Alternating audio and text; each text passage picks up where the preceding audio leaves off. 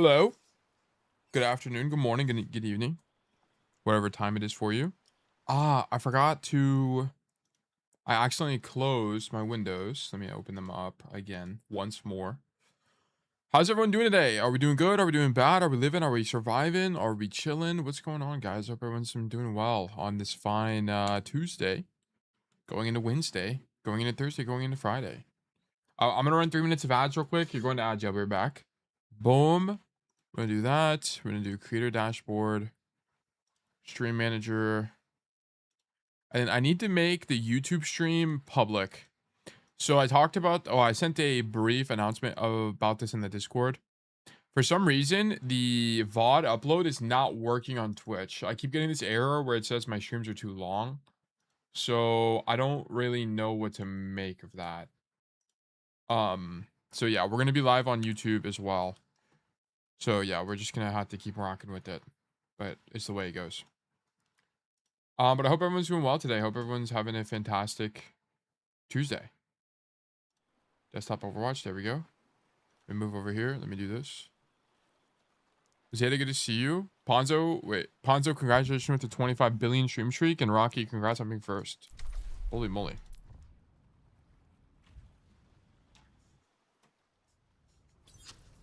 Flamethrower, good to see you. Daniel, good to see you as well. This is way too damn loud. Let me turn this down. Is this good? It is. But yeah, so plan for today. So I guess I'll wait till the ads finish to talk about it. But yeah, I've got some things I want to share. Nothing too crazy. I just had some reflections yesterday. Yesterday I played some Overwatch, which was nice. I played a few games of Overwatch. I played Ashe, Sojourn, Cass. I kind of at the point where I kind of just play every hero for fun. How's your day, Tail? Today's been good. I woke up early and then I ate a salad and something else I forgot. And then I've been doing some VOD review in my own content to improve. And I learned a few things. What's Gasher? Good to see you. Hope you're well. Hope you're doing well. Do you have plans for another pug afternoon? Not for right now. I'm in the great lock-in phase currently.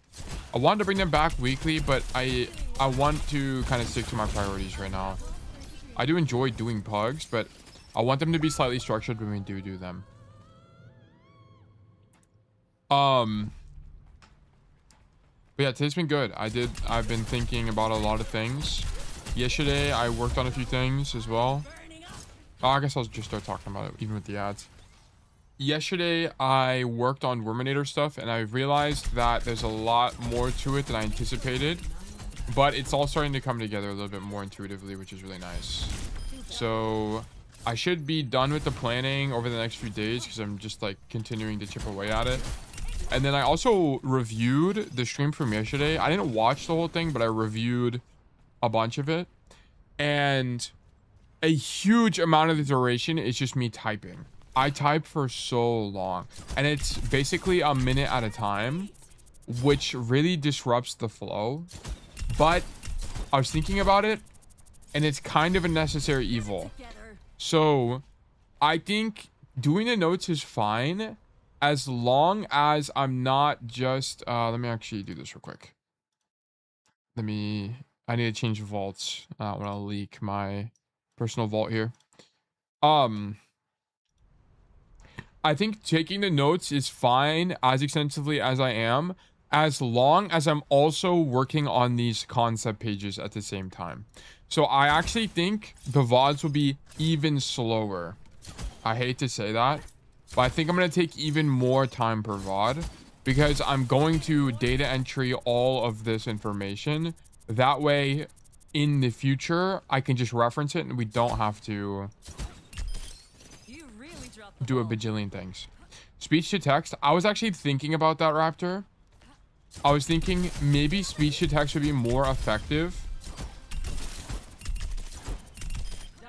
And I'm open to trying it. Not this stream, but in the future. But I'm a little bit concerned that the content I write won't be, or that gets translated, is not going to be precise, or that it'll be clunky. So essentially for now, it's going to be slower, but lead to being faster.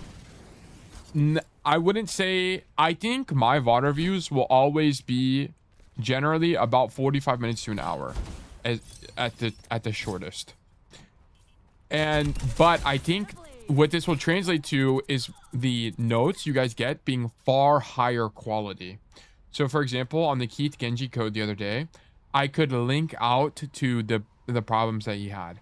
So for example, here, for example, is the topic of match intentions, right? And then I want it to be where Keith can reference his notes, and then he can click on this to navigate to the matching intentions document and then learn more about matching intentions from here, right? Like, that's the whole goal. And I wouldn't say it would be faster because it's slow right now. It won't lead to it being faster. It would lead to it being better is kind of what it is. Does that make sense? It would be faster because there would be, I wouldn't have to write as many notes. Anything written on the tilt doc? No, not yet. Most of them are stubs. There's nothing in them. Because what I was doing is a lot of these documents a lot of the stubs are based on the fundamentals of Overwatch document that I made a long time ago that I was working on, and I've been tweaking. Because this, as far as I know, what we have right now it's not the greatest, but it's one of the most extensive attempts to document Overwatch broadly. And I think we should invest the time now while we're still growing and small to iron things out. That way we can, because for example, what I want to do is I'm gonna open up a raffle while we do this, by the way. New raffle. I want to yap for a second, so we're gonna leave it up for a little bit longer. 420. Feel free to enter the raffle, guys. Exclamation mark enter raffle. Exclamation mark claim a ticket to be more likely to win in the future. If you're unsure which command to do exclamation mark coaching on Twitch chat. But I think the idea is that I want to really nail down this knowledge base. That way, whenever I do short form, which is kind of like the ultimate funnel component, I want to be ready. Like, I think I want to genuinely take time, pace myself, and set myself up for growth. That way I can do like a streamathon where I stream every day again, and I'm ready for it. Because the problem with the Wormathon, for example, was not that I learned a lot and a lot of people got coaching, but I didn't really make the most of the time is kind of the core problem. And that was my big regret, was it wasn't very time effective. I could have used that time to work on videos or learn some other skill. So generally the idea is going to be get everything done with the Worminator, get everything done with this document, and then I'm going to hammer out growth. I'm not in a hurry to grow. I think we will grow naturally. I think we're going to probably plateau around 30 to 40 concurrent most streams, which is fine. I don't really have a problem with that. I think that's very healthy. And then we're going to go from there. Because I think the slower I go right now, I mean, not literally snail's pace, but the more deliberate I am in my attempt, the faster we'll grow when it matters. How long do you think it will take to complete your document? Months. Unless I do a lot of content on stream, it could take about 1 month, I would say. But some of this is going to genuinely require me to do research. Like, for example, this autopilot document, I'm going to have to spend a few days genuinely researching autopilot.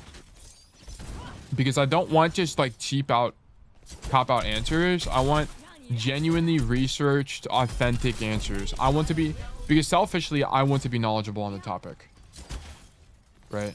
So that's kind of it. 30 to 40 is already top 1% on Twitch. Yeah, we're top 1% already. Yeah. The goal is to hit Twitch partner though. Because as a content creator, you even with 30 to 40 on Twitch, it's quite successful. But that's still not even enough to make a living, essentially. And what I'm approaching this is as a business. Of course, as a human being, right?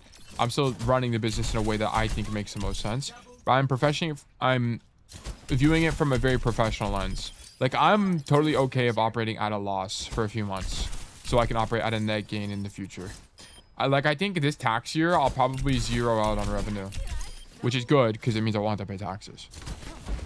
Need that private coaching to maximize shareholder value. Oh, well, I would need private coaching to pay rent or help subsidize rent. I probably wouldn't pay myself enough to like live, but I'd pay myself enough to at least subsidize part of it, because part of the money I earn, I want to spend on making One's Telltale better. So commissioning art, getting an editor, stuff like that.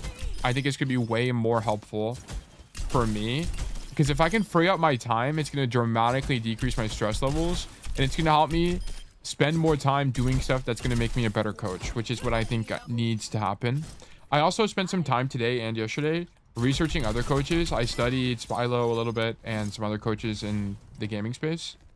And I think I have a few problems that I want to resolve when it comes to coaching.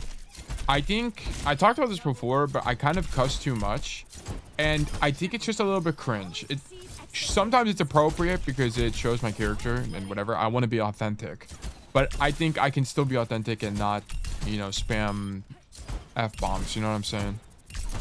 There's a lot I can still do. So it also just makes me not sound very professional. And I think particularly when I'm trying to be a coach, there's that. Also, one thing that has been rage baiting me slightly is I read some comments on other coaches' content. I don't really get this as much, but people are just like very defensive of the coaching discipline for reasons unbeknownst to me. People like a gatekeep the idea of coaching and say that people aren't real coaches, which I think is crazy. Apply cusses so much. Well, Apply is an entertainer first. He has a different lens. My lens from coaching is primarily education, right? Applies is largely entertainment. Like it's 80% entertainment, 20% education. I mean, that's not the ratio, but you get when the picture I'm trying to paint here, right? Mine's more so the opposite.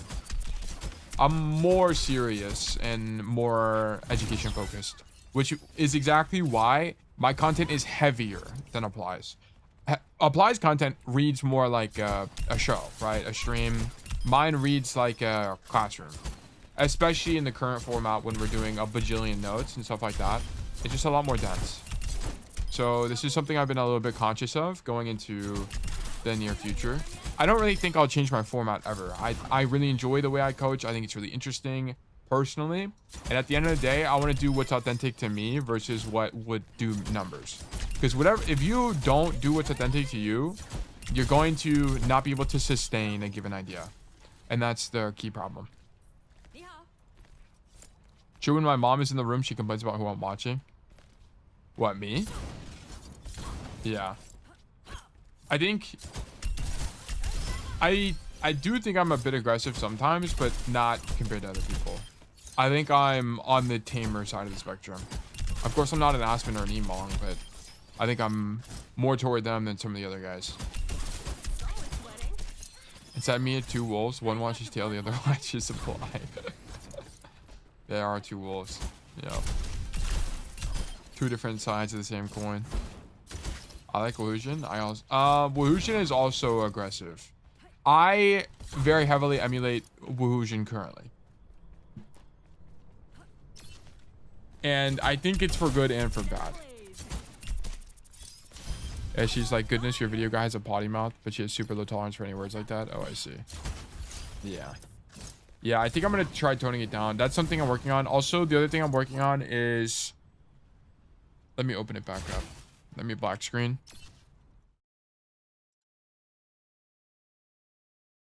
Tail content. I also... One thing I need to work on as well is... Okay, I remember now. Is that I need to stop referring to abilities as E, left shift, ulti, stuff like that. I need to be a lot more explicit because there is a console audience and it's just going to be more clear if I said the ability name. Or at least use some kind of terminology that's going to refer to it better. Like dash, the dodge on Anran, right? Alt fire, stuff like that. I think it's going to be a little bit more descript than left click and right click. It's minor, but I think it's going to add a little bit more professionalism to the coaching. And then another thing as well that I've been working on and trying to stop is sometimes whenever I'm coaching, I will yap about something off topic and continue to play the gameplay.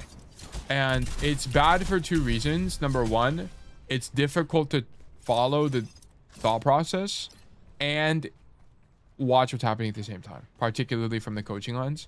Also from the editing perspective, it makes it way harder to edit when I do that.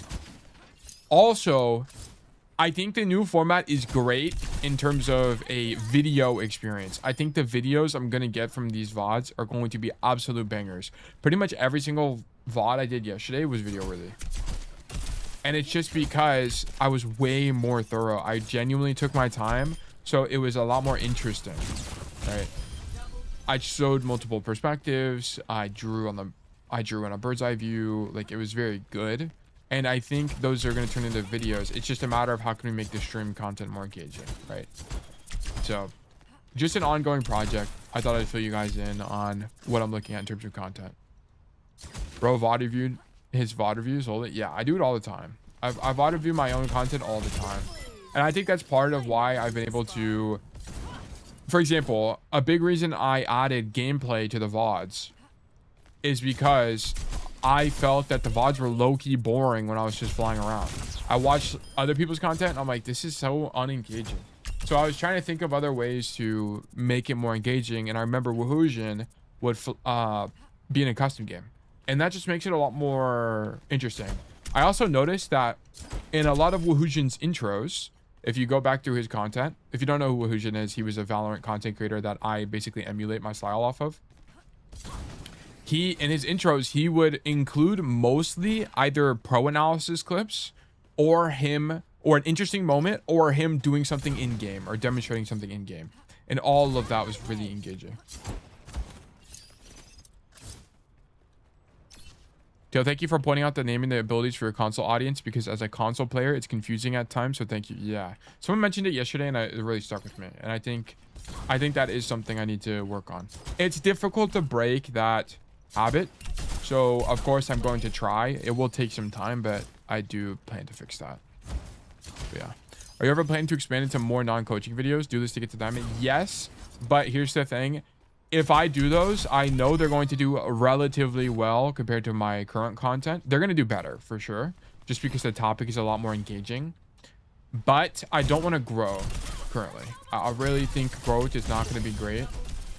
I think I want to get this infrastructural stuff done. It needs to get done. If I don't sit down and take a little bit of time to chill, we're never going to get stuff done. It's the problem. Calling it ulti? Well, yeah, ulti is fine. Yeah. But I'm just saying don't press Q, right? Pressing Q is not something I should have in my vernacular. What rank are you and what role do you even play? I'm champ 4, Cassie 1 trick. Oh, I need to update the peak. Yeah, I'm top 500 every single season. Well, I mean, I haven't played the game recently, but I'm in top 500 elo every single season. I mean, not this account. This account I'm one tricking on Shion, but look at this.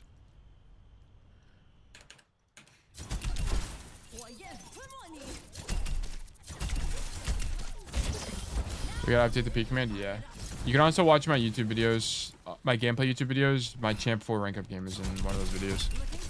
Let's get you here. I don't think so. I can make you a mod on Baika in a bit, Zeta. But okay, yeah, that's everything I kind of wanted to yap about. I'm doing my best. I'm doing my best. I'm not perfect, but I think there's still things to improve and lots to learn. Did you stop playing as much? It's yeah, because I'm just doing everything one still tail, right? Keep in mind, guys, I stream coaching for 6 to 7 hours, and I mean that unironically, for 4 days a week. So like, let's just do a calculator analysis of like how I spend my time. Okay, so let's just say I do 6.5 hours of streaming. Let me make it bigger. Okay, I do 6.5 hours of streaming, coaching for 4 days a week. That's 26 hours already. Then I have to edit, or let's act like this was last week. I edit, make thumbnails, and do titles for about 2 hours every day. So that's going to be plus 7 times 2 is 4. So 7 times 2 is 14. So add 14. So automatically that's a 40-hour work week. Then I have to prepare for streams, which is an extra 30 minutes per day. So that's an extra 2 hours.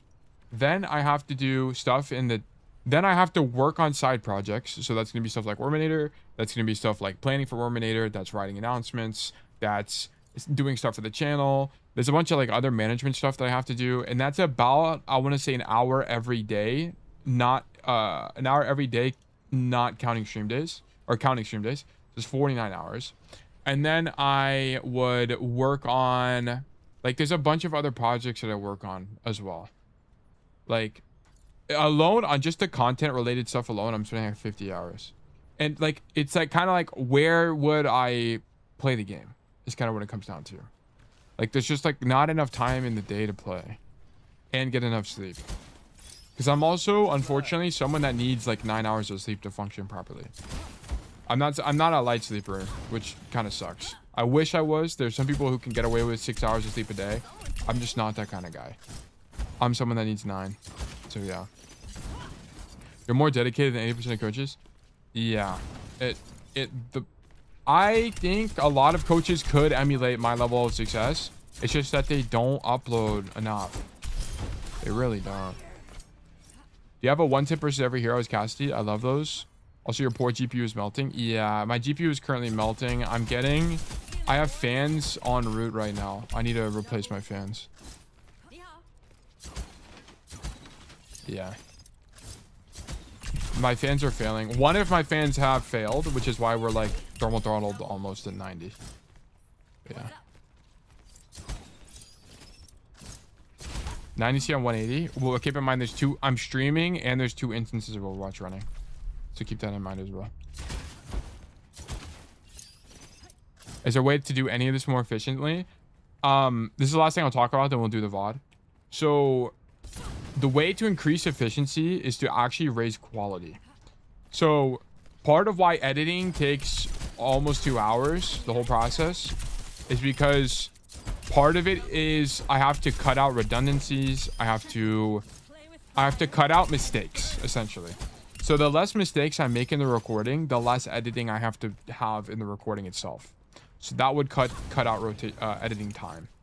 And then other than that, the only other way to free up time is to either have shorter streams, less streams, or to do less videos. And I chose less videos because what constitutes growth as a creator is not like, let me just show you guys. Okay. So as a creator, the videos that I ship that get less than 3,000, 4,000 views don't lead to a lot of growth. The channels that lead to a lot of growth are the videos that lead to a lot of growth on my end are the videos that are outliers. These outlier videos are what have dramatically grown the community, because how YouTube works is it essentially sends you to the same sample audience every single time. And the only way to grow your sample audience is to have big videos. So the silver player video is doing well and it's growing my audience. This Freya one did a little bit well and has grown my audience. This Anran one has grown my audience, right? These things are leading to growth. It's not these 700 view videos. It's not these 2.8K videos. These don't do anything for me. It's the big ones.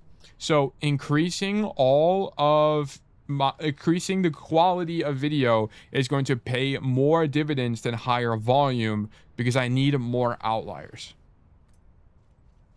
By the way, my mates all love your little worm avatar. Well, your mates are goated. I love your mates. Thank you. Much appreciated.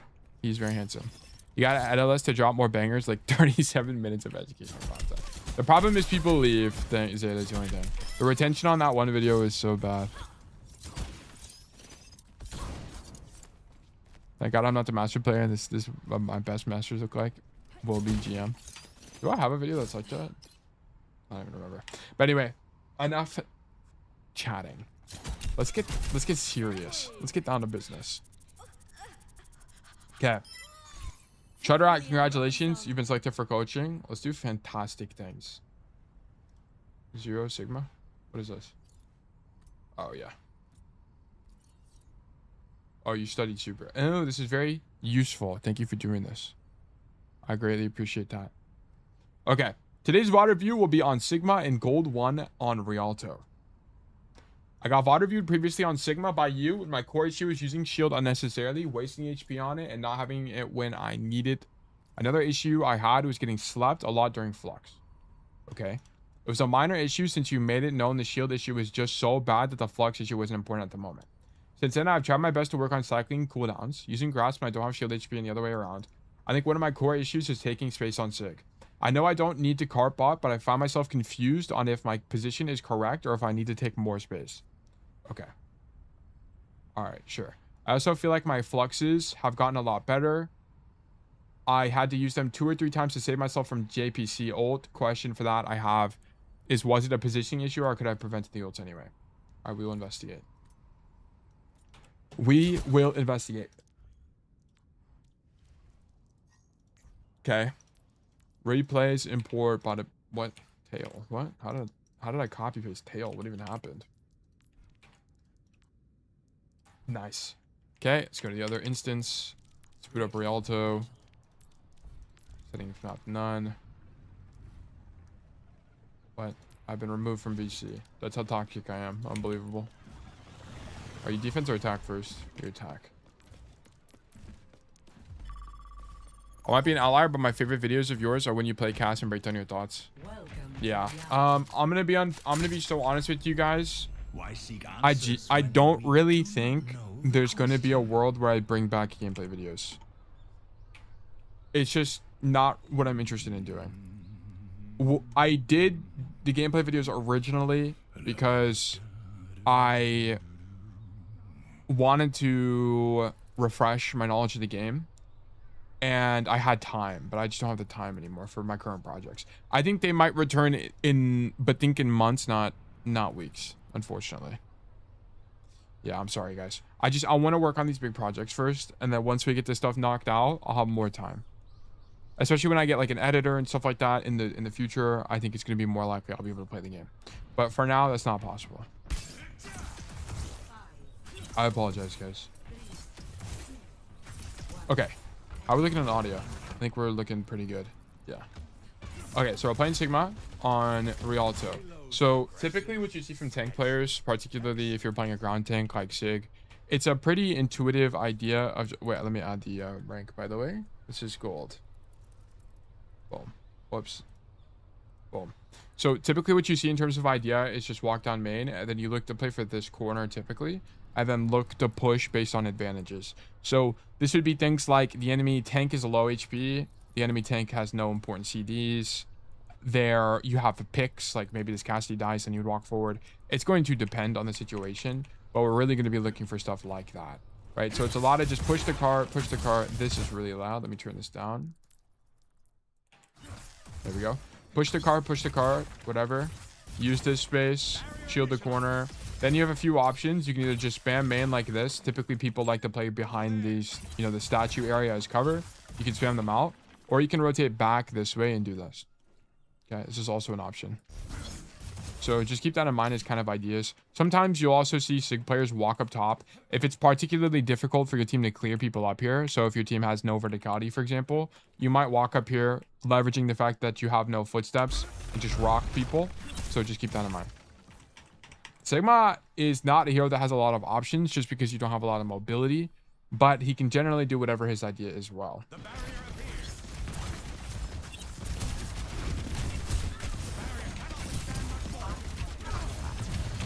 Okay, so the only problem I have with this is there's not really a lot of incentive for you to be taking space this aggressively right now. So notice where the cart is. It's right here in main.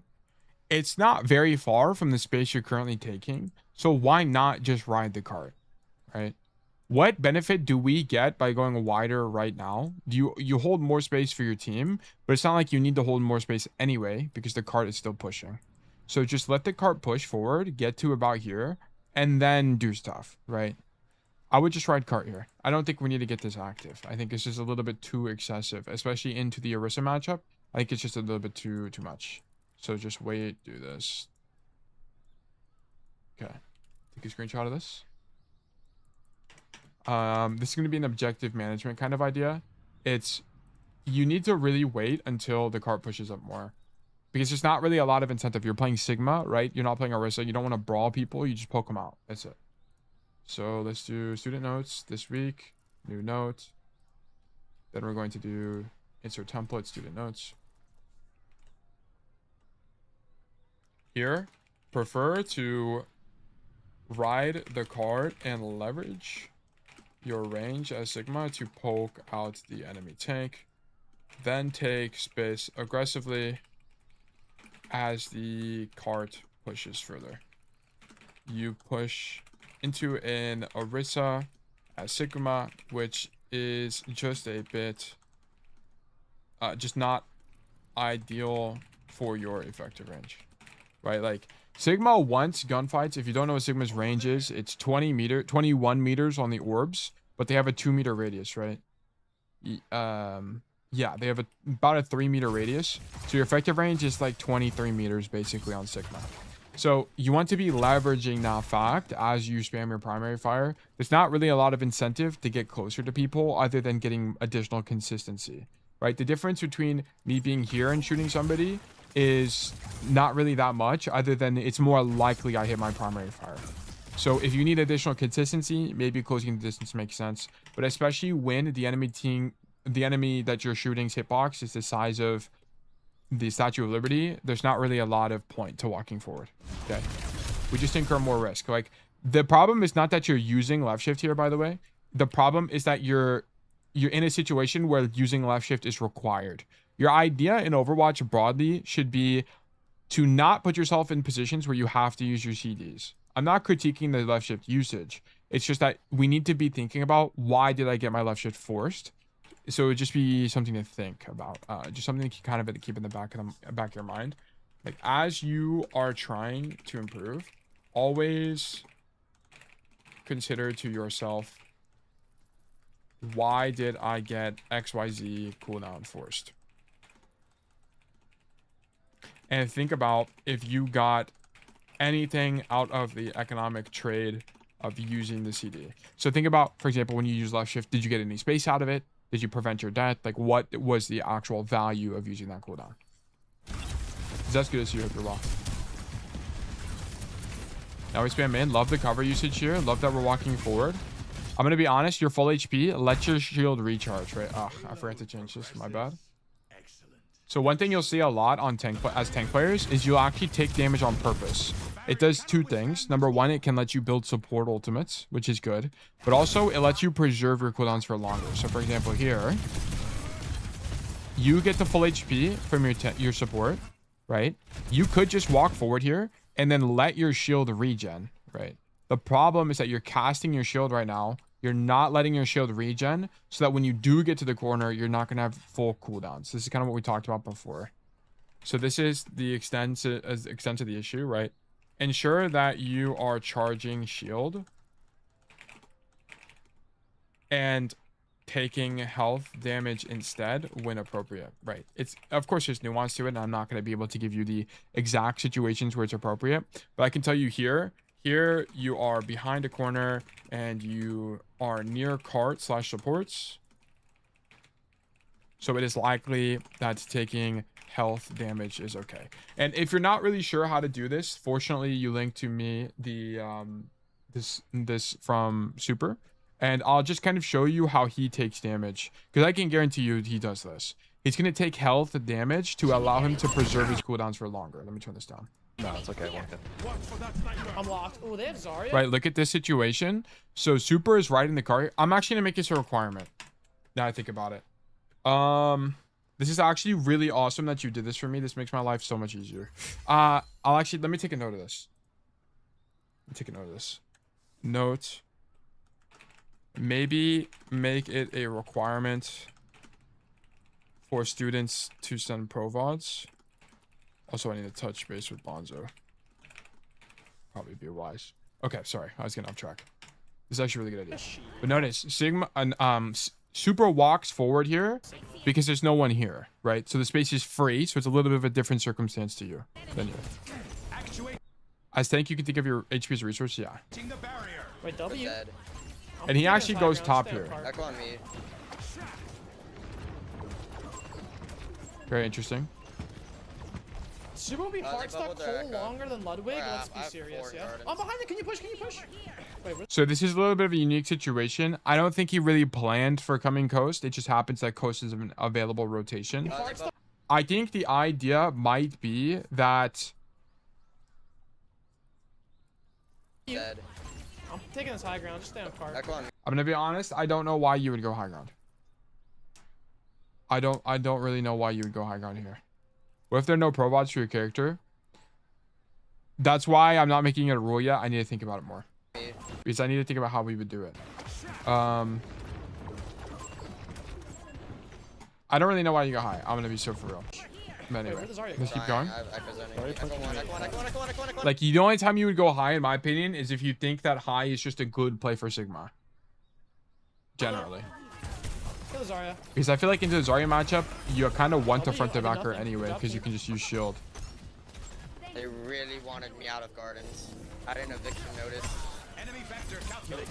Okay, here we shield off the Widow, and then we poke out the Zen, sure. That would be hard stuck in coal. Like, I feel like that's just almost impossible. Left shift wide, because, okay, like, notice, for example, Wide's using left shift here. His shield is half HP. Left shift damage so he can back up, because he wants to get his shield to regen faster. Almost impossible. It would maybe take me like a day to like remember how to do shit and learn new stuff, but like. All right, now his microphone's messing up. People average like 40-minute plus speedrun times, don't they? Let's see. Like.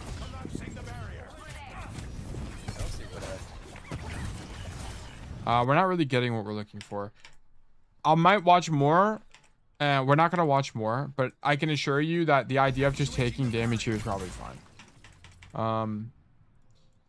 I don't want to watch that for like 10 years.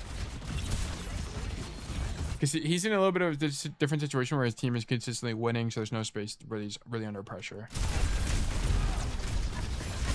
Okay, so I love you holding the space. I love you fighting for the corner. That guy uses his jab spin way too early. I think Rock is like not that great because this guy's just gonna use gold to block it. And you have to understand, whenever you're using cooldowns, you're locked in animations. Like whenever you throw this rock here, you can just get shot the whole time. Our whole idea in situations like this is just shoot the guy. Like, just shoot him. Orisa is a matchup where they can use gold to counterplay you. Just stand here, shoot your gun, and then after she uses gold, then you can go for a rock, right? So just keep that in mind. Like, it's a little bit of a unique matchup. Let me go back. Matchup. Attempt to save rock for after gold. Okay. Poppy, good to see you. And then now we're just playing too scared, right? You kind of just have to play the corner to hold space for your team. Look at what ends up happening. So your team is here. You actually give a lot of space here. Use the card as cover. Play wide and poke these guys out. Like, leverage the fact that your hero has effective range, long effective range, relatively, to dish out damage and have pressure so your team can play the game properly, right? You guys, I especially have a kill here, right? Junkrat is dead. We should be poking from a wider angle, which is on the cart here. Okay. This is too passive. And then your Tracer's dead. Like, investigate why your Tracer died. So your Tracer's on the high ground. And then she re-peaks at 1 HP and dies, I think. Yeah.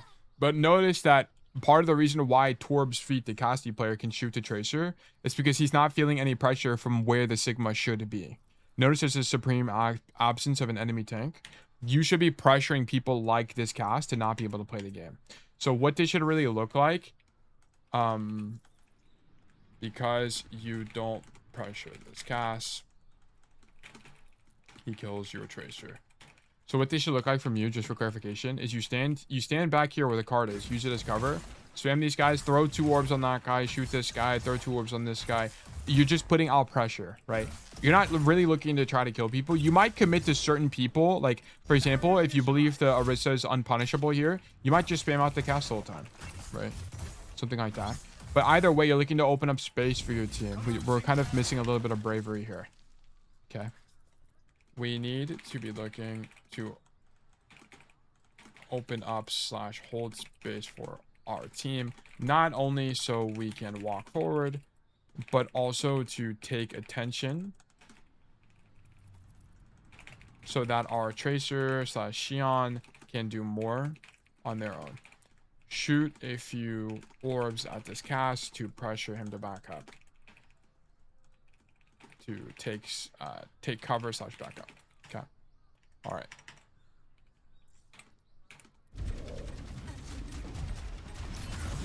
Yeah, I just don't really like the flank from you. I think it's okay, and it gives you this rock to kill the Moira, but I would argue you could probably still rock somebody from main space.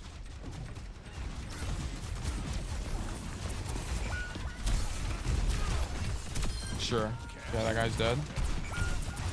Don't have to catch your whole team is dead.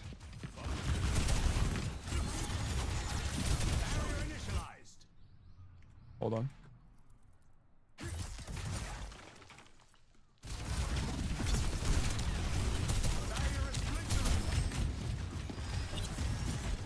Spam out this Orisa. Orisa 1 HP. Okay, that guy's just dead.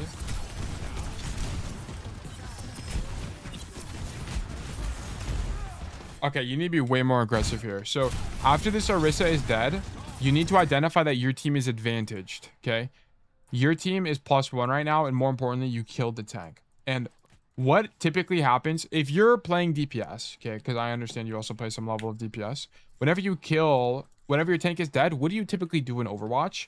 Well, when your tank is dead, your idea is to back up, right? So you know the entire enemy team is going to be backing up here. You need to push forward.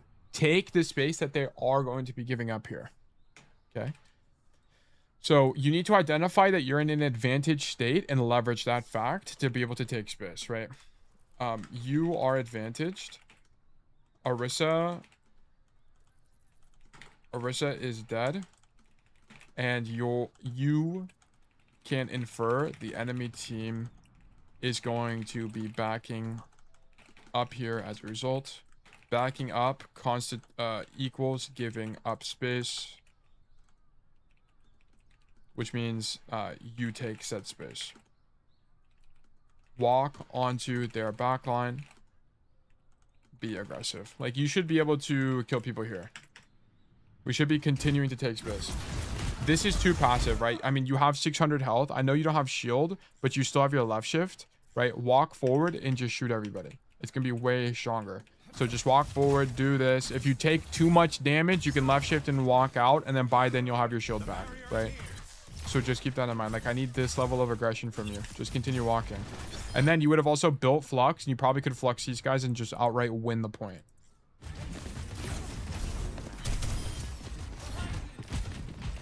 Don't turn for that guy. Nice. Okay, and then this is a common problem I see from tank players as well. There's just not really a lot of reason to be playing in the open, right? Because here's the problem. If you play in the open like this here, the only problem with this is that it makes you slightly more evasive, as in it's harder to predict which way you're going to be moving. That's the advantage of playing wide.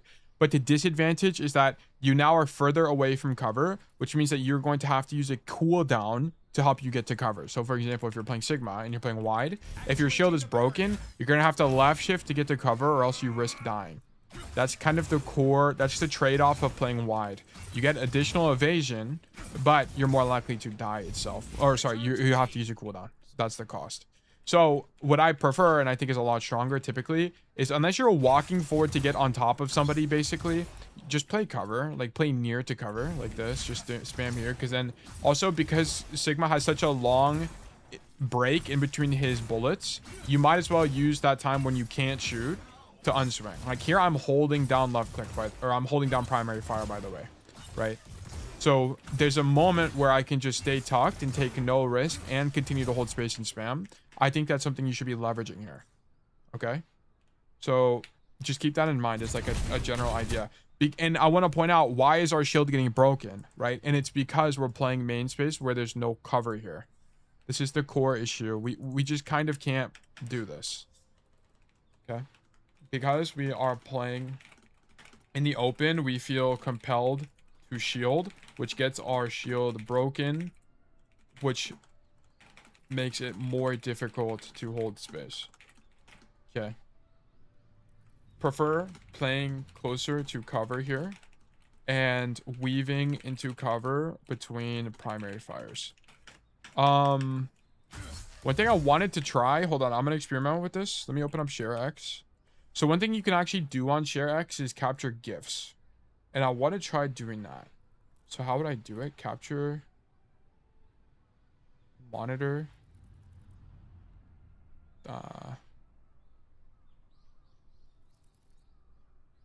this one, I think. No, that's my vertical monitor. I thought there was a way to capture a GIF. Screen recording GIF. Yes. So, do I just do this? How does it stop?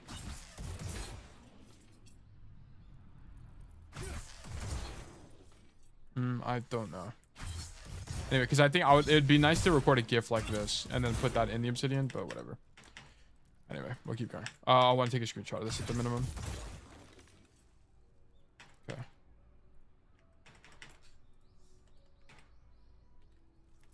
Perfect. Let's keep going.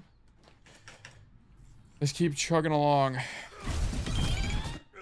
Yeah, I need to work with cover more, even on DPS. Yeah, I see. I guess ulti is fine. I think also you getting ultied here is more just the cost of being tanked.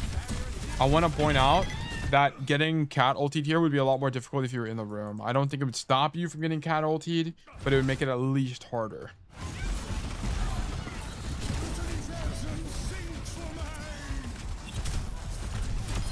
I love that you fly back to your team. It's actually a good ult. I actually like this ult from you a lot. It's a mystery. Good to see you. Hope you're well. Hope you've had a fantastic day today.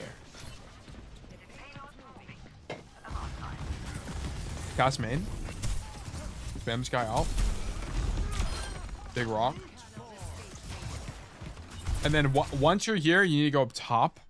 So this is a map knowledge thing, which is you need to understand kind of broadly whenever you're approaching Overwatch, you need to know what space on the map is important or good. So on Rialto, it's very important to know that this high ground space is kind of the key to winning on both on attack and defense. Because on defense, if you have high ground control, what does this give you? Gives you a flank, right? Because if the cart's here, for example, if you're on the high ground, you can flank everybody from here. Okay, it's really strong. On attack, what's the advantage? You also get a flank, right? So you get this angle, then you can shoot people from the high ground, which is also really good. Okay. So a lot of the meta game of Rialto second revolves around which team can control this high ground space. The tank you play will largely inform how you do this. Some tanks avoid this space. They actually just play main space and like go hard flank, like Roadhogs, for example. It's not uncommon for Roadhog players to just play on the floor and like look for hooks on the floor here. But especially on a tank like Sigma, there's two things here that are giving us information we need to inform what we're doing here. Number one, where the enemy team is walking back from spawn, and number two, we have open space. So I guess they're kind of the same idea, right? There's space that's open right now. Let me actually just open up the spectate overlay. Because their space is open right now and they're still walking back, right? The enemy team hasn't staged yet. You should be using this downtime to set up, right? One common idea in Overwatch is that if you have empty space, take it, and if you're in between fights, go stage. Okay. So this would be one of those moments where you need to come up top and fill this empty space to deny the high ground space, right? This should be a really common idea for you. Even if you as Sigma can't make the most out of this position, it denies the position from the enemy team. It's a denial idea. Okay. So let me do hashtag second attack. Okay. Whoops. After we get this Moira kill, it would be to our team's great benefit to go high ground to help control this staircase space. I think it's very likely that Super is going to do this idea, by the way. Let me pull it up. Where did I move it to? It wasn't a Brave? Yeah, it's here. If I had to guess. Look, he's up here right now. Right? He actually did this a little bit differently. The circumstance was different. So in this circumstance, there's no one here to stagger, right? So in your game, there was a Moira here that you could stagger, right? Let me just show you. Right? Like you took card and then there was a Moira, and I can't remember, like a Cassidy or something here. I don't remember. But either way, you killed the Moira with this ginormous rock, and then you continue to walk forward. The mistake is that after you walk forward, your idea should not be to continue to play this main space. Just come up top. Okay, the enemy team's not back yet. Come up top here. And then open up control for your team on this angle. So you'd be up here, just throw orbs, and then you're not going to push out from here. The reason that's the case is because if you push out from here, you're now overextended relative to your team. Like, notice that your team is all the way back here. Your Ana is still pushing the cart, and your Trace, like, no one could follow up with you if you continue to push in enemy space. But also, there's no cover, right? So it's the same idea as on tank as most DPS and supports. Is you typically want to be taking positions that give you cover. There are heroes that can cheat this, right? Like Winston, for example. If you're Winston, you could jump in. Not saying it's good. I'm just saying you could. You could jump in because you have artificial cover in the form of bubble, right? And then you have the ability to get out. The thing about Sigma is he doesn't have mobility cooldown. So if you did extend, you can't get out of these kind of positions, okay? So you just stand here and you would just shoot orbs. So yes, and you can see that even Super does this. And if you watch his gameplay, he goes there initially. He stages there, which is the difference between you and him. Bro, I want to play it too. What? And then he throws orbs from here, right? He's not going to walk further because there's nowhere to rotate, as he would be overextended and he would outright die. Why are we banning Moira? Maybe the least banned character in all of Overwatch is Moira. Like, notice how many cooldowns the enemy team had to use to get him out of this position. Moira. Okay, they used Hazard Wall. Bro, I want to play Let me it too. like we'll count them. Hazard Wall, which got blocked by Sig Shield, by the way. Hazard Slash. Maybe the least banned. Zen is shooting him. They use Echo with stickies and Echo. They use the entire Echo kit and the entire Hazard kit to get him off of this angle, right? Is Moira? And this is the thing about Overwatch. Overwatch is a game about space control, but also resource management. The enemy team had to expend resources for minimal cost. Minimal cost for blue team. It's very good. Very good. So you have to, this is part of the economics of the game. Okay. This is what makes Overwatch cool and fun. Like, I enjoy it like this. Also, Super needs to be careful of Hazard Wall here, matchup specific. Yeah, there is some matchup nuance to it, right? Where it's like, against Hazard specifically, if he walls here, like he throws the wall against his doorway, it'll stop you from being able to rotate back to your team. So having a wall, a Sigma shield here is actually very strong, because if the Hazard does try to wall, you'll block the Hazard Wall. If you guys don't know, Sigma shield or shields in general block Hazard Wall because it's a projectile. Okay. It's also an issue I had when playing DPS last night as cast on Junkertown, map knowledge issue. I think, yeah, it probably is. I should make a guide of like power positions.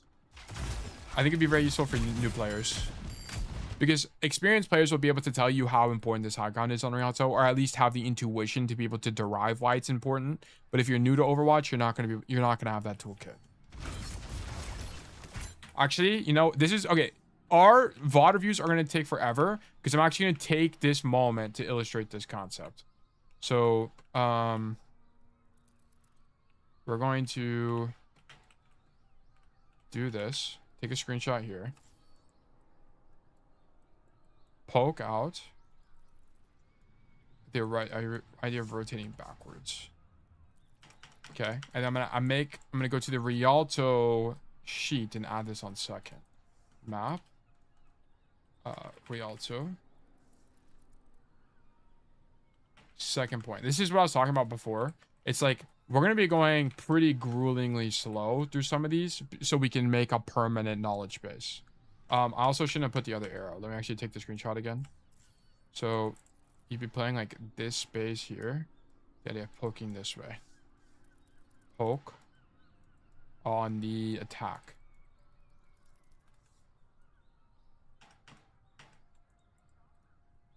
Okay, so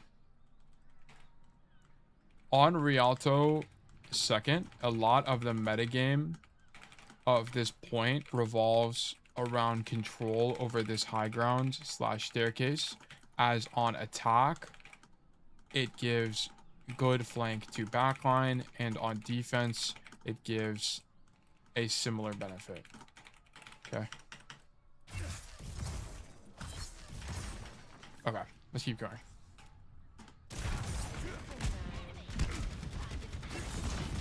Yeah, I want to point out, because you're not up top, look at what's happening. Because you're not up there, this Orisa gets to walk forward and take this space relative against your team. Right.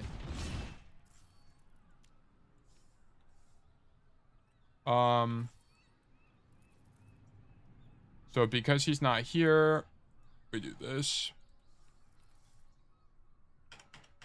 we're gonna add this on the Rialto. Because blue team attack tank is not on high ground, red team tank can take this space for free and makes the macro more difficult for the attacking team. Okay, and let me add this to your notes as well. I think it's untitled, yeah.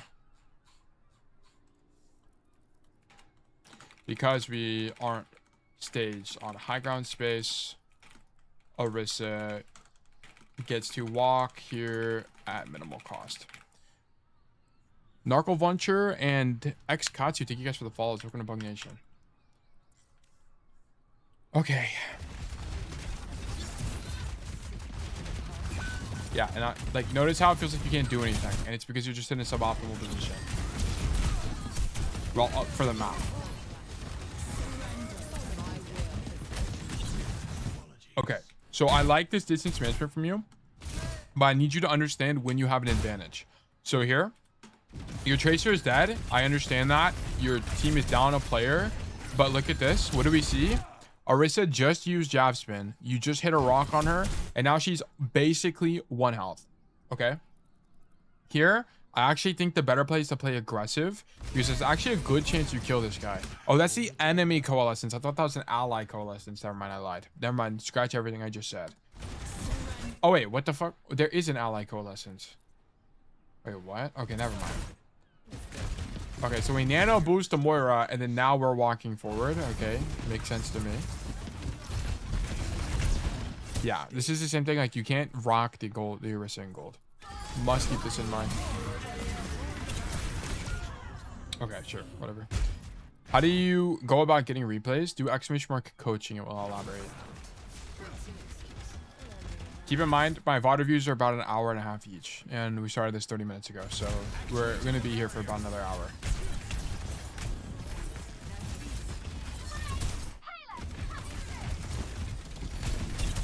Okay, I love this idea from you. First of all, I think going on the floor is okay because of where the enemy team is playing, but I want you to understand that sometimes matching enemy tank isn't appropriate because there's stronger map space available. So, for example, if you did go to the high ground here, the cost of doing this is now you're not marking the Orisa in main, so she can kind of do whatever she wants. But I want to point out the benefit is really high for Sigma, because now you're going to be up top here. You're going to clear this space for your team. So let's say your Shion wants to use this space, or the Tracer, right? If either of them want to use this space, it's now free for them to do so. And once you're up here, you can just shoot everybody from the high ground. So I actually think here, unless you want to push the Orisa because you know she's low HP, it would be of great benefit for you to go to the high ground right now because it's empty. Okay. And this is another map space idea. Let me actually write the notes here. What's your username in game? 0, right? Yeah, it's 0. 0 Sigma Rialto gold. Okay.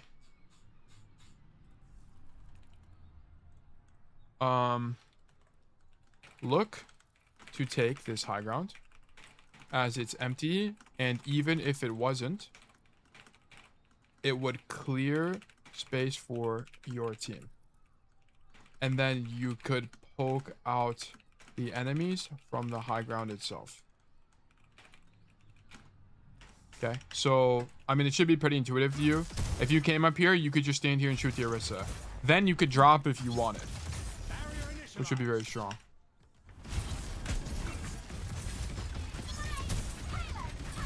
I don't really think this is that bad. I think matching tank is a good default play, but there's opportunity cost in doing this. Just keep that in mind. Right, that means we're not up top. But the idea of rocking the enemy Orisa's healing, or sorry, shielding the enemy team's healing and then rocking her is fine. I think it's a really good idea. I actually like that a lot. And then you shield behind her again in an attempt to kill her. Yeah. But it's like, whenever you're VOD viewing, you have to think about what's forcing my left shift, right? So here, boom, love this, hit the rock, sick. Then now you're wide here. It's because you got booped wide by the Junkrat, right? That's all it is. You technically didn't need to do this because your shield was up, but I understand the idea. All right, I mean, not much.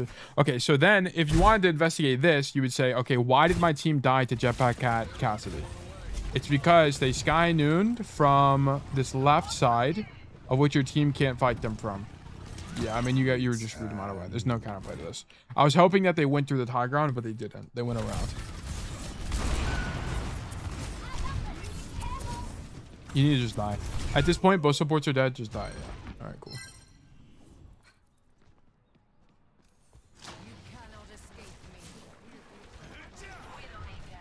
People do this in gold. You would be surprised the amount of good plays that happen in gold. I think a very common misconception that people have is just because you're in gold, you don't make any cool plays or good plays. What ends up happening is for every good play a gold player makes, there's just 3 really bad mistakes. It's kind of just what ends up happening. They just do. It's really, Overwatch is a really easy game to play incorrectly. And that's kind of the core problem. It's really easy to make a mistake. And part of the game and actually getting good at Overwatch is understanding what constitutes a mistake and then how do you not do that.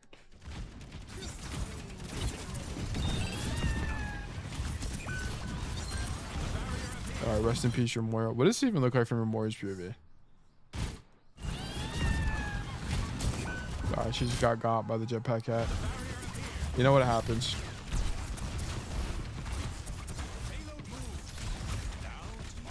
Yeah.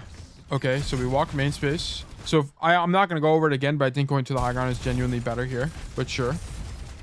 Poke this Orisa out.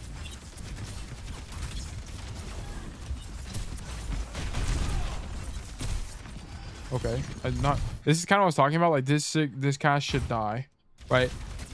This cast made the Jetpack Cat play with the Deadeye, and then now he's taking the 1v1 against the Sigma. This guy dies every day of the week.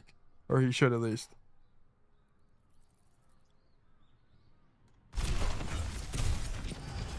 It's just he ends up getting peel, which is a bit unfortunate. Okay, what you could identify here is the Orisa just used gold, jab spin, and now spear. So you know she has no CDs. So it would be very appropriate to press your ultimate here.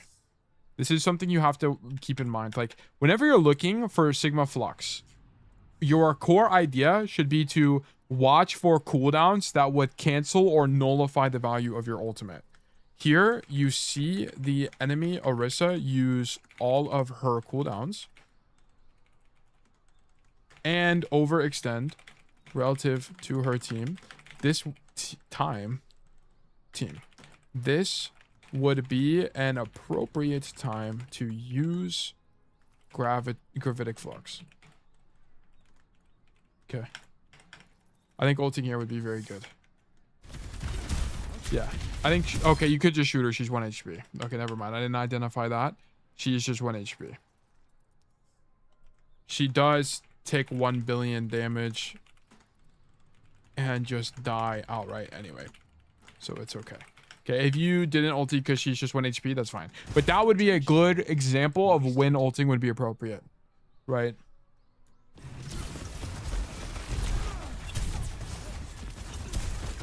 Okay. Alright. Cassidy down. Okay. Junkrat down.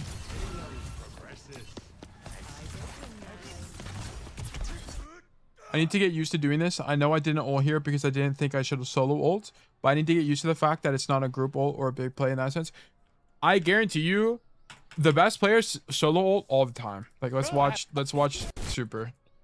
He's gonna solo ult somebody here probably. And like... Where's my flex at? He's not using his ult. He just didn't even ulti, okay? That's crazy. I have to skip a lot more to get ulti here. I'm swapping cast. Wait, what? He built his... Oh, he's building his ult really slow. Okay, he uses his lift finally this game. Let's watch. Like, let's look at the queue for the ulti here. So we are defense. We're playing pretty aggressively. We go for a rock. So we're overextended relative to our team right now. I think his team is behind him or flanking. So we ulties. Okay, so this is a common idea on Sigma as well, which is Sigma does not do well when he gets flanked or there are people surrounding him. So one thing you do as Sigma occasionally is he sees his ball go behind him, which constitutes him being flanked now. The enemy ball goes behind him. So he will ultimate in an attempt to get into a better position. Okay, so this is like a Sigma idea. Let me go up here. Hero Sigma. Boom. Oh, okay, perfect. We actually have a Sigma page already. Occasionally, occasionally you will ultimate to put yourself into a better position once you are flanked. Here, Sigma Super uses his ultimate to prevent himself from being stuck in between the enemy dive. Okay, so this is an idea. All right, then let me grab the link for future reference. Boom. Okay, but let's see how does it pan out. Who's he ended up getting? Probably no one. Look at this. Look at this discipline. Okay, so when you're the Sojourn, they got this from the Sojourn's POV. If the enemy Sigma is flying above you with gravitic flux, what are you likely to do? Slide away. Why? Because you want to dodge the flux. So what does Super do? He knows that this Sojourn is going to be pressured into sliding away. So he actually waits until the slide happens to catch the Sojourn on her own, and conveniently he gets the ball. He did not intend to get the ball in the flux. It just happened to be the case, right? But this is something you do very consistently, which is you're going to be waiting for movement CDs to be popping your ultimate probably. Like here, we wait for the Sojourn slide, and then we ulti her in the air. Okay. Occasionally, it is generally preferred to wait out movement CDs to pop our ultimate, like this Sojourn slide here. Sometimes you will just fly in the air to pressure out the movement CD. Bruh. As in bait it.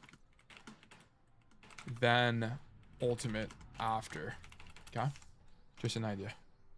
The comments did say his DPS carried him this game, so lol, but I didn't think it mattered since it's just about how he plays. Yes, it doesn't matter. Yeah. We don't... Did the DPS carry? Probably. I mean, the attack, he did basically nothing, which is what we were trying to look at earlier. But it's kind of the intention. Like, what is the intention behind how he's playing the game? What positions is he taking? So on and so forth. But yeah, like, don't feel bad if you solo ult people. Like, here, you know the Orisa. Okay, like, you should ulti this Orisa right now, by the way. So, your team is here. I know your Orisa, your Moira is dead, but you... Well, no. Your actually team is 5 right now. No, your Ana's walking back and forth. When did she die? Okay. So at this point, when this guy leaves, I need you to see where your team is. And you'd be able to identify your Widows in main and your Moira's on cart. You could ulti this Orisa. And the reason that you could get away with this is because she uses gold right now and she stays extended. I actually think the likelihood of you killing this Orisa is very high. Okay? So just keep this in mind. In matchups like this, where they have no way to dodge your ultimate, don't feel like you can't ulti them, okay? This Orisa has no gold. She is prime flux target. Okay? Keep that in mind. Let's keep going. Now we get levitate. Okay, you can flux in the room. You can flux everybody in the room right now. Okay, that guy's throwing. This guy kind of was talking about, it's like for every good gold player's play, there's one bad player as well.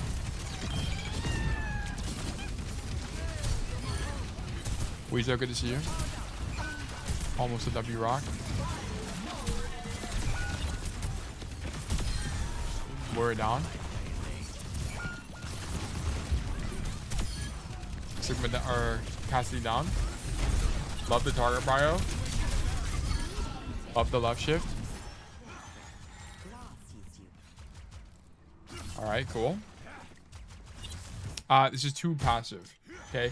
So your job as tank is to not push cart. Your job as tank is to make it easier to push cart. Okay. That's the key difference here. Instead of standing on the cart or near cart space here, you need to be playing a lot more aggressively. So be playing in like space like this and then poke up, or play the window that's here in this room and poke the enemy team's walk up. This is one of the strongest things you can possibly do as Sigma, because you just have such high effective range, right? A very common idea in Overwatch is fill empty space, right? Fill empty space, fill this space right now. And then you just have to better learn how much you can kite in the game. So here you need to walk forward to poke the enemy team's walk up. You know they can't take space because their Orisa is dead. So as the tank, you need to be filling space. Okay, this is a very important concept.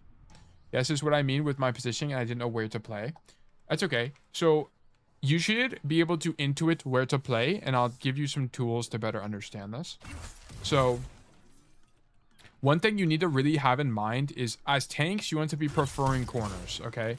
So you want to be preferring corners because it gives you the ability to do some of the things I was talking about on first attack, which is going to be things like if your shield is broken, you can hide here. If your left shift has been cast, you can hide here, so on and so forth. So even playing here would be appropriate right now, right?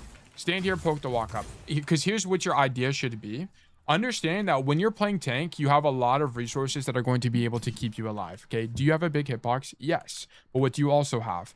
Tanks are uniquely equipped with damage mitigation abilities. So they have things like shield. They have things like left shift, both of which stop you from taking damage or just outright absorb damage, which then you can utilize to play aggressively, start here, get active, shoot people. Then once you're low HP, you can shield, back up, come back here, left shift if you need to, and then play the corner, right? Or you can play this window like I was talking about.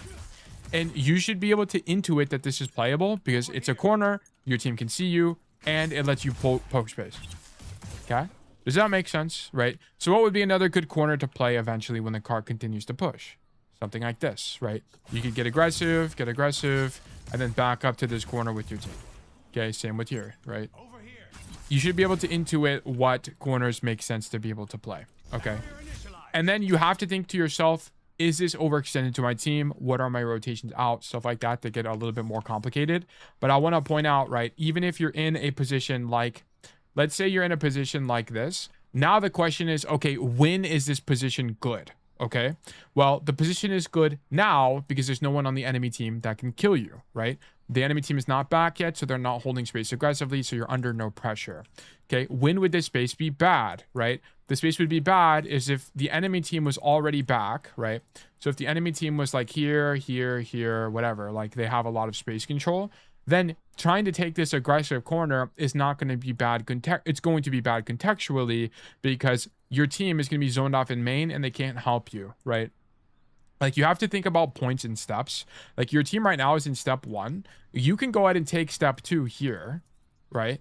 Because your team is already pushed up, right? They've completed this, you know, taking this stage of point. So it's fine to get here. Like you could also maybe play in step 3 temporarily, right? Because the enemy team is still walking back from spawn. And then once they start taking space, okay, now you also have to give space, right? Now you back up this way. So once the enemy team takes this space, you back up this way. Like you're only one step ahead. Okay? Does that make sense? Like you should be able to largely intuit when this position is good relative to where the enemy team is and your team. It's a little bit of a difficult skill to have, and it will take some level of experience, but it should start to make more sense to you. Yes, it does. Okay, perfect. Shoot our gun. Walk up. I just needed this from you earlier. That was it.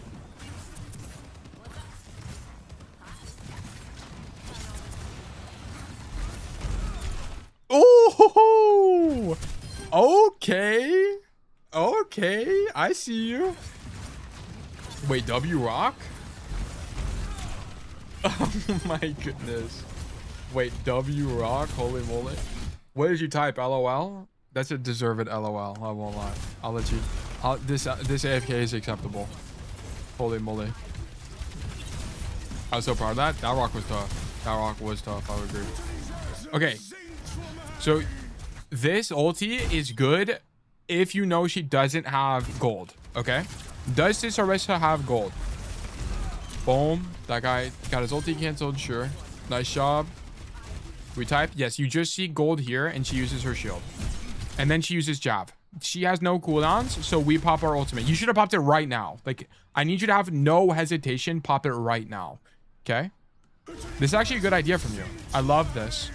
And you see the cues for it too, and then it should get the Orisa kill. Nice. This is a very common idea on Sigma, so make sure you keep that in mind.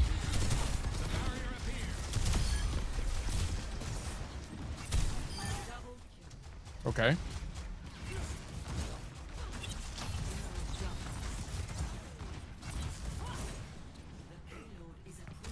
And then I wish you were playing a little bit more aggressive here. You know what? It might be okay for Sigma uniquely to play in this position just because your effective range is a little bit long. But the problem I have with playing on the point directly as Sigma is now you're flankable, right? So notice this. Whenever you play on cart here, where are you looking? You're looking at this lane. Where are you flankable to? The right door. And the only thing is, it just so happens that nobody on the enemy team comes through the right door. So you don't get shot in the back. Against better players who understand the idea of not doubling up, you will get shot in the back here and you will die. So this is going to be something to keep in mind, right? Understand that as Sigma, one of your biggest weaknesses is getting flanked, okay? As a result, it should not be your idea to continue to hold on cart here, as it's more like on the front of the cart here, as it's more likely that if someone came from the door on the right, you would get shot in the back and force yourself to back up / UCDs. Okay, the alternative and what I think you should be doing right now is, instead of walking forward and playing the front of the cart, actually play the back of the cart and use the cart as cover. So play positions like this, because notice that it's in my effective range anyway, right? And if you don't know how far your orbs can go, you can shoot orbs in the sea, but also you can just ping, right? And if it's about 13 meters, your orbs likely go that far. Or sorry, if it's 23 meters, it goes that far. So yeah. So I would be playing behind the cart like this, because now notice the more important thing is both of these doors are on my screen, okay, or relatively easy to see. Okay, prefer an angle like this, using the back of cart as cover to spam out the enemies and have both angles on your screen at once. Okay, this would be of great preference.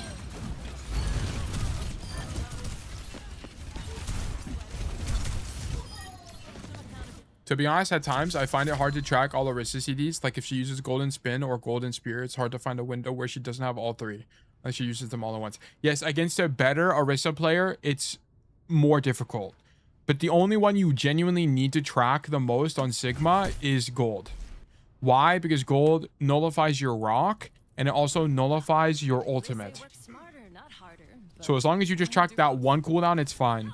And then for Javelin, that might also be something important to track. But you also just have counterplay. Like, for example, when the Orisa was overextended here and you wanted to ulti her, you can ulti her and then just like use this as cover or something.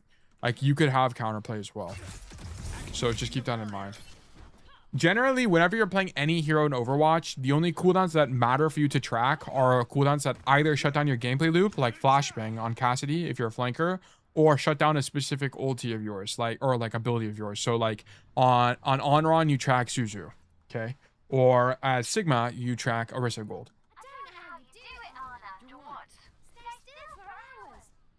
Okay, so we play extended here on first point.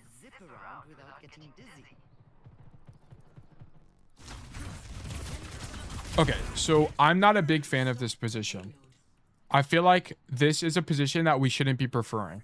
And the reason that this is the case is, although it lets you hold space aggressively, you have to think about your rotation, okay? if you're ever curious as to understand why pro players don't die very much, it's because they typically prefer positions that give them rotations out that are safe and won't require cooldowns. Okay. Or if they do, it's like a cheap cooldown, like Winston jump. Okay. So here's the thing. We're taking an aggressive angle on Sigma, which is this high ground. And let's say our shield breaks. What is our course of action? Well, if your shield breaks, what is your general idea on Sigma? Well, it's to back up and use cover. Well, the nearest cover we have is either dropping into main space and playing in this room, or it's to back up to this corner here. And in both of these situations, we're disadvantaged as we're not walking back to our team and giving up space. Typically, your idea in Overwatch is to give up space instead of just dying. Because if you die, you can't retake space, right? But you can always retake space if you're still alive, right? So it's better for your idea to be make some kind of rotation out like this. Like, so let me illustrate this on a different part of the map. So for example, if you're holding this corner as Sigma, what is typically your idea when you're running out of resources? Well, it's like back up this way to use cover, right? Use the corner here as natural cover, or it's to back up into main and fight under this bridge, right? It's one of these two ideas. Notice that the typical play here is not to die, right? It's to give up space because you can always retake space if you're still alive. If you die, that's not the case. That's why you prefer places that give you rotations out. So you should be playing an idea. Your idea should be to play something like this, because not only does it let you poke the walk up on the enemy team, but it gives you the ability to back up. Does that make sense? Yeah, I see this is weak. In Super's video I sent you, he plays where my Moira and Ana are. Okay, great observation, Chudderat. Why does he play in this position?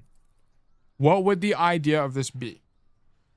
Well, the idea of this, just to give you the answer, the idea to be here would be he can poke the walk up. He denies the high ground space, right? Because the enemy team, once they get into this area, right? Once they take main control here, they typically want to take the high ground. Why is the high ground important, right? The high ground on this map is important because on the attack, it gives you a flank on the back line, right? Like, it gives you this angle, which is extremely strong for the attackers, particularly if that hero you're playing has range, right? We've all played games where there's a Widowmaker up here or an Ashe up here, and it's impossible to hold this on defense, right? It's very strong for attack. And on defense, why would you want high ground control? Because if the cart is here, right, now you have a flank on backline. So it goes both ways. So for both teams, the high ground is advantageous. So the idea would be, does you stand here and you poke the walk up? Let me actually just illustrate this by demonstrating myself. That's Soldier, not Sigma. Why seek answers when we do not know? Bro, what is going on here? There we go. Actuating the barrier. Bro, it's actually gonna make a banger video. It being this level of thorough is actually so good. I mean, it takes forever, but it's actually so good. Okay. So the reason that being up here would be advantageous is you can poke.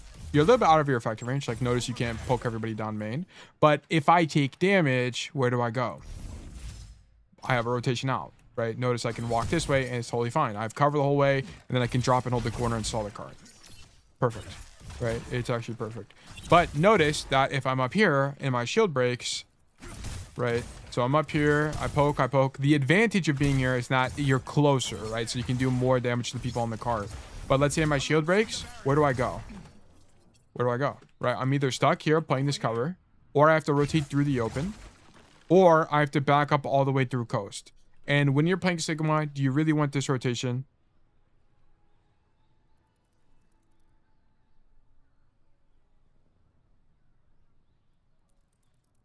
Boom. I mean, it should be pretty intuitive to you that the answer to that is no, right? That rotation is pretty long. So backing up to coast side is not really great either, right? So you typically just want to like play here. You either play up top or you play here and shoot your gun, okay? So I hope I'm explaining the rationale, because my goal to you for you, Zero, is for you to be able to derive that this position is bad. Because if you have the skills to be able to derive that this position is bad, then in the future on other maps, you'll be able to figure out, you know, what to do.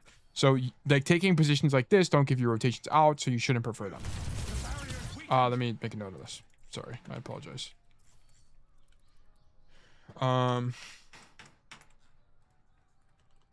Whoops. We should not be preferring positions like this as Sigma because we are slow, so we don't have any safe rotations out when we are this extended. You should be preferring either the high ground or a more shallow angle slash corner so that you can rotate back through main slash cover when needed. It is often more important to give up space than to outright die. If you die, you can't take space back. If you live, you can. And then let me show a diagram of this as well. Okay. Only viable rotation. Okay. Let me take a screenshot of this. This viable rotation is too long and doesn't let you control space in the neutral. So you can derive that this is weak. Walking into the open means having no cover as a slow tank like Sigma, which is prone to you getting walked on. Okay. All right, let's keep going. John Cappis, hello. Hope you're doing well today.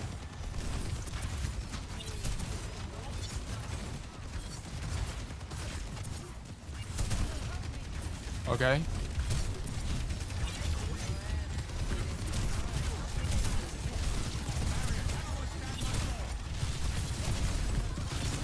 Okay, so I don't like you walking on this soldier. I like you playing the corner. I think it's largely fine. It's a little bit aggressive, to be honest, but whatever. The bigger problem is that we're losing our key resource as Sigma, which is our shield. It is decreasing in health. And we are choosing to push out the soldier. If you're going to do this, I'd actually prefer you throw rock right now. And then if you threw rock, what you would do then, whether or not the rock hit would then inform what you do. If the rock hits, push the guy. If the rock doesn't hit, you don't. So I kind of just don't like you aggressing onto the soldier when you have no shield, right?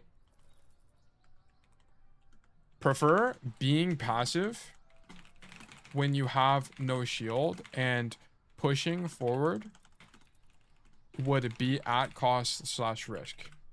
Walking on this soldier is not free because you're exposing yourself to main space and getting shot in the side. Like, notice you're getting hit markers on the side right now. And why is this the case? It's because we're walking sideways relative to the team, right? This Torb's feet guy, this Sojourn, is just railing, absolutely railing you right now because you chose to aggress on the soldier, right? He ends up going for a different target here, but I want to point out that you expose yourself needlessly to damage. If we threw a rock there, it would be better to punish this overextended soldier by just throwing a rock at him than being aggressive based on whether or not the rock hits. Okay.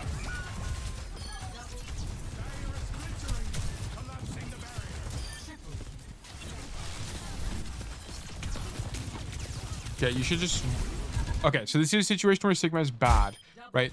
Sigma does not do well when there's people behind him and in front of him. Why? Because his damage mitigation is directional. You're not like Winston, who can just drop a bubble and then you're covered on all sides, right? This is not something that's possible. So you need to commit to an idea right now in situations like this. Whenever there are people behind you and in front of you, either push a guy out or unswing people. So either push the Sojourn and get her off the high ground, or back up entirely, or take cover. Like, we need to be doing something to stop us from being flanked. Like Sigma or like Super literally ultied to stop himself from getting flanked. This is how important it is on Sigma. You need to prevent yourself from being flanked here. Either clear the Sojourn, back up, or take cover. Don't just stand in the open, right? It's better to give up space than just die. Yeah, you have the idea, but it needs to be intuitive to you.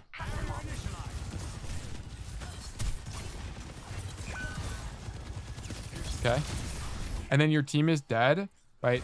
So a common idea as well is you need to, like, you keep taking this space. Once you clear the Sojourn, first of all, you probably shouldn't have cleared the Sojourn in hindsight because your team is actually dead here, but at least a good chunk of your team.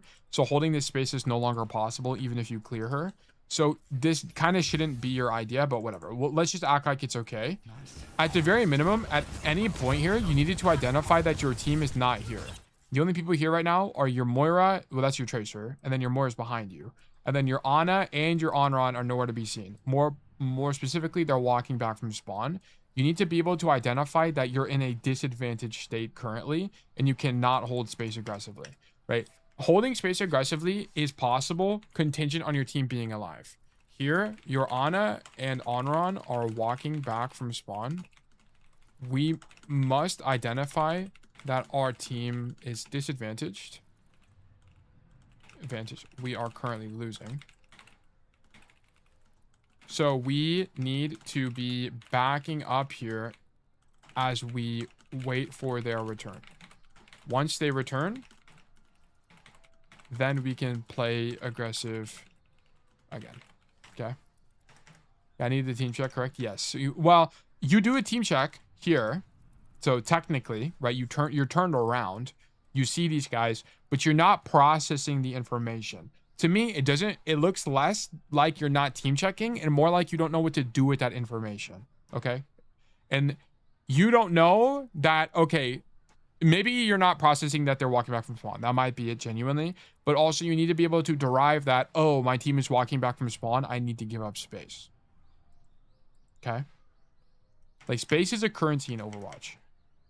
And we need to expend it to live. Or sorry, we need to expend it intelligently in an effort to win. Yeah, so you do it now, but it was too late. You need to do this way earlier, and now you're dead. No, you're not dead. Honestly, I like your cooldown usage to kite out here. You need to continue leaving, though, right? Whenever you're losing like this, Tracer's dead, Moira's dead, you must continue leaving. Continue leaving. Look at this hesitation in your rotation. You back up this way. You stand here for a little bit. You still stand here for a little bit.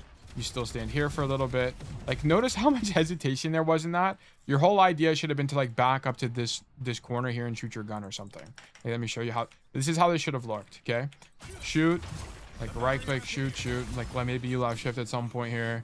Look how I'm still backing up the whole time and I back up into the door. Okay, I have good enough map knowledge to know where the door is, so I didn't need to turn around. Okay, if you don't have good enough map knowledge, you might need to turn around to know where the door is and then go. I mean, sure, but you have to have the idea that rotating out here is so important that you can't stop and poke. Rotate to cover first, right?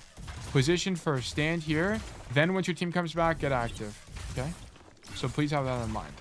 Do not have hesitation in rotations. You're not like, if you're playing something like Genji, for example, it would be more appropriate for you to be dodging in main because your hitbox is small enough where you can genuinely be invasive in main by standing wide like that. But especially on tanks like Sigma, your hitbox is so big that they're going to hit you anyway. Whenever you back up, ensure that you are rotating in one fluid motion to minimize time it takes to complete the rotation. Okay, hesitation by standing in main will get you killed. You can still hold space, but from cover here. Okay, like if you're worried about Battail, I won't be holding space if I back up too much. Well, here's the problem. Your team is dead anyway. Your Moira and whatever are dead. So if you're holding space, it's for whom, right? Yeah, I think in my mind, I was thinking maybe it's winnable, but I didn't have resources, so it wasn't winnable or not. Yeah, like it's not winnable. Did you guys kill anybody? I don't think so, right? No, you guys didn't kill anybody. So, okay, in that case, Chudrat, your problem is that you misevaluated the fight. You needed to evaluate that this fight was lost. So that's an awareness problem. You should have identified that this fight was lost because your Anran and your Ana were walking back from spawn originally, and then your Tracer, who's now a Sojourn, and your Moira are dead. Okay? So you misidentify the fight state. This is the fight state issue. Okay? You say that you thought this fight was winnable, but you must be able to derive that this fight was lost because you are down 2 players and have not traded out anybody on the enemy team at all. I guess I'll just say killed, not traded out. Okay. Your Tracer just died and swapped to Soj, and your Moira is dead. Okay.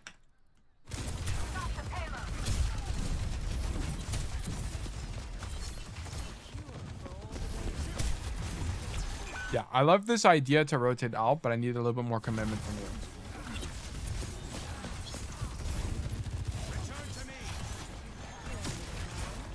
Okay, now you can hold the corner. Okay, perfect. Shoot the Orisa. This is a situation where you kind of just don't need a left shift. Like, your idea should be, think about it from the fight perspective. Okay, what is about to happen? What typically, think more specifically about patterns and what typically happens on maps like Rialto. What typically happens is that do fights typically happen here in position 1, or do fights typically happen here in position 2? Right? I think the answer should be relatively intuitive to you. They typically happen in position 2. Okay? And now you need to think to yourself, why is this the case? Why do fights typically happen in positions like this? Well, it's because from the tank's lens, well, from the attacker's lens, it's easy to hold this choke, right? You can take the high ground and you can play this corner and fight people. Well, similarly, from the defensive point of view, you can hold this corner and be able to fend off the enemy attack. Right? There are corners you can use and cover you can use that are really easy to stall the cart. And also, most importantly, basically, this is where the point cap is. Right? It's this box here. So you want to be you typically fight here. This happens all the time, right? You don't want to stop. You want to stop the enemy team from capping the point, so you come here to stop that. Right? So you should be able to intuit that using your cooldowns early right now is going to be weak because you want to wait for the enemy cart to push forward. Okay, so please keep that in mind. So you want this to push forward, and then you see these. Right. So right now you shouldn't be using your left shift because you want to be greeting, just like shoot your gun. Because you want to have left shift for when the cart eventually gets to the point. Okay. Here, we shouldn't be using our cooldowns early, as we know the cart is about to push to the capture point, and we want to hold near there. So using cooldowns early here means we won't have them when we need them most. Okay? Just shoot your gun while you wait for the enemy team to better expose themselves / have to touch carts to cap. Okay? So we're just using our cooldowns too early here. Because now you don't have left shift. You get your shield mostly broken, and now you don't have left shift to hold this space. Which is going to make this way more awkward. Okay. So we ulti the Orisa. The only thing about this is you ulti the Orisa, and no one can follow up with a lift. Right? So whenever you play DPS, and then the enemy and someone gets lifted in Sigma Flux, what do you typically do? Okay, if I'm Cassidy and I see an Orisa here, I'm shooting the guy in the air because I infer that he's likely going to die if I shoot him. The problem is you're ulting this Orisa, she's above half HP, and she's around corner. So the chance that this kills her is very low. So it's just a little bit of a micro error on the ultimate usage here. I don't really mind the idea. A pattern thing you do see on Sigma is the idea of the Sig 9, which is you're going to just ulti the people on cart. So you would like, once people have to touch the cart, you'll just ulti them on the cart itself. So I would just keep that in mind. Because you ulti this Orisa here and it didn't get the kill, you now sacrifice the opportunity of potentially ulting somebody on the cart. Okay, I have really no idea how that soldier got there. Yeah, but like, here's what ends up like. Notice this whole like cooldown cycle. You use your cooldowns to walk in, then you ulti this guy, and because you use your cooldowns to walk in, you just now got them back, and you have to give up space, which makes this really awkward. And your idea here should not have been to back up to this corner. You should have been, because you're the guy stalling, you needed to be this. But this is really I'm not really talking about that much. Like, you just have to identify that you were the guy touching cart, right? Okay. So just keep that in mind. This is actually relatively important because this is the reason why you guys lose.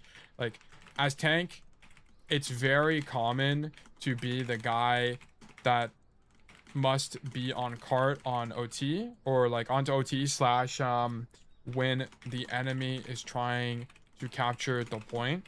So you should prefer dying on cart slash holding space that constitutes stalling cart, rather than backing up completely in an attempt to live.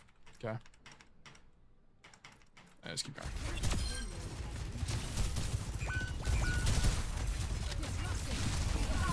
So now Toast X777. Yeah, okay, so we're just dead. All right, let's keep going.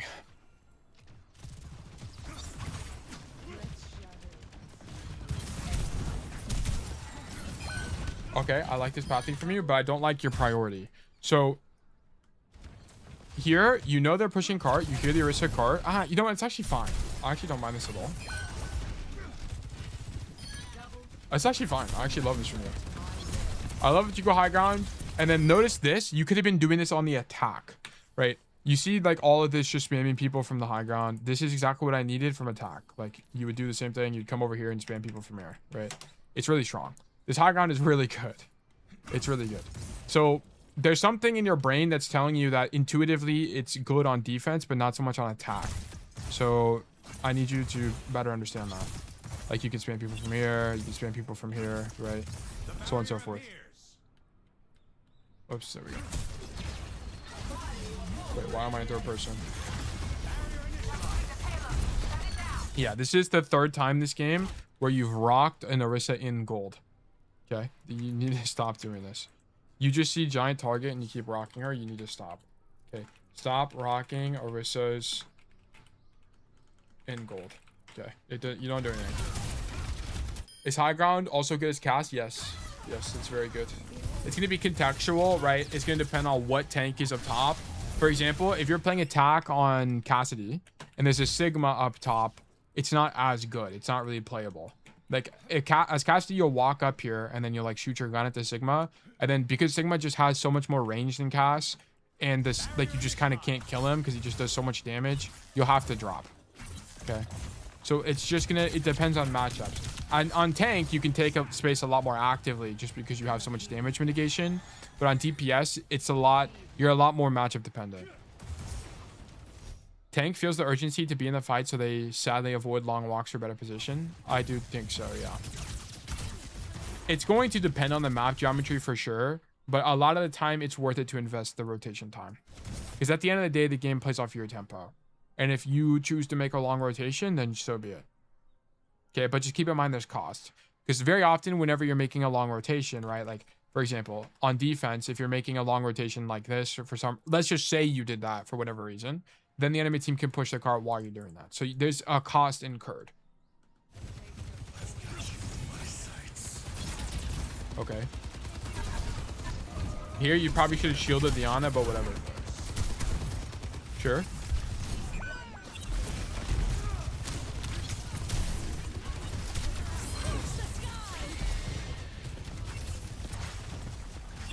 Okay. So the only thing I would say here is maybe this fight we could have been staged differently. I think the only other idea I could have... Actually, let's watch Super. I'm curious to see where he stages on second defense. Actually, because I don't genuinely know what is better. Oh? Because I wonder if he plays wide on second defense or if he like plays on the floor or something. I could probably stop point. It's gonna be hard to actually... Okay, so he takes high ground. Flux something. And then he has to respond to the ball. And then he accidentally gets booped off. He didn't mean to fall. He gets accidentally booped off here. One. That just goes. Goes for the rock. Oh, this is what we were looking at earlier. Yeah, so he fluxes here because he gets flanked. And then do they win this fight? And then he has to play this bottom corner. Like, he's not playing the bottom corner because it's the best. Like, he's playing the bottom corner because he has to. I want to point this out. Because if he doesn't play this corner, he's not going to be able to stall the cart. No one will be able to stall the cart, so they'll be able to push him. He's playing Sigma into full dive, right? So playing up here is not as valuable. Like into an Orisa, it's a little bit more appropriate because he can spam out the Orisa. But because the Winston, the ball, the Tracer, the Echo, the ball, and the Tracer can just outright avoid him, he chooses to stall the cart here, where he has a corner he can work around. Is it the greatest corner ever? No, but there's not really a lot of corners to work with on this map anyway, because this is also equally as bad. And also, this is closer to the checkpoint. Because at least from here, on this corner, if you're losing the fight, you can just give up space. Okay? The difference is on this corner, if you're losing the fight, you can't give up space or else you're going to lose the cap. So you just die here a lot of the time. So this is something we have to keep in mind. But that's why he drops, right? It's because the card's in a different location. It's here now. So stalling on the corner is more appropriate. And also, it's a matchup where being up top is not valuable for us. So that's why Super plays it that way. And this is why, like, although this position is strong on average, and this is like partly what the metagame is on Rialto, you have to understand that in given matchups, sometimes the rule of thumbs that I subscribe or I give to you guys break. So keep that in mind. Like the position is not as good into dive.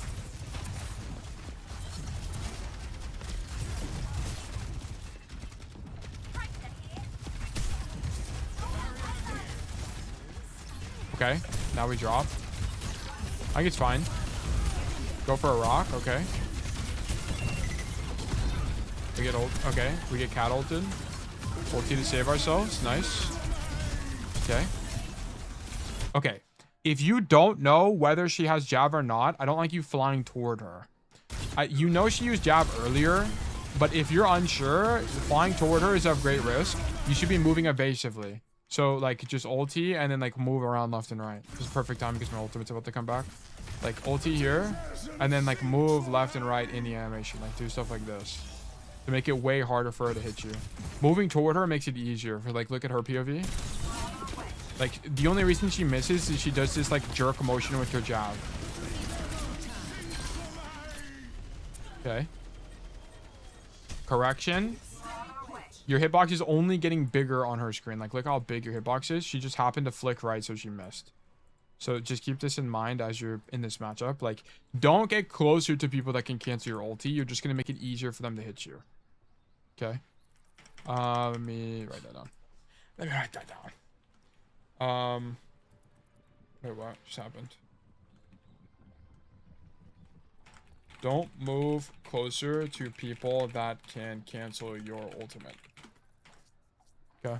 Would it be good to alter and go to the high ground? Yes, but at the you can't move, like, go to this high ground here. Or just, like, fly in the open kind of idea. Like, one of the two ideas. But don't walk toward her because you're just gonna get jabbed. Like, if you got jabbed here, it'd be really bad. It'd be really, really, really bad. Oh, we're in slow mo.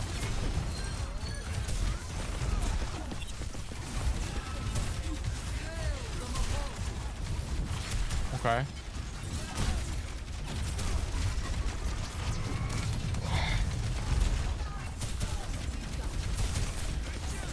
She's off her heels. Okay. Beat her up.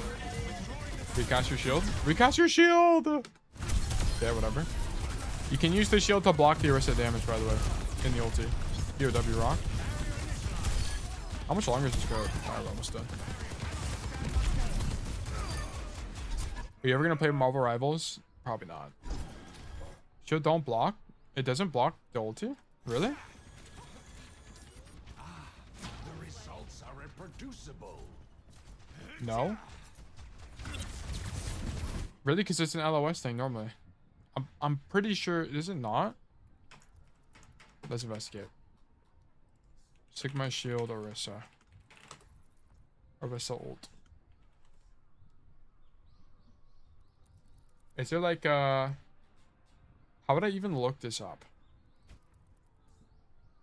I'm fairly certain Sig Shield blocks Rizzle. I'm pretty sure as well. It doesn't block. Okay. Is someone available that can join me? Modes. Let's just test it real quick, because it would be important to know. Heroes, general, ultimate. Where's spawn ulti? I am. Okay, let's just get Chowder because it's his code. Yeah. Okay. Invite. Okay, pick Orisa. You can also check with Ryan Shield. Okay, we'll just check. It won't take very long.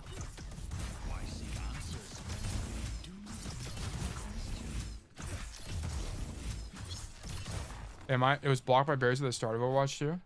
Alright. Really? I just thought it blocked it always.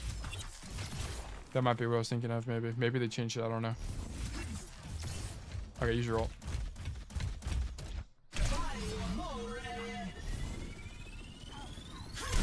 Oh wow, it does go through barriers. I did not know that. Interesting. So it would go through Ryan Shield as well. Let me swap to Ryan.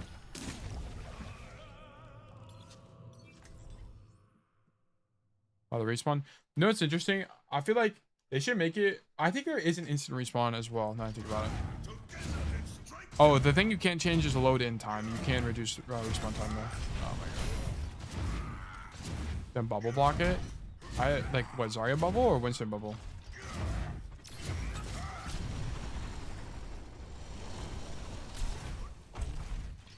Zarya. Yeah, Zarya bubble blocks it. I know that for sure. Maybe not. I actually don't even know. Maybe it doesn't block it. Air ulti. Does it block if you shield the ground? No, I just think it goes through all shields, no matter what. Let me swap to Zarya. Zarya bubble blocks out some of the damage. Interesting. Actually, I didn't even know it was a mechanic. So I guess if you're just in, I know it's LOS, like based on map geometry, but I guess this doesn't technically break LOS for this ulti.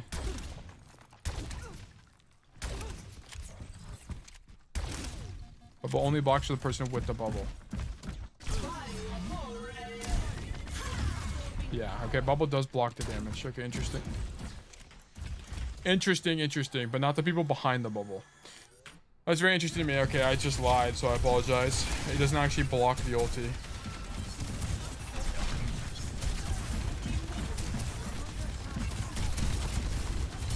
Okay, we need to back up. W backing up to the corner. Huge.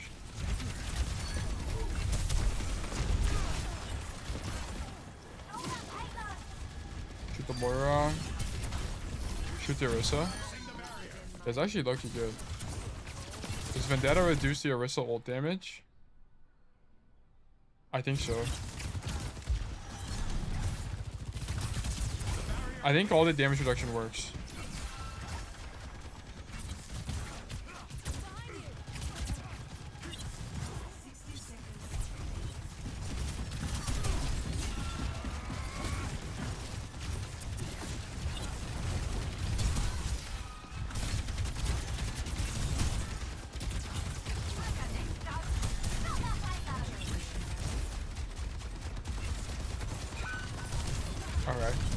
Was dead. I think he's all fine. I mean, there's like nothing else to do here anyway besides shoot your gun. This is part of Sigma, which is why like I am not that good at Sigma, because I feel like I gotta get active when you really don't on this hero. Did she use gold? Yeah, that's gold. So you do it. You do it. It's just not always, or you're a bit delayed. Also, you get jabbed here. You can't get jabbed in your ulti. You need to be moving away or further away from her in your ult. I don't mind ulting her. But later in the code, you get your ultimate canceled. Because you don't move evasively / further away from her. Like, I think a better Sigma is like... Let me swap to Sig. She clocked my shit. She did to some regard. I think a better Sigma is ulting and then flying into the room behind you. Shield above, then use it. Oh yeah, you could shield your Sif. Yeah, that's something you see from high level Sigmas as well. Let me swap teams actually. No. So some Sigmas. Wait, what? Oh yeah, I need to move your teams. This Rollock. Let me do this. Sick. So sometimes what you'll see on Sigma players is they'll do some stuff like this, where if you know you're going to use Flux, you can shoot, shield up, like you'll probably want to do it slightly better, like this, and then you can ulti and play behind your shield in the ulti. I think a better Sig is just doing this and then flying into this room. Okay, well, unfortunately, these things are still up, so I can't actually do it. But you guys get the vision, like you'd fly into the door there. Let me just show you. Ugh.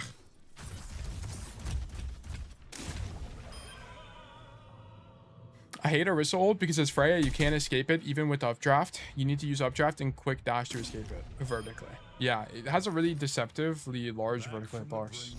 Yeah. So for example here, whenever you pop your ulti, you would just fly into the room, right? Raffle, fly into the room, boom. I think better Sigmas are doing this.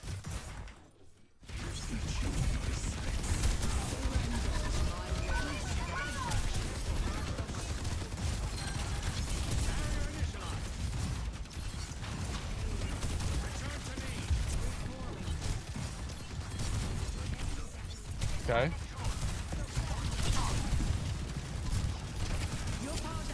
Oh, okay. This nano is way too early. Okay, so one thing you guys need to understand, or just like, let me explain why this nano is too early. It's because this isn't good space for our Sigma to do anything with the nano, right? Like, Sigma can't, as an Ana player, you have to be able to identify when nanoing people is appropriate. Nanoing Sigma here is not appropriate because we can't do anything with this. Like, everybody is too far away. Like, where we would need nano is when the cart is here, because then you can walk on their backline or do something. So this is a bad nano. We can't be ulting like this.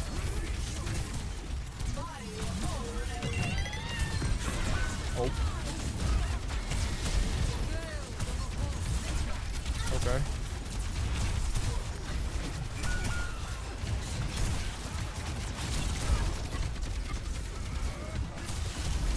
Okay, our whole team is dead.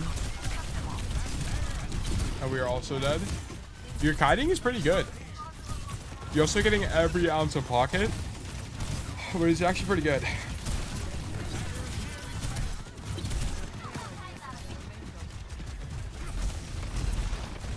Okay, interesting flank.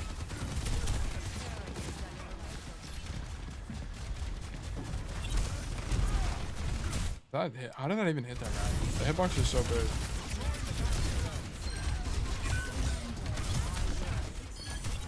I actually don't even mind this at all. I think it's actually fine. Punch him to death, I bet. Your defense looks a lot better than your attack, and it's mostly because on defense, the principles of defense are a lot more intuitive. Like backing up, giving space, so on and so forth. It makes a lot more sense. Like attack, you have to be a lot more creative.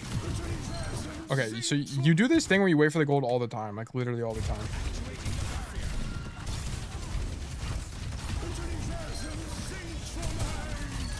All right, Orisa down.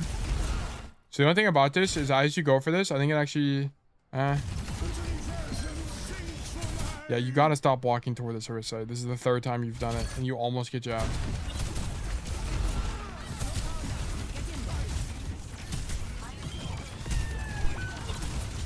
Shoot Orisa down.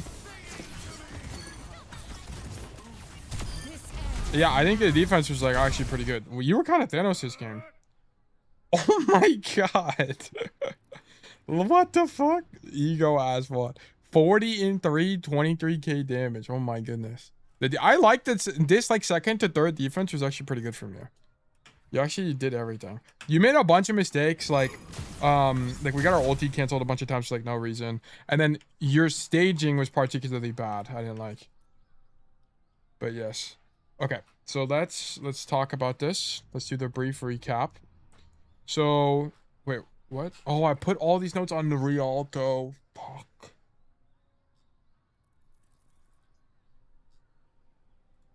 Okay. So I think it's just here down, right? Copy all of this. Bada bing, bada boom. Not Sig. I need our hero. There we go. Okay, it's 1,200 words. Notes. Holy schmoly. Okay. It's about to be like 1,500 by the time I'm done writing all this. Primary issues. Number 1. Stop floating toward Orisa when you ult. You are increasing the chance of getting your ultimate canceled for nothing. Okay, close condition. Actually, this is a close. I'm not even gonna make this primary issue. It's just a close condition. Yeah. One strike, getting ult canceled by dodgeable ability like sleep / Jav. Okay, don't want to see these VODs from you. Don't get it canceled. You have the tools you need. Okay, just you need to be a little bit more cognizant of it. Okay, primary issue. I feel like staging is more of a secondary issue because it only came up one time this VOD. So I'll write it here. Staging is not the greatest on maps where you don't have much of a plan. Please keep in mind that Sigma is one of the slowest tanks in the game alongside Domina. So you can't play aggressive positions that otherwise would require a movement cooldown to get out of, okay? Sigma likes lots of cover and ability to rotate away like high grounds. What does close condition mean? I'll close the VOD if you do this. If you get your ultimate canceled, I'm closing the VOD. Okay? And like you have all, like you just have to execute here. Like you just have to execute. Like you have all the tools you need to identify when it would get canceled. And you should be able to dodge it. Ensure that you're charging shield and taking health damage instead. Yeah, it's a little bit more of a minor thing. Stop rocking Orisa in gold. Also, this is also another condition. One strike, Orisa matchup. Nah, I'm not gonna make it a close condition. It's just something you need to fix. Stop using rock against Orisa in gold. Please. We gotta stop. Like, it should be pretty intuitive to you as to why it's bad, right? Like, it locks you into an animation and now you can't use rock when it's useful. Okay. Oh yes, you play in the open a bit too much. You kind of don't. Like, one thing, this is actually a little bit of a tough VOD, to be honest. You don't stage on the high grounds, you play on the floor too much. This be map specific. Like, I guess I'll have a map specific category here. On second point defense, ensure that you are placing emphasis on controlling the high ground on the second point attack, my bad, not first point defense. On the first half of the point. Okay, and I guess I'll illustrate that to be a little bit more transparent. So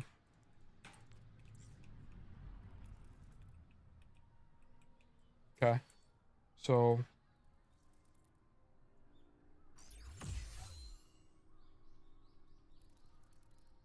okay, in the pink area, high ground control is really important.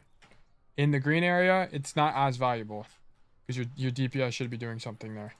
So I'll be a little bit more explicit about that. In pink area, it's important. Green area, not so much. You should be riding cart most of the time in green area. This green / pink is where cart is. Okay. So even if it doesn't get canceled, if I have the risk of it getting canceled, would it also be closed? That's actually a good question.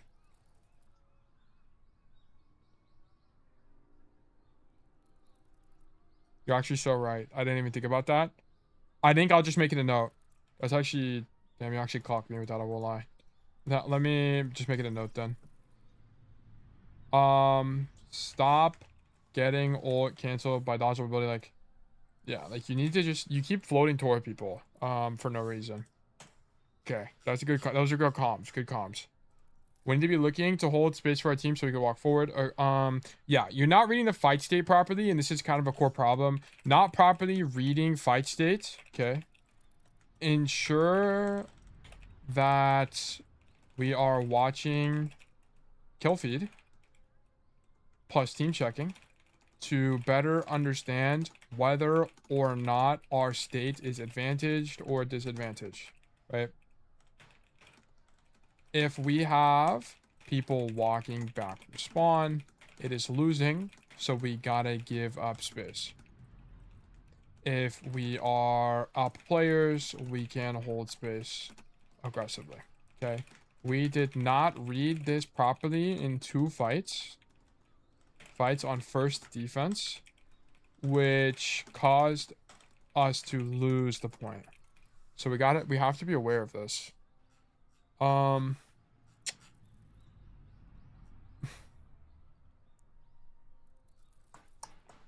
Your advantage, or it says dead, you can hold space. Yeah, there's a few times where we don't fill empty space fast enough. Fill empty space faster. Okay. This is something you must leverage and be able to identify on tank. If the enemy team is dead and walking back from spawn, identify this as the case and take whatever space is comfortable for your tank while you can for free. Make it cost something for the enemy team to take the space back. This will take some limit testing as you learn where to be generally on maps. If you are unsure, binge watch people like Super on Sigma on your problem maps to get a better idea on what is appropriate. Okay, so I would keep that in mind. Thank you. Am I on VOD cooldown, or can I what? Am I on VOD cooldown, or can I put another one when I'm ready? No, you're fine. People only go on cooldowns if they like break the rules, typically, or like I feel like they don't need coaching. I feel like it's fine. Ideally, you add a spreadsheet so I could see a better into your process, but that's about it. This is a pretty egregious mistake, by the way. You can't do this. Night Void, Zao, Tash, and Cappuccino. Thank you guys for the follows. Welcome to Bug Nation.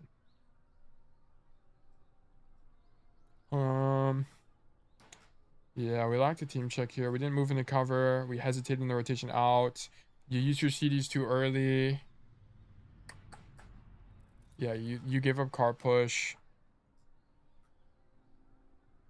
Is there anything else I typically want to add here?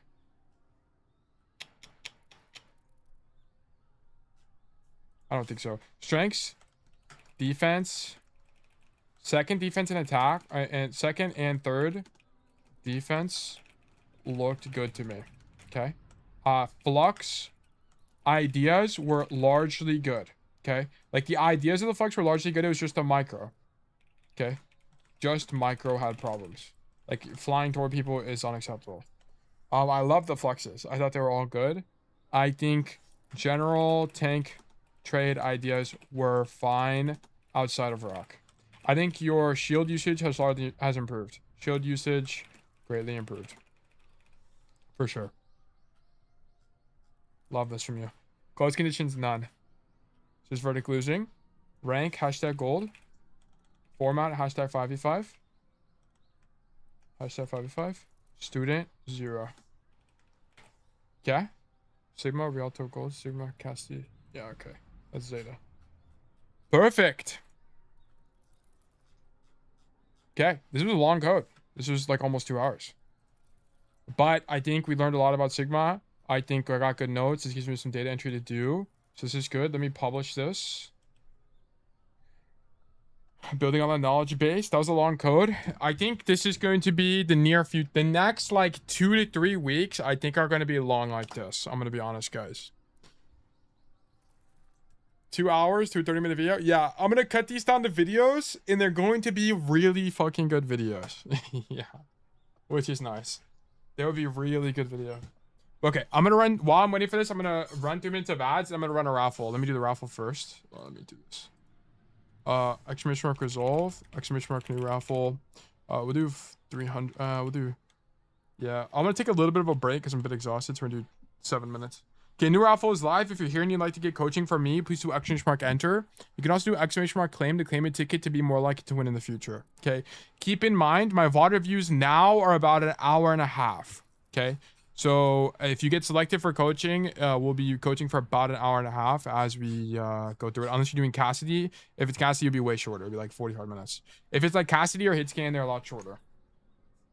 But especially if it's like support or tank, it will take me longer. So just keep that in mind. But yes, go ahead and enter the raffle. While this raffle is live, I'm going to run 3 minutes of ads. So we're going to be right back. Boom.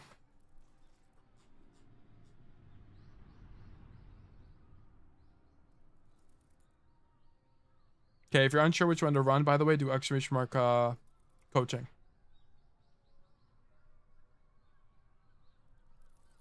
Holy moly. This is taking forever.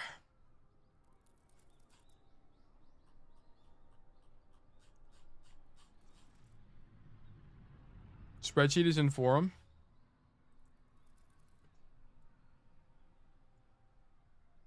Holy moly, what's your tank win rate? Can you screenshot the summary? Here, is this, did you just start? Oh yeah, 1, 2, 3, 4, 5. You're 5 and 2 on Sigma. Yeah, it looks good. I'm gonna be honest. I'm gonna be so for real with you. I don't think you'll need coaching for a while. I think you'll probably climb to like diamond or something, like high plat diamond, and then you'll need coaching genuinely. I'm gonna be so for. I think your likelihood of improving is insane. On first point attack to start Reinhardt, this is a matchup really tough for me as I find. Okay. On first point on defense, this looks all good. I don't even need to read it. I can tell it's good. On first point defense, I held height right side against it. Like, this is perfect notes. This is exactly perfect notes. Right? Like, you're giving yourself specific observations in specific matchups. Like, this is fantastic. This is how you're going to improve. So now you have a better idea on how to play first point defense against D.Va on Umbani, which you can then use that reflection to better inform your other defenses. Like, it's great. I hope so. I keep losing my gold 1 rank up. I sent the link for the spreadsheet if you want to look at more. Don't send me the spreadsheet link. Just send me the screenshot. I don't want to click on the link because it shares your email with me. And I don't want to pull up your email on stream. Just send the screenshot. It's going to be easier. There is a raffle live, guys. If you want to get coaching, please do exclamation mark enter. You can also do exclamation mark claim to claim a ticket. Please keep that in mind. If you're not sure which command to do exclamation mark coaching.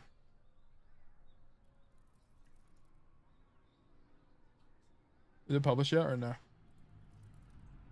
Yes, we're published. Okay, let me grab this. What's still tail? We need analysis. No. Student notes this week. 0 Sigma.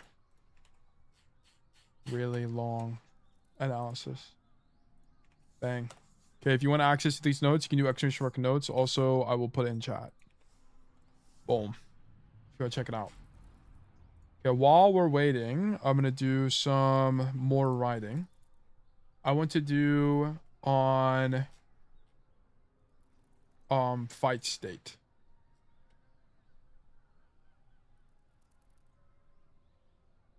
Yes.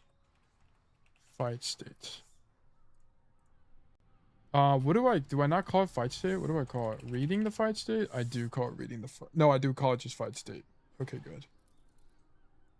Okay, a subcomponent of fight state is keeping count. So I want to from here get an example, which is our first defense.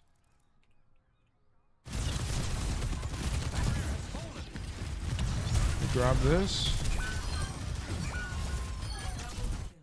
Okay.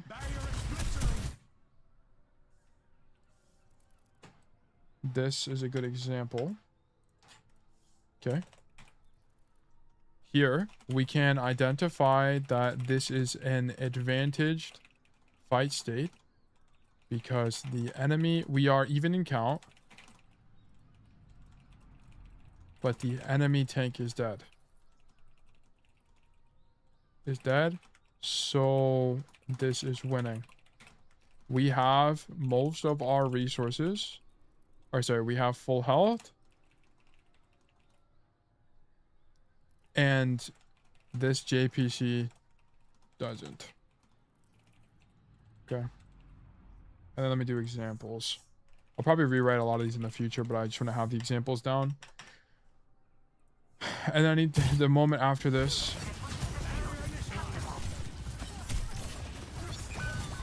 Okay, so here, for example. Okay. Oh, I need here. Before they respawn. Okay. Here.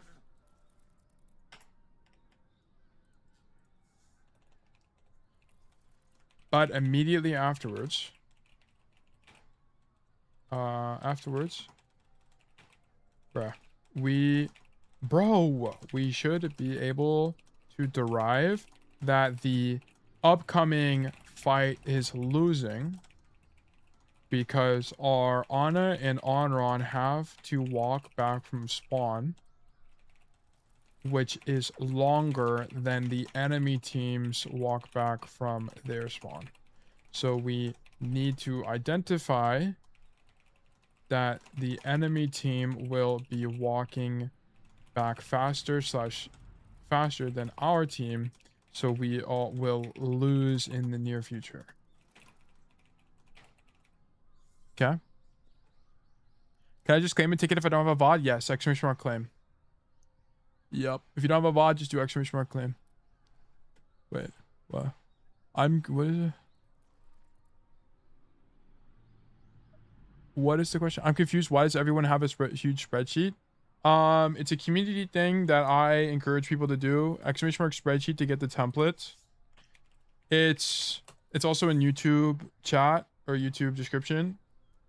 And it lets people better track what they are doing and be more intentional about their gameplay. So I highly recommend it to most players. It's not required, but it gives me more insight as your coach as to your process. And a lot of the time, as players, part of your issue has nothing to do with actually how you're performing in game, but everything to do with your process. Like, I remember one time, I don't remember if you guys were here when this happened, but we had a student who he would literally rage quit games. And the only way I would have known that he just rage quits games is because he put it in his spreadsheet. So we are able to derive that essentially, even if I did coach him, it would be futile because he doesn't complete games and he gets a leaver penalty all the time. I know at least one champ player uses it, you know, too, because I also use it. I think Zefs uses it as well. And I think there's a few other players. That's crazy lore. I had no such idea a student existed. Yeah, it was a while ago. It was a few months ago. Yeah. Jiro, congratulations. You were selected for coaching. Let's do great things. We haven't coached Jiro in a long time. Jiro always gives me very difficult VODs. Jiro gave me a Wu Young VOD, a Brig VOD, and I think a Juno VOD. All of which were very interesting lessons to be learned. This time is tank. All right. You guys hate me. All right, sounds good. Let's learn. Let's figure it out. Also, before I do anything, hold on. Let me see how much space I have on my hard drive. I have enough. I'm actually concerned because these VODs are so long that the videos are going to be so long that I can't, oh, D.Va. D.Va is going to take forever. Okay, we're going to be here for a while, guys. Just keep this in mind. Because I don't really know how to play D.Va. So we're going to have to figure it out, unfortunately. We're going to have to do some learning. We're going to have to do some learning. Okay. Today, 3-hour VOD. I don't think we'll be here for 3 hours. I don't think it'll be 3. I'm not gonna rush the VOD. So if it takes us 3 hours, it will take us 3 hours, and I apologize for that. But it's like I have to learn. If I don't learn how to do it, I'll never be able to coach these heroes. So we're gonna have to be diligent. 3 hours of quality content. Joe, thank you for the tier 1 resub. Welcome back. Welcome back. It's a pleasure. Genuinely, we might actually watch this, Zeta, by the way. This is actually very useful. We might actually watch this. Holy moly. Okay, anyway. Today's VOD review will be... holy moly. Let me also turn on gold. There we go. Today's VOD review will be in gold 1 as D.Va on Samoa. I'm usually main support abuser, but now I'm trying to flex as tank to play with my friends. I feel like I don't do enough as D.Va in our games, but I'm not sure how to do more. I think I played behind cover most of the game. I think I should have focused enemy tank more, but I felt like I could absorb a lot of aggro by focusing on their backline. Their tank definitely used the bubble too early and dashed in the middle of our team, but I wanted to play around my own plays instead of reactively. I think I'm not wasting Matrix and should be more patient with my ultimate. Also, my mechanics are bad, but I'm working on that with Kovacs. Okay, I don't care about your aim. I literally don't care about your aim at all. I think, don't I have it? I use Spreadsheet for tank as well. Perfect. Give me a Spreadsheet. Screenshot the summary. Also, don't I have it in the rules? KO review rules. Oh yeah, aim does not count as a note. Do not like I don't care. Like I don't care about you guys' mechanics. 90% of the 98% of the time I've coached people, they don't have real genuine mechanical problems. So it's not a big deal. No worries. Don't stress about it. A10 is peak. D.Va's the most fun tank. I think a lot of D.Va's idea, by the way, like D.Va's gameplay loop, has everything to do with disrupting enemy backline and not so much like standing in front of everybody and shooting your gun. The tank trading is something you do when you have no other options as D.Va. So for example, let me just illustrate this. Like, what would be a good map where this is the case? This is my spectate. Let me actually just... I'm trying to think if there's a point on Rialto. Whoops. Okay, Zero, you're still... Actually, Zero, I'm just going to kick you from the lobby. Let me do remove from game. Let me do settings, maps, none. Maybe like Circuit Royale is probably like appropriate. So a situation where tank trading is going to make sense on D.Va is when there's literally nothing else to do besides tank trade. A lot of the time on D.Va, where you get your value is in like angle, like space denial to the enemy DPS and support, which is because you have so much lethality in your burst combo. So like, for example, on first point here on defense, if you're playing D.Va, which is very unlikely, the reason that D.Va is going to suck on a map like Circuit Royale is because the only thing you do is tank trade. And if you're going to tank trade, there are better tanks to play like Sigma, like Ram, like Orisa, like stuff like that. Which is why those tanks get played on this map. But D.Va, like, you can't do anything. You just tank trade, and you're not going to do that much, right? So this would be a map where tank trading is appropriate. Otherwise, like, you would be, like, looking to get on flank angles, go for backline, stuff like that.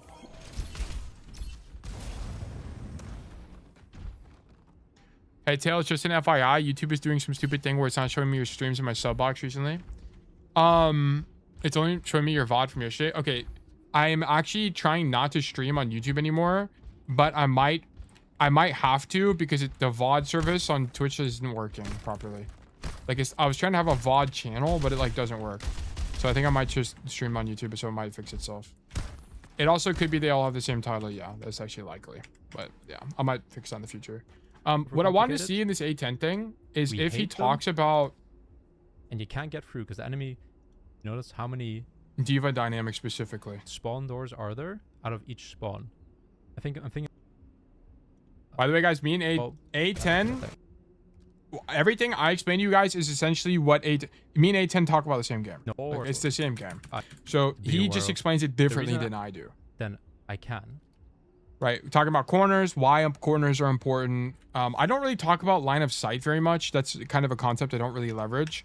Because I feel like a lot of the intuition you have is kind of independent of LOS, right? It's less about LOS specifically. It's more about your teammates, right? Are you aware of your teammates? I think it's pretty intuitive to understand that you shouldn't walk around the corner as long as you know your teammates are around this corner, right? It should be pretty intuitive to you. So that's why I don't really teach LOS as a principle. I teach awareness as a principle. I teach you guys to be aware of your team. Which a lot of like team checking is a Or very update common my idea. list or the information I'm going to give you. No. High grounds I With talk some about. advantages. I'm not really a huge advocate of just saying blanket high grounds are important because it's contextual. Right? It won't matter on the situation. There are specific power positions on maps, but like on this map, for example, high ground is not really that important. Like you being up here is not really that. It's definitely better than being on the floor, but it's not like whether or not you're up here is a matter of life or death. Right. So like I don't really emphasize high ground that much. You can walk. I don't really think he talks about D.Va. sorry. He just kind of talks about Oh, gameplay spot. principles, There's cooldowns, attacking, yeah. not, or you're outnumbered or not, whatever. You people Defense, walking teammates, down the middle, you're defaulting. sitting on point, you're kind of following your team. And Wait, what? Defaulting is when a person autopilots their positioning, often taking the most common path, meaning they forgo using other macro concepts. It's not really what defaulting is. Defaulting in Valorant, it looks a lot different. I wouldn't use this term for this. I would just call this. I wouldn't really actually give it a term, to be honest. Off angle, okay. is, Cooldowns. you know, maybe our. Okay, yeah, but typically the gameplay loop on D.Va is go backline. If you're shooting tank, zombie walking, well, there's another term called zombies that people use in like coordinated play, which is like staggering. Like people that are left alive, basically, that are running away, they call those guys zombies sometimes. So I don't know. I'd have to like, zombie is pretty close, I would say. Anyway, we're going on a tangent. Let me go to the code. Gold one. View career profile. History. Replays. Bada bing, bada boom. Copy, paste. Bang. We're actually in. Dare I say so back. Ready for battle. 0. Okay, Samoa. So typically what you see from tank players on Samoa is you walk out main and you control this space. Why is controlling this space important on Samoa? Well, because it's the only way to cross through to the other side of the enemy space without being vulnerable to the high ground. Vulnerable is the word I was looking for. If you're here on the floor, you're just getting shot by people on the high ground and you're going to wish your life was over, okay? If you continue rotating high ground, if you have cover you can use, you have these like little itty bitty walls you can use, you can path into this room if you take a bunch of damage and so on and so forth, right? It gives you more options. So both tanks typically end up playing this space. Occasionally, if you're playing a tank like Ball, you'll forego this for the option of coming this way and making some kind of flank rotation into the enemy backline, but it's going to depend largely on the tank you're playing. But like the important lanes of control on this map are this one and this one. Typically, it's very uncommon for people to be playing for these outside lanes on beach. And this is mostly because this lane has not a lot of great cover and you're at a low ground disadvantage. Okay. So the only people that typically use this side of the map are like soldier players when they're hard flanking, or like some flyers will use this space, as well as like Sombra. It's very situational. If your team can't take space actively in main, right? If like, let's say we're the team that's on this green side, then sometimes you'll flank through coast, but it's very rare. I went right because D.Va can dive up top to the enemy platform on the side, on enemy side. So you went like this way and did this. But the problem with that is it's contextually good, but you have to understand that there's opportunity cost. If you do some kind of play like this, I don't know if this is what you exactly do, but if you did some kind of play like this, now you're foregoing the opportunity of stopping the enemy tank from taking space. Okay? So just understand that there's a cost that's incurred by choosing a decision. Have you seen that new Shion story? I have not.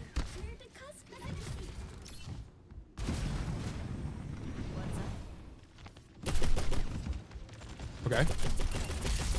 So fortunately, the enemy monkey chooses to mark you on the floor, which is very interesting. I'm not sure I've ever seen tanks fight here, but sure. Monkey leaves, and there's now a bastion on the floor. Okay. So how this would have shaken out if you were not here, by the way, is you'd be in this position, and then you'd be able to dive backline. Notice that you get marked here, and now the backline is out of reach. Okay, so just keep this in mind. I also don't really like positioning this way because it's a little bit blind from your perspective. Whenever you're a tank, your footsteps are really loud and your indicators are really loud. Like whenever you do stuff, let me switch to Samoa. Whenever you booster and do stuff like that, it's a lot easier to hear you. Let me reference the coaching resource. Samoa Beach is 1. Okay, cool. First. Welcome to Circuit Royale. I mean, what the fuck? Circuit Royale? The question. Overwatch is doing anything to put me on this map. Holy moly. I guess I didn't go in here and do this. My bad. Rank is gold? Yeah, this is gold. Ow. Welcome to Samoa. D.Va. Bang. I'm on the wrong side, but it should be fine anyway.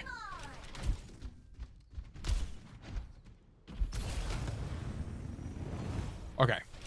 So from here, the problem is you walk this way and you have limited information, right? So you don't know exactly where people are, and you would have to go based on sound cues, which is okay. It can be okay sometimes, but you're making a sacrifice, right?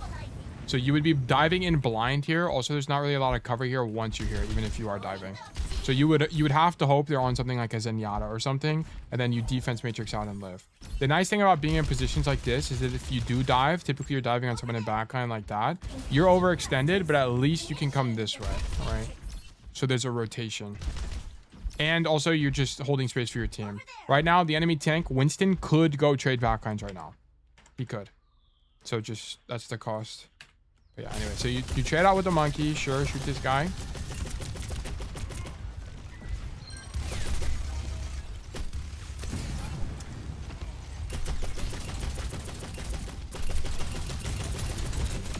Okay, like, I just don't really know what this Bastion's doing. I mean, I think this play is okay. I think if you want to be 100% optimal, you actually should wait for this booster. Like, what you should do is just shoot this guy. Being on the side of the map, I've genuinely no idea if there's any merit to it at all. So I'll say that. If you want to be 100% optimal, you'd actually wait for the form is over, and then you would dash into the Bastion and just one-shot him. So you would just, like, you would wait, then dash, go for your combo, which is like... dash E, and then when you get close, cancel it in melee, basically. Boop him melee kind of idea. And you would do the most damage possible and just kill him outright. But sure. Okay, so Bastion is dead. Sure. You should be dashing into this guy right now. You should be forcing him off. I understand that you can... When you're in bubble, you don't have healing, but you need to be able to identify that you're advantaged currently. What is the core advantage here? We have health and armor, and he has none. So we should be pushing him. I think you should 100 billion% dash into him right now. This is a push the advantage type of situation. Let me do... New note. That's not it. Let me delete this. Delete. Yes. Insert template. Student notes. What? There we go. Notes, okay. Here, you need to identify... Do you dash into him? No, okay. So, you need to identify that you are advantaged in this situation. Okay. You have just killed Bastion, and you can see that this Winston is half HP.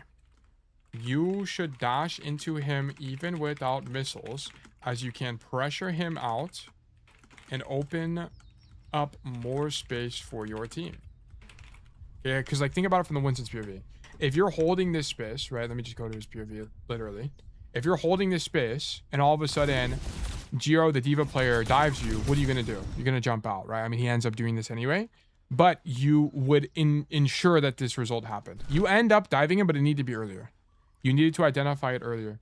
Because, again, Overwatch is a game where seconds matter. You needed to dash on this guy because you could have potentially killed him. If you were worried about dying, no big deal. You would just drop off the high ground, okay? The main thing to be concerned of here is that you would be inside the bubble, okay? Where healing is impossible. Core idea is just getting him to leave. Killing him is a bonus, okay? So that's what I would keep in mind. Winston down. Okay. So the only thing I don't know is, like, is A10 diving Zen here? My hunch is no, because it's the Zen and the Lijiang. So instead we just shoot who's convenient, which happens to be this Reaper. Typically in Overwatch, you just do whatever's convenient for you. It's like an idea.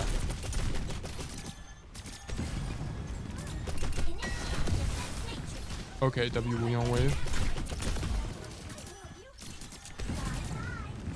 Okay, this is, I can tell you that this is the incorrect idea. I think did Samoa ever play A10? What? Did Samoa ever play A10? Am I losing my mind? Does A10 ever play Samoa? Did anyone timestamp here or no? No. Damn, no timestamps.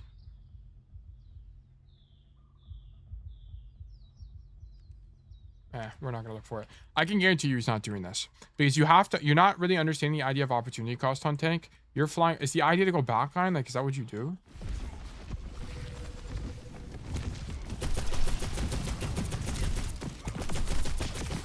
Yes, and you actually don't even end up killing him. Okay, and here's the problem. Like, you go for a backline here, like a backline assassination, but typically this is not going to be an idea on D.Va because you have to understand the cost. Whenever you do stuff like this, can you get a kills? And is it very likely for you to get kills? Yes, right? Particularly if you have good timing against players like Zenyatta, right? But the problem is whenever you're doing rotations like this, you're no longer holding main space. So what does this mean? This means that the enemy team is just going to be able to walk on your backline. So now you're doing the action, which is just trading backlines, right? Can you kill people before they can kill? Can they kill your team? Sorry, can you kill their team before they kill yours?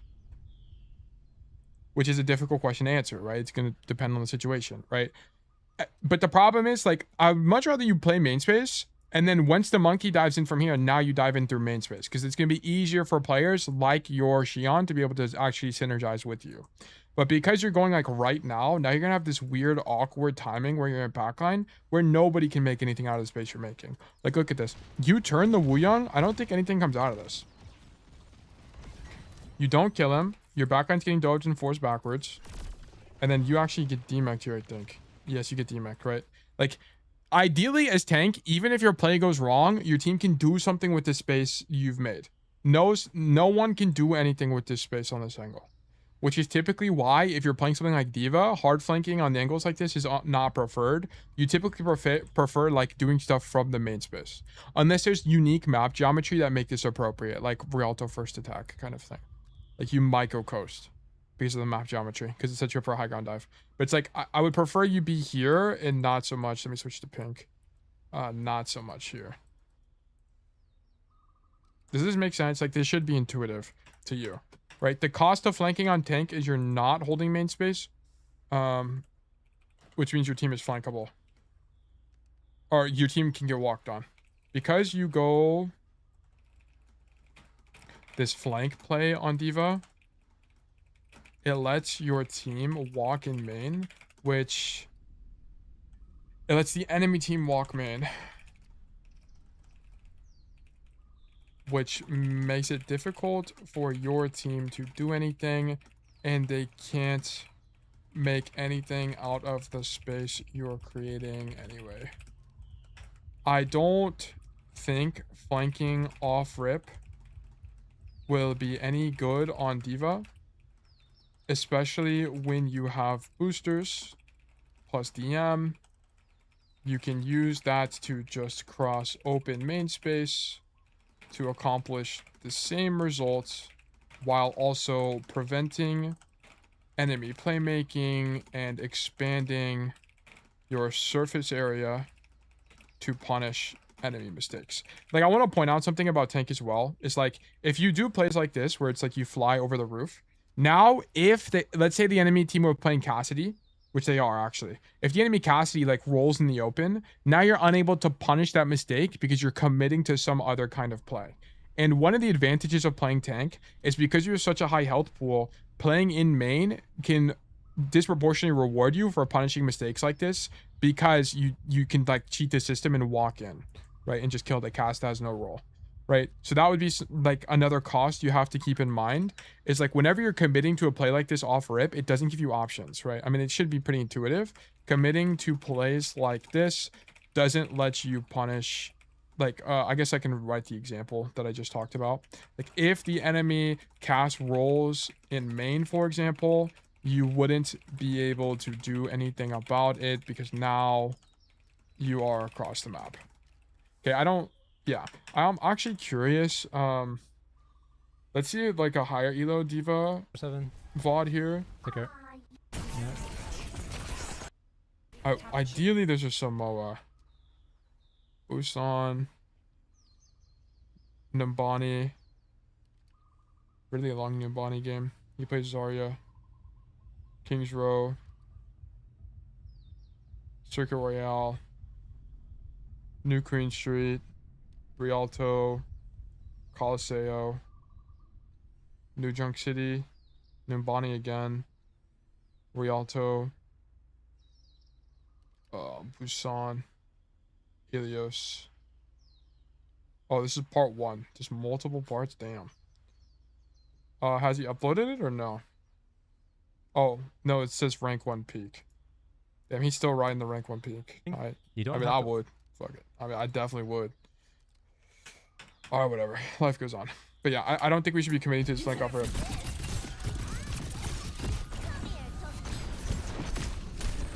Toki's been summoned. Oh, wait, what? We have bomb. I didn't realize we had bomb.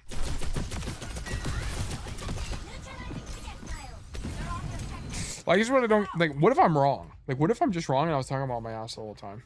Like, I'm totally down for that. Was there a control map here? Oasis, Zarya. Lijiang.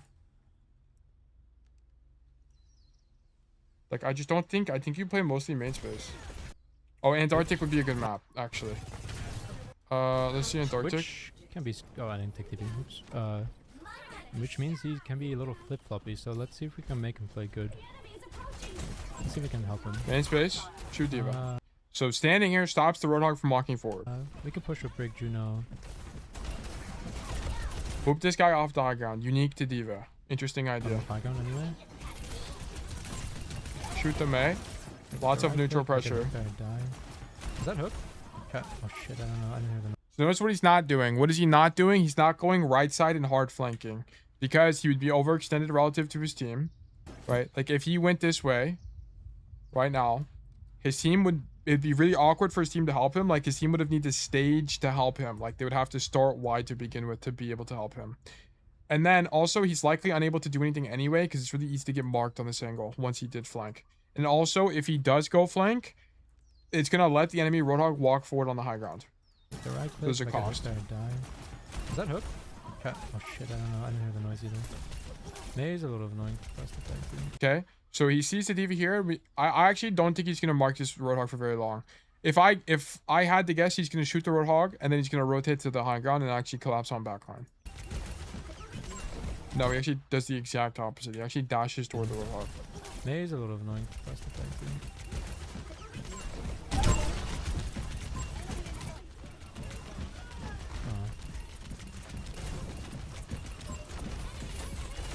Nice, we got the tank. That's good for us. Okay, that's not very educational. Okay. Nothing against... I like A10 as a coach, but if you're going to do it on Rank the GM and call it educational, please explain to me why you're shooting this guy. Like, why are we shooting the Roadhog? He's a Mercy. Like, what's... It must be something about the matchup, okay? Like, the reason that going backline here must not be... It must be because it's a matchup-related thing. Or map geometry. Like, if I had to guess, it's because if you dashed backline, you're behind a wall, maybe. Like, maybe it's because if you went this way and the cast is here and you're behind a wall, so you wouldn't be able to get healing. That's the only thing I can think of. So, as a result, you don't have options. So, the only option you have is to shoot Roadhog. Backline is cast, May, Mercy, JPC has something else to do with Century High. That's what I figured. Like, it's got to be a matchup thing. And like, typically in situations like this, when people do things that are like counterintuitive to what your idea of how the hero works is, it's matchup or it's map geometry related. It's one of the two. Like, it's the wall here or like the specific matchup into the road. May is a little annoying for us to play through.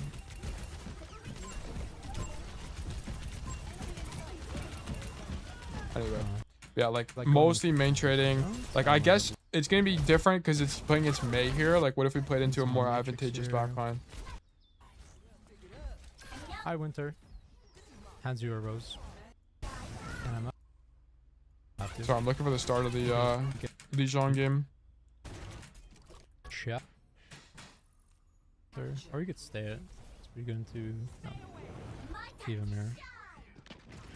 Junkrat. Sorry. Yeah, so this is kind of what I was talking about. So whenever you play main space as tank, particularly D.Va, you open up your surface area for punishing things like this. Why do we go for the Junkrat? Because we identify that this Junkrat is going to be kind of hard to see because the bit rate. But basically, the thing we identify is that this Junkrat is extended relative to his team, and he's in a position that's uniquely punishable by D.Va. So you would dive onto the Junkrat, boop him forward into the open where your team can punish him, and you will have cover as D.Va itself. So we're going for this punish here.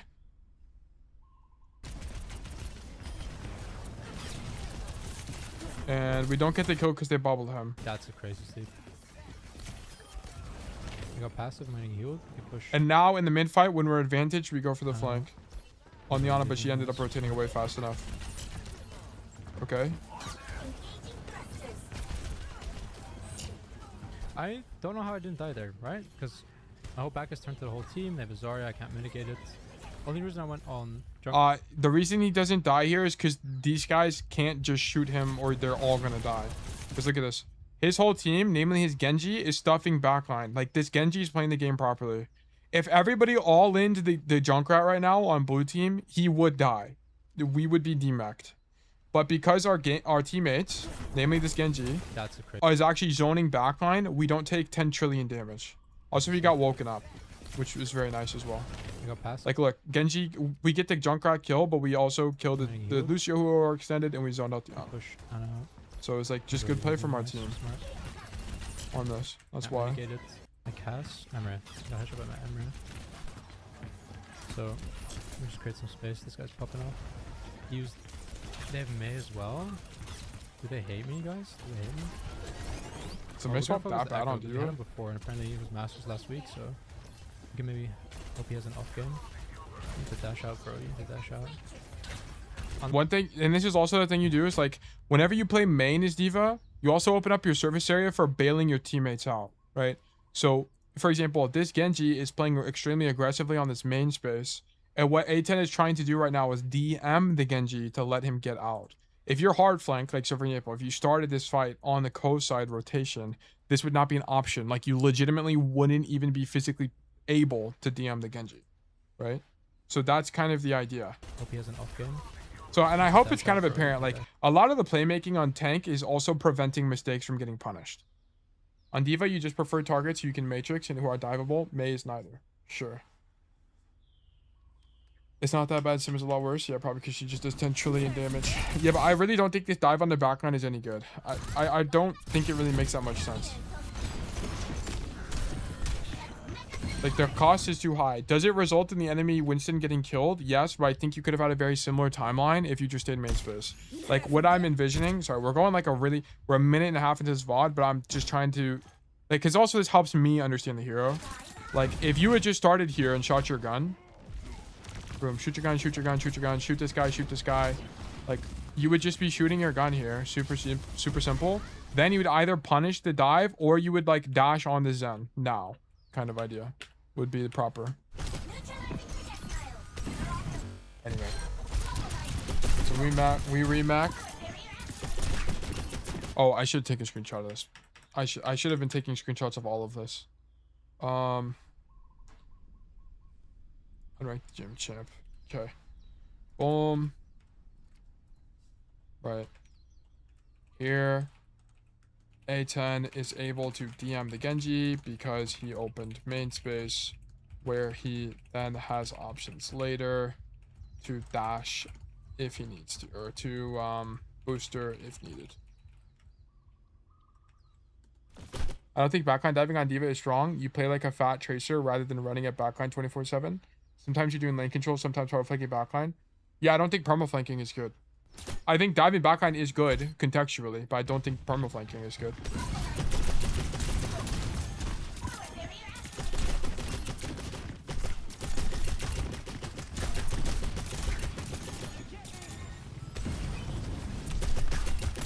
Okay, we're just committing for this. I think it's just too expensive. Like, are you pulling 3 people? Yes, but I think better players like ignore you here. Like, in higher elo lobbies, you don't have 3 people shooting you. I just don't really know why everyone is trying to mark you right now.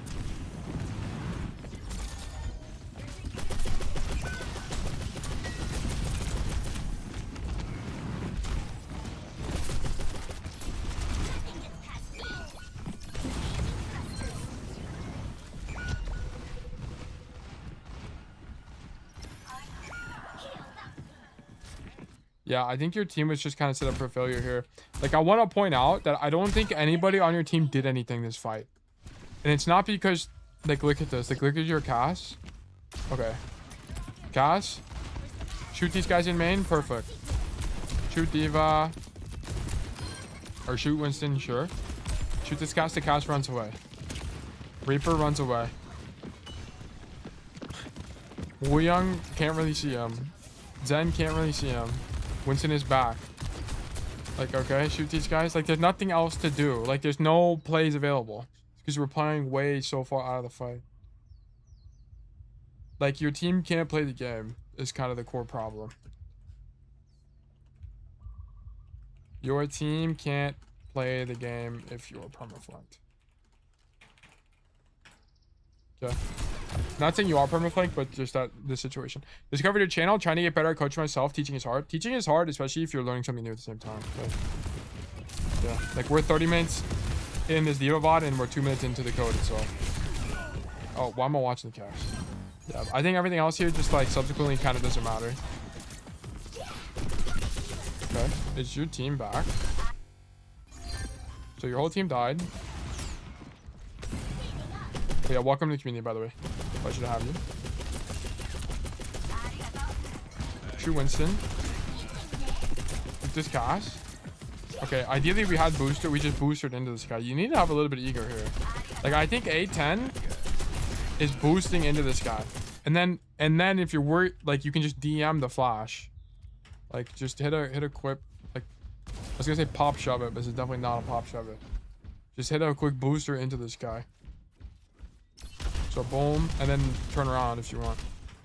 That's it. I think the chance of killing him is kind of high. Or whatever, it's fine. Oh, I would just shoot just clear the Winston. Like, okay, so here you need to just clear Winston. Because here, look, Winston's in, half HP. You saw him half HP as you were boosting him, so you should be able to identify that and shoot him. But also, if you don't clear the Winston, your team is not going to be able to walk forward. You're skipping steps. You have to clear this guy.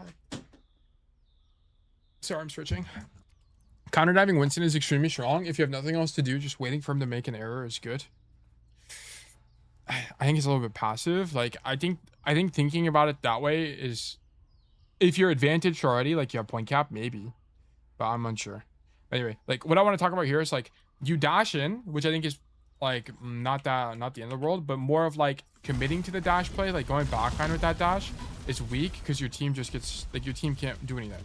Fortunately, they are not able to walk forward with the Wu Yang bubble, so your team doesn't get punished, and they actually give up space here because the Winston doesn't get enough healing. Like, I think this is uniquely good into this team comp because the Winston doesn't get enough healing to actually stay alive on the angle. I just don't know, man. Tank is so hard. Like this low-key could be a good play. I feel like you gotta clear the Winston. And then you would have dashed out given that he got Wu Yang bubbled.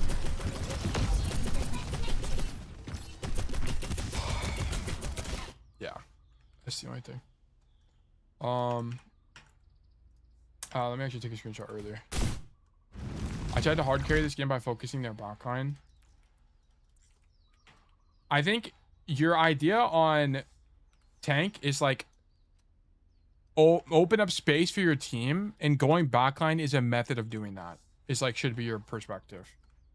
It is likely that clearing tank here first is stronger than just dashing into backline, as it would then let your team walk forward and follow up off the pressure you're making.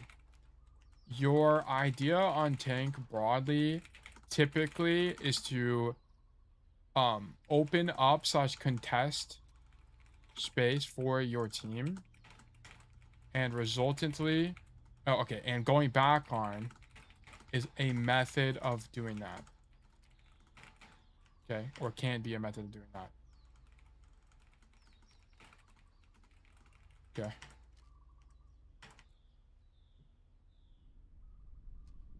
IMO, this is not how you hard carry on D.Va. Yeah, just throwing into my 2 cents for Chelsea is not D.Va, but yeah, sure. Wow.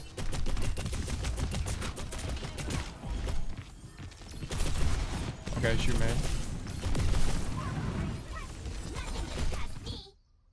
Okay. Sure. Let's just act like that booster was good. So here you feel compelled to booster early into the Zen because you see him isolated and you have ulti, which I think makes some level of sense. I think this booster is questionable, but whatever, we'll act like it's fine. This dash into this guy. Damn, what did we take so much damage to? Actually, you took 200 damage here on this engage, and you don't get healing. And then you just, I think you take a cast headshot. No, this guy's across the map. I don't know. I think you get Zen headshot or something. Okay.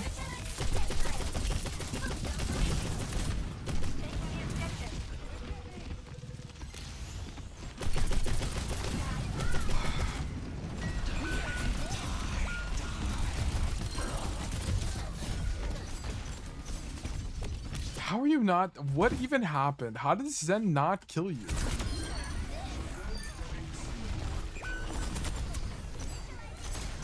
Bro, you're just barely behind the wall. That's actually crazy to me. Shoot. Okay, and then you do that to prevent staggering. I'm gonna be honest, I think the core mistake is that you take too much damage on the original engage, which forces your bomb. This is the core problem. Like here, so when this fight started, what ends up happening is you take too much damage here. Sorry, I'm like skipping around way too much. So you go in with 0 DM, or like you're not DMing as you're going in here. And then I guess you're doing this in an attempt to make space, but in doing this, you take 200 health, and now you're disadvantaged going into your next play, which is dive the Zen. Which, to be honest, I don't think you should dive the Zen directly here, because your risk of dying here is just too high. Tail IMO on D.Va counter diving is strong because D.Va is super versatile but doesn't excel at any one thing, so playing reactively is stronger. Not to say you AFK, someone makes a mistake, but you slowly clear stuff, and if you see an opportunity, you jump on it.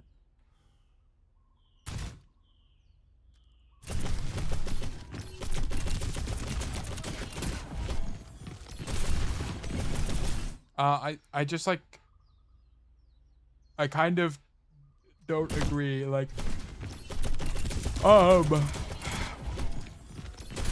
counter diving on is strong. Okay, I just like kind of don't agree. Let's see. Oh my God. Let's see an A10 VOD where he plays against a dive tank. D.Va, enemy D.Va. So this was the D.Va mirror. Okay. He's gonna bomb 100%. Let's watch this. The neutral. Like I think counter diving is good contextually, right? Like there's gonna be situations where you literally can't go on their backline, so you're gonna counter the D.Va dive. But I don't think it's like an objective truth. Oh, they went D.Va themselves.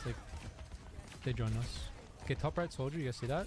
D.Va here. Shoot D.Va. We just like we go back on here. Specifically counter diving Winston. Yeah, and look, we're going for this guy that's isolated. D.Va use boosters. Watch.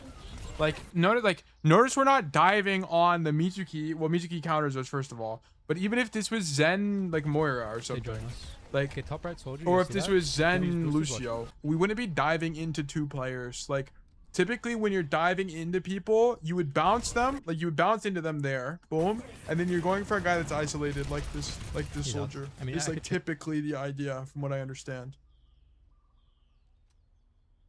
So I could waste a bunch of time, but I don't want to let my team die kind of thing. The Muziki, which does counter D.Va because I can't eat the... Oh my god, I tried to not... Okay, that was on me. I got stickies on me. Nah, counters that. Yeah, you go for isolated people. Like, you literally just look for people that are isolated. Like, that's the core idea. Like, you're looking for isolation. Like, I think here... I don't think you should be boostering in because that's not really how you play D.Va. Like D.Va is not like Wrecking Ball where you just like dash through people and use your hitbox to do damage. Like that's not really the idea. The idea is you just shoot them, use your micro missiles to clear these guys, right? And then you dash at people that are isolated. It's like I think the concept, right? Because what ends up happening is you dash through these guys, you explore this timeline, and then it just didn't do anything for you, and then you were always on the back foot because you're half HP, right? Did you force trans? Yes, but I think if you just contributed in the neutral, the chance of you forcing trans and later identifying that the Zenyatta or someone like that is isolated is higher. So like I just don't think dashing through people like this is going to be very strong as D.Va. I think you just kind of walk forward and clear these guys. Clearing people with your body is just like not really the answer, right? So like general loop on D.Va looks like walk forward and just shoot gun, then boost onto people that are isolated. It's like kind of the idea, right? And it's for the reasons we've explained before.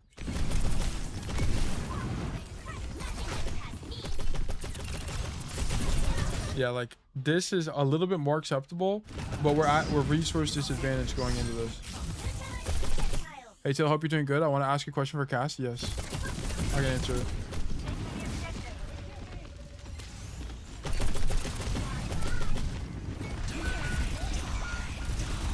W Pokeball. Alright, whatever. Yeah, but this is the fight. Anyway, so let's keep going.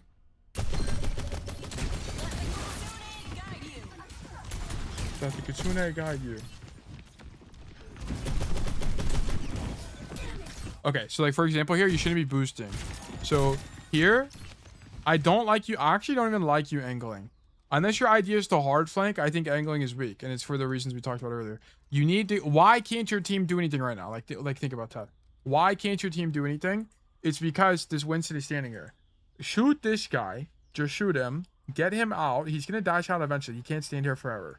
So he's gonna dash out eventually, and then you go do whatever you want. Then you can go right side, flank this guy, whatever. Like I think clearing this guy has to be priority number one. You have to clear this guy. If he ignores you, then sure. Like, for example, if the Winston dove in, Zeta is saying counter-diving Winston is better. Maybe. I don't know. If counter-diving Winston is strong, then counter-dive the Winston. If you think counter-diving the Winston is weak, then you would just go on their background like this. I mean, he's too far, but let's just act like he was closer. You would go on the Zen, you would go on the Cass, you'd go on one of these guys. So I think something like that makes more sense. Like, I think these kind of flanks are just weak. We need to clear this Winston first, because then it'll let your team actually play the game. Because your team can't follow up off your space if this Winston's here. Clear this Winston first, then go do something if you want. Your team cannot follow up with space you create by going flank, because this guy is stopping the push forward. Okay. Like, I think you have to get him out first. Okay, Night Caskin is out. Okay, we'll check it out in a bit. Yeah, cause like you end up coming here, and because it took you so long to clear this Winston, now your Shion is dead, and now your Cass is about to die too. Like, you needed to do this first. You skipped steps, and your backline got zoned the whole time. So I almost always OTP Cass in GM lobbies, but I'm showing it's very dive comps. Like, yes, those are the hardest comps to play against. So those are that's your hardest counter in the entire game. It's full dive. It should feel hard because it is hard, because there's nothing to do. The best you can do is play at the back of the map, but if you're playing a backline that's like Kiri Lucio, you're never going to get help. So it actually turns out that perma flanking and just accepting that death is inevitable is your answer. Or you play at the back of the map and be expensive. Those are the two options. Yes. And you go to touch and you go. It's okay. But yes, it should feel hard because it is. It's the hardest matchup in the entire game. Full dive is really bad for Cass. Cassidy excels against individual dive heroes, but not into the entire enemy team. So you would benefit from playing Tracer or Sojourn there. If you're one tricking, you just have to accept that that's typically losing.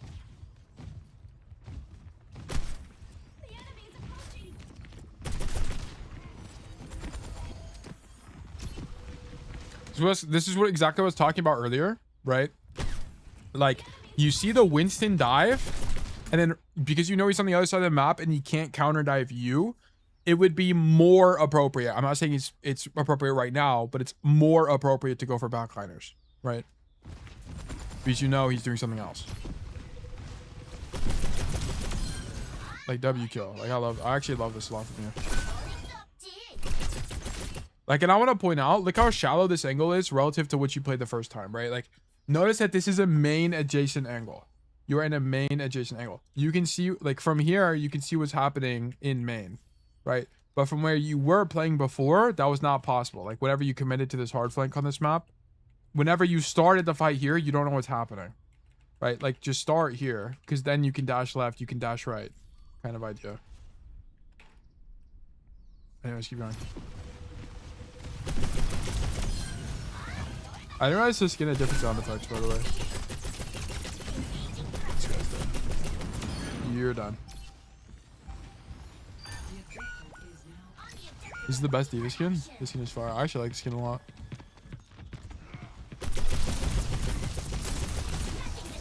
Yeah, you need to realize this fight is disadvantaged. So, after you kill the Zen, I have complete information, which makes this easier for me. But your Sojourn died. And more importantly, you can see through the wall that literally everybody on your team is critical. So you can largely infer that, oh, okay, they're all critical and I'm below half HP. This fight is not looking good for our team. So your general idea here should not be to commit to the rotation, but actually to choose some safer pathing that's less likely to get you punished. Or if you like walk wide like this, you need to be able to dash out, or at least identify that that's the case. So this would be something to keep in mind. Okay. Here, you need to be able, whoops, bro. I guess I can do, how do I do it again? Wait, what is going on? You must be able to identify that your team is critical / losing this fight. So walking into main is at risk. Understand that you need to be able to dash out as to not stagger.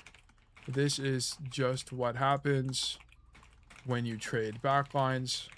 Sometimes they do a better job than you. Okay, like that's kind of what it is. Flying D.Va and Junkie, thank you guys for the follows.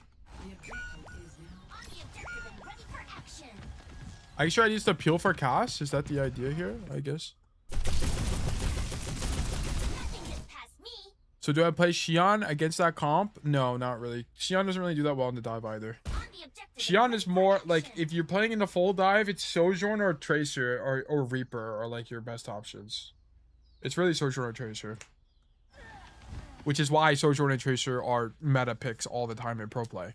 Because like unless you're playing against, the only time you pick Emre is in the D.Va. And then you play Sojourn like pretty much every other time.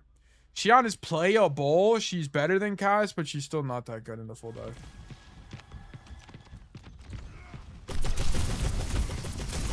Yeah, like I think catching this Winston dive should not be our idea.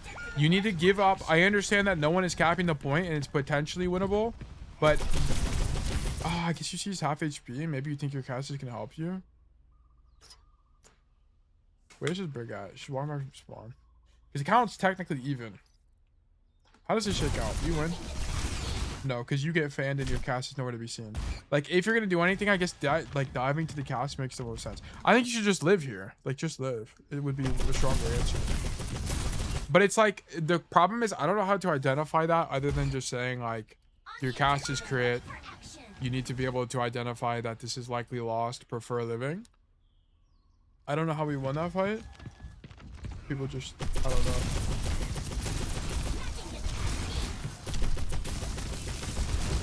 Yeah, I don't really know.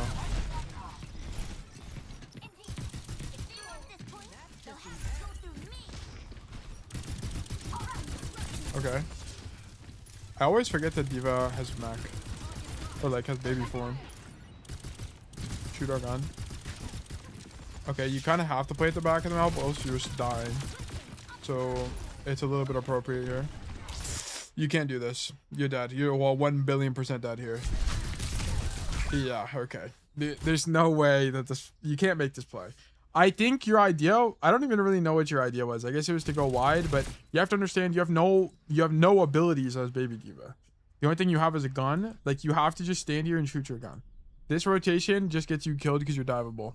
Yeah, my bad. Yeah. Yeah, we just can't make this rotation. This is a really big mistake, by the way.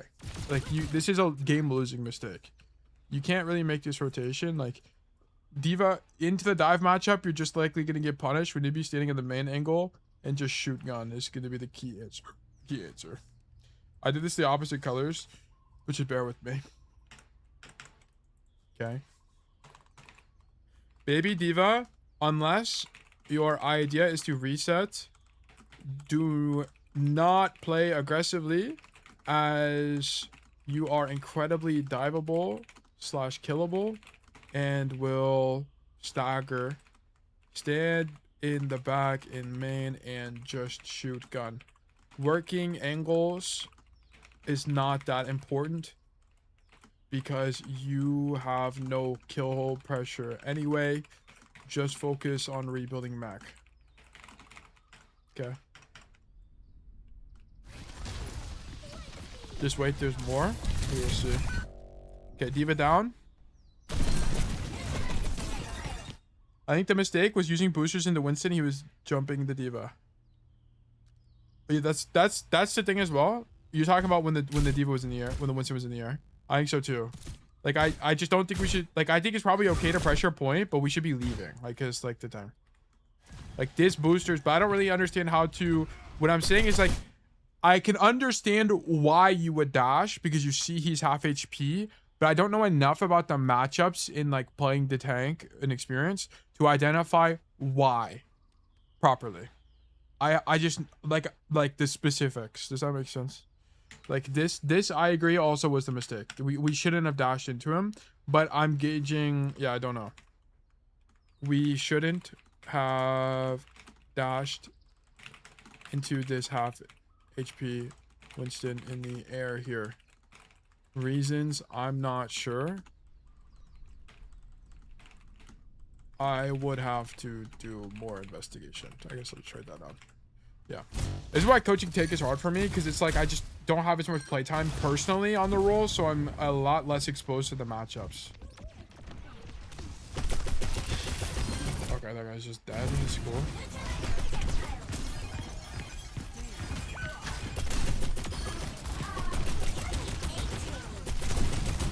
Okay. Yeah, he's too far away. Like, you can't go. I mean, this should be pretty intuitive to you. I think working main space is fine, but he's out of dash. Once he uses his roll backwards, he's out of dash range. Like, you should be able to identify this as you're dashing toward him, and you need to cancel your dash and go left. Let me just open up the map. What map is this? Coaching resources. Downtown 2. Okay, cool. Makes it easy for me. Show lobby settings, modes, control 2. I think it's okay to dash toward him, probably uniquely on this map, because let me just change sides real quick so it's more accurate. Okay, that's D.Va. That's Sigma, I suppose. Okay. So uniquely on this map, it probably is okay because you can just cancel and get to cover, right? Then you're just gonna wait for your next cooldown, stand here, shoot your gun, do something like this. Then you would dash to the next thing or like walk to the next thing or whatever, right? Like, it's a little bit like Sigma, where like when you have your CDs, you can walk and take space more aggressively, and then you can dash in for the kill, turn around if needed, kind of idea. Like, I think this dash toward him is just you're gonna take 10 trillion damage, and also you're going in with no or very limited DM, right? Like, your aggression is limited partly by your DM resource, right? Like, here, we can't dash toward this cast / Zen because they are just outright too far. Use DM to close the distance in terms of taking cover and put you into dash range. Okay, like that should be your general idea for your gameplay loop. You should also be able to identify this as you're dashing toward them, then cancel early and play cover. Okay.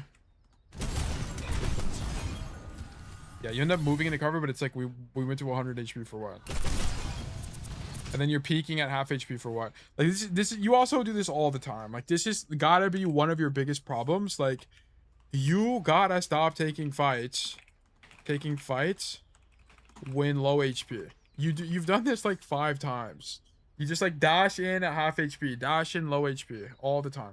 Like you did it also here whenever you were half HP and then you ended up diving their backline. Like you were half HP there, right? This is a very common problem for you. This is definitely going to be like a primary issue. Diving without full resources and lacking a clear advantage.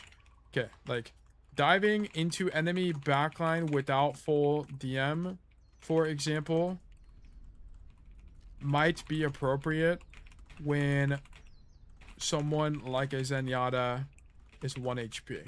Okay, you consistently play too wide with, or like slash peek slash try to take space when not full slash near full on resources, which causes you to permanently be on the back foot plus be resource intensive for your supports. Okay, which rank are they? Gold. Like here you peak, but it's like you shouldn't have peaked originally when you were getting healed. Okay, don't poke bomb. This isn't. We can't poke bomb. We can't just yeet our shit into the backline. This is not the answer. This is not the big 2016. Okay, this is not gonna work. Big bomb incoming. Actually, ginormous bomb. Does this kill anybody? Bang! Oh, I didn't do anything. You did do some damage. Who got hit by it? Oh, I'm trying to see. I'm looking at the health bars at the top left. You did some damage to this Cass. Where does it look like from this POV?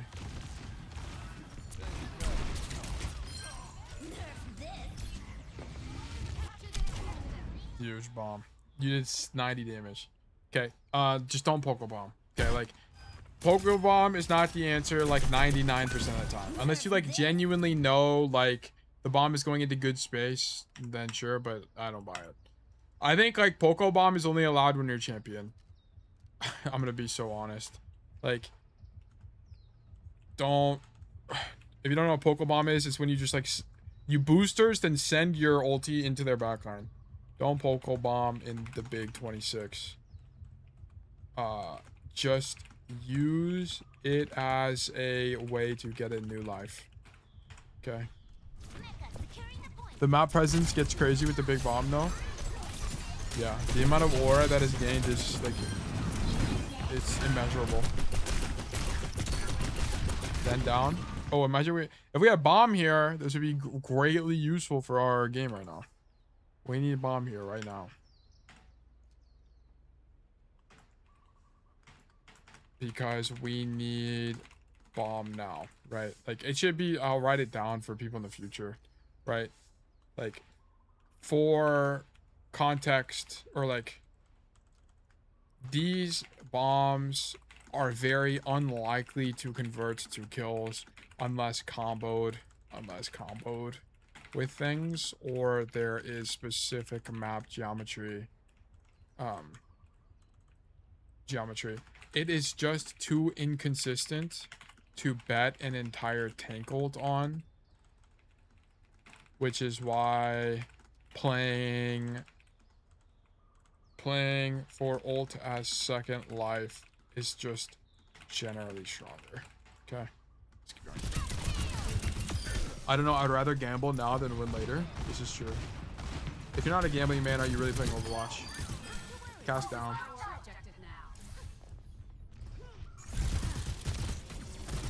Right. This is a little bit brave, but okay. Shoot Winston. Winston out. Yeah, like this is weak. Can you see this, Jiro? Like, do you see the loop? That's the problem right now. Like, we need to not play flank. This flank is not the answer. I do not think this is the answer. You need to be playing main space. Yeah, because now you can't counter dive the Winston. And now you're not in a position to dive the Zen. Okay? Like, this is not it. It's not it. Like, stop flying to these flanks. I don't think it's any good on D.Va. Because they just walk past you. Flying to these flanks has to be weak. Must prefer main space on D.Va broadly, as it gives you far more options. This flank would be more appropriate if you were looking to mark someone here, e.g. enemy Winston. Otherwise, not a fan. Stay main as it puts you into range for counter dive, or go backline if need be. Need be slash plus zone any follow-up slash punish mistakes. Okay? Alright,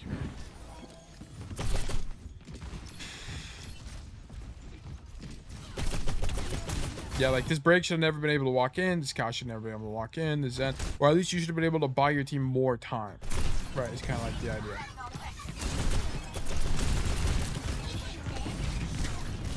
Yeah, and then we get jump scared by the D.Va or the Reaper. To be honest, you should just die. Yeah, okay, let's keep going. Hey, Ty, I know you're reviewing right now, but I was just curious if I could send in a VOD for one of my friends. She works during the day, so she can't catch your streams, but she wants to rank up and is passionate about it. I would prefer you don't do that. And it's not because I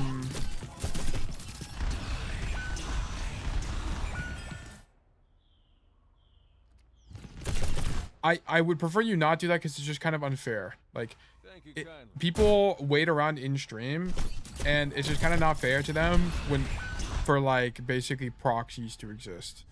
Like, I would just wait for your friend to wait until I have, or tell your friend to wait until I have a system for these people. Like, in the new Worminator upgrade, there's going to be ways to get coaching that doesn't require you to be at streams. John Zaid and Liquid Glitter, thank you guys for the follows. Welcome to Bug Nation. Yeah, we gotta stop starting on angles. It's not good. Like, here, you shoot the Winston. I bet. Oh, you go for the cast. And nobody runs away. You commit too much to this.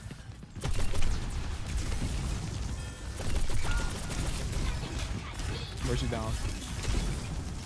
Okay. I think we just lose, right? Ally Soj touches way too early. Passing into the Iris. Welcoming to orbit. What is going on? Every ulti in the book is happening.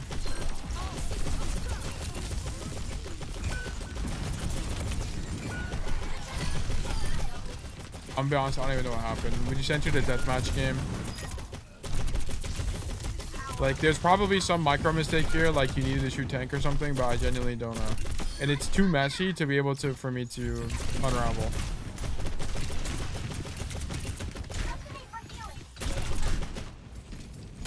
I feel like typically though, whenever you're playing D.Va, isn't it a better idea to dash and boosters? Or do you just not have it here? Or like boosters and missiles?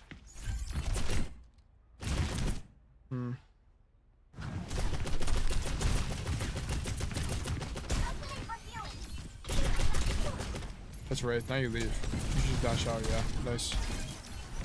Okay. Play right side. Love this. Get this guy out. Damn, bring OP. Play wide. Dash out, maybe. Poke bomb again. Oh, wait. W kills. I don't really think this is that good. I think this guy's gonna live, by the way. He could have just walked into the room behind him. Yeah, he gets stuck on this table. He also chose... I don't know why he chose the roll perk, but... He gets stuck on this table. He should have rolled backwards into the room and he would have lived. So that guy would have lived. What about this Reaper?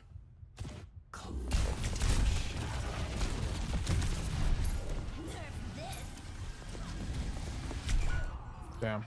He thought he had more time. He just barely did not have enough time. You genuinely killed the Reaper. But the Cassidy should have never died here. Yeah, I just don't think these ultis are strong. I'm gonna be honest. I'm not really a big fan. I think it's a little bit more excusable, but it's like you just don't need the ulti. Were you about to die?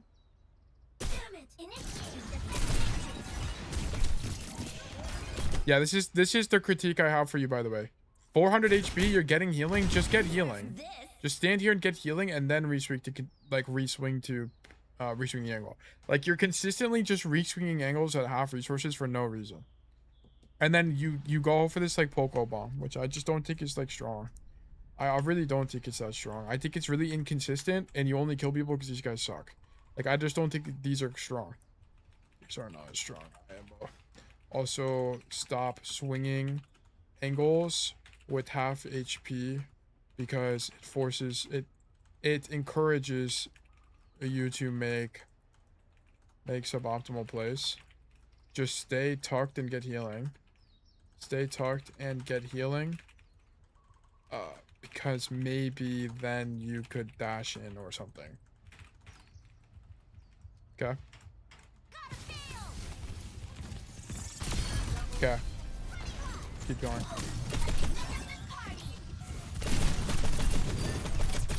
Okay, this has to convert faster. What even happens here? So you dash on this guy. And you just like kind of lose him. What is even going on with your mouse? I think you like boop him and then it like discombobulates you. You use your mouse to move. And then you boops to the side and then you like lose him. Wow, it's also just unfortunate because his skin is white and blue, which makes it it's like he's like camouflage. It's like kind of hard to see him on this map in particular. That's super weird. Wow, you almost lost the 1v1. What does this look like from his POV?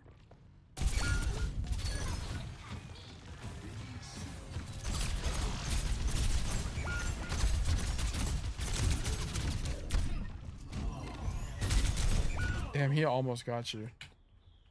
How much HP do you have? 46. Holy moly. Yeah, I don't know how to fix that. There's some mechanical thing going wrong there, but I don't really know what the core problem is. Okay. Oh, I need to study tank, man. I need to just like spend a week or two like only coaching tank or something. So I just like parts of this role I just don't understand. Yeah, this is a problem. You can't start on flanks. I think starting on flanks is super weak on tank. Like start this hard flank, I just don't agree. I don't think it's the play. Especially on D.Va. I think if you're on ball, it makes some a lot of sense because you can't do anything. Like the reason it makes sense to do this on ball is because you can't do anything in main anyway.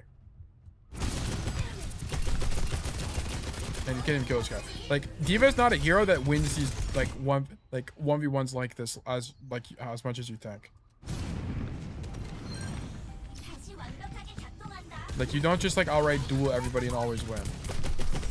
Like I'm not gonna take a screenshot of this because it should be like it's the same issue over and over again. Where we're starting on flanks and then we're taking these duels that are just not good for our hero. So you're kind of set up for failure to begin with. Yeah, you're dead. Okay. Instant down. Okay. Moira by our side.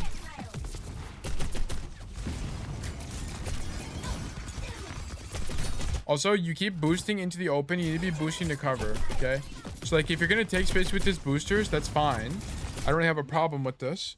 I think it's probably okay. But you need to be boosting to cover because you're taking damage for nothing, right? Like, Overwatch is a game where health is a resource, which is fine. I don't really mind you taking damage on purpose.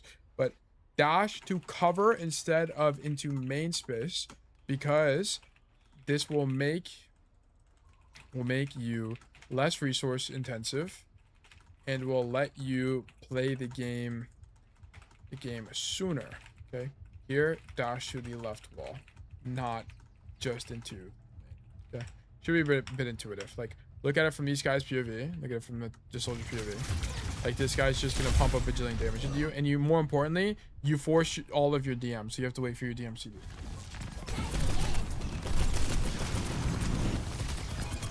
Okay, so like here, your idea should be, I honestly think working this space is worse because you can't your rotation from here is not that good, and you don't have as much information. I think if we watch D.Va players on Samoa, they're not really going to be playing on this side of the map. It's mostly going to be playing on this right side, and I'll show you why. So it would be a lot of like doing stuff like this on D.Va, particularly because you can walk first, and then you have more information to know when to dash. Like notice on D.Va here, you have to dash from this corner where you're blind. You have no idea where people are in their conditions. If you walk right side, you're going to have more information and have easier access to backline. So you can walk this way, walk down to main here, and then booster onto the Zen, for example. And this is something that's a pretty common idea on D.Va, which is like, you want to prefer main space to the point where you have as much information as humanly possible so you can make the most educated dash possible. It's very akin to Genji gameplay. So prefer walking into main adjacent space, where from there you can make a more educated decision on who to boost into and why. You stage on the coast side of the point here, which means that you will dash in blind and not be able to accurately punish something. You just go backline for the love of the game.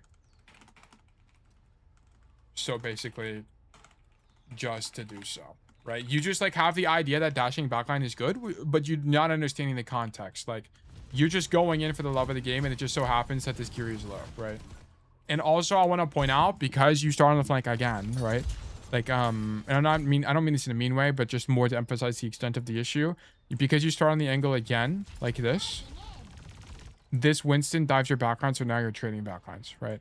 Like, you need to walk forward and then work this space. Notice, coincidentally, that if you're walking right side and then your Winston dove at this point, or enemy Winston dove at this point, you'd be able to counter dive him. But now that's not possible. You're just too far. So that's the kind of the core issue here. Yeah, and I want to point out, look at Winston.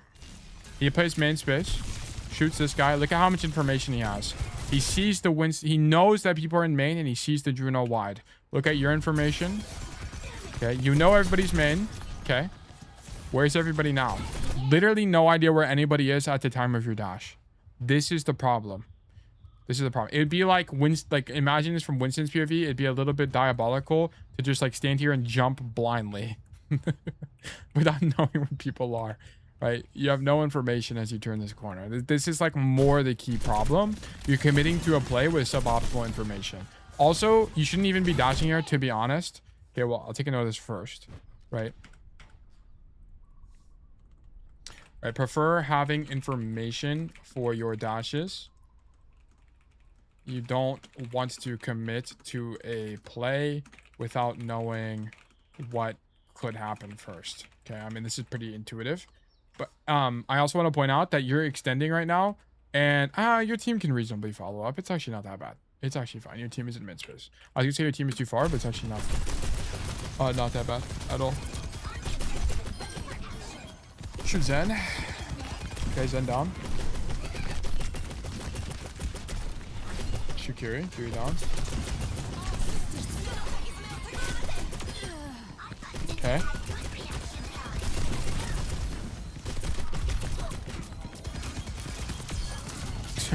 Okay.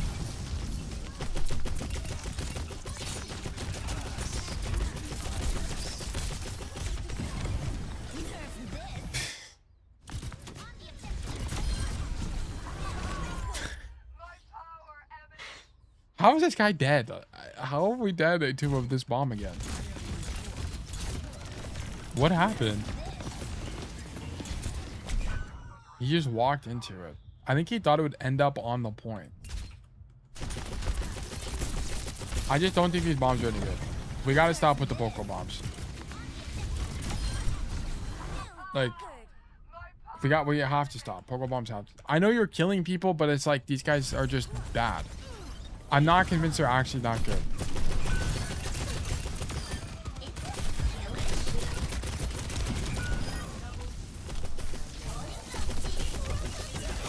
Welcoming to orbit.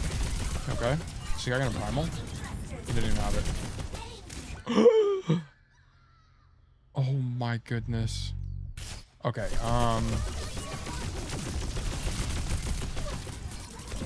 what even happened here? You just didn't cancel your booster fast enough. I mean, or whatever. Not much to make of it.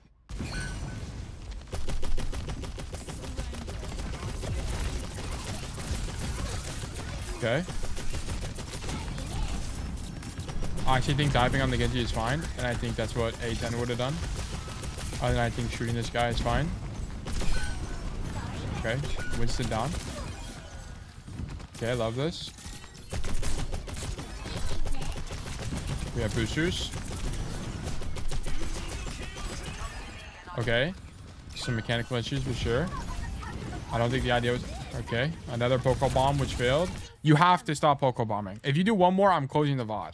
It's actually crazy. This cannot... It's just not good on D.Va. Stop chucking bomb. Chucking bomb, please. It's not good. Use it as a second life. When you kill people with it, it's mostly because they don't play the game properly. Okay.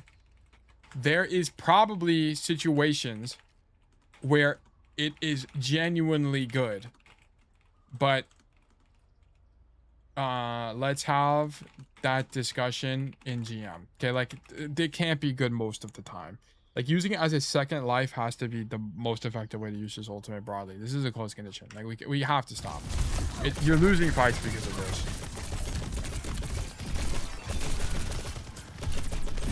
Like here, our bomb didn't do anything. Also, it was like pilot error. Sure, like if we threw it better, maybe it could have killed somebody, but I just don't think it's very strong. All right, whatever. Okay.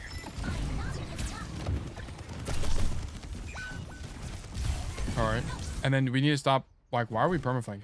I guess you're calming with your team to go permaflank. Like this looks like everybody go right. Everybody go right. That's what's getting said in VC right now. Because you guys have to touch. You should have DM'd to save your guy, but alright, sure. Almost fall off the map.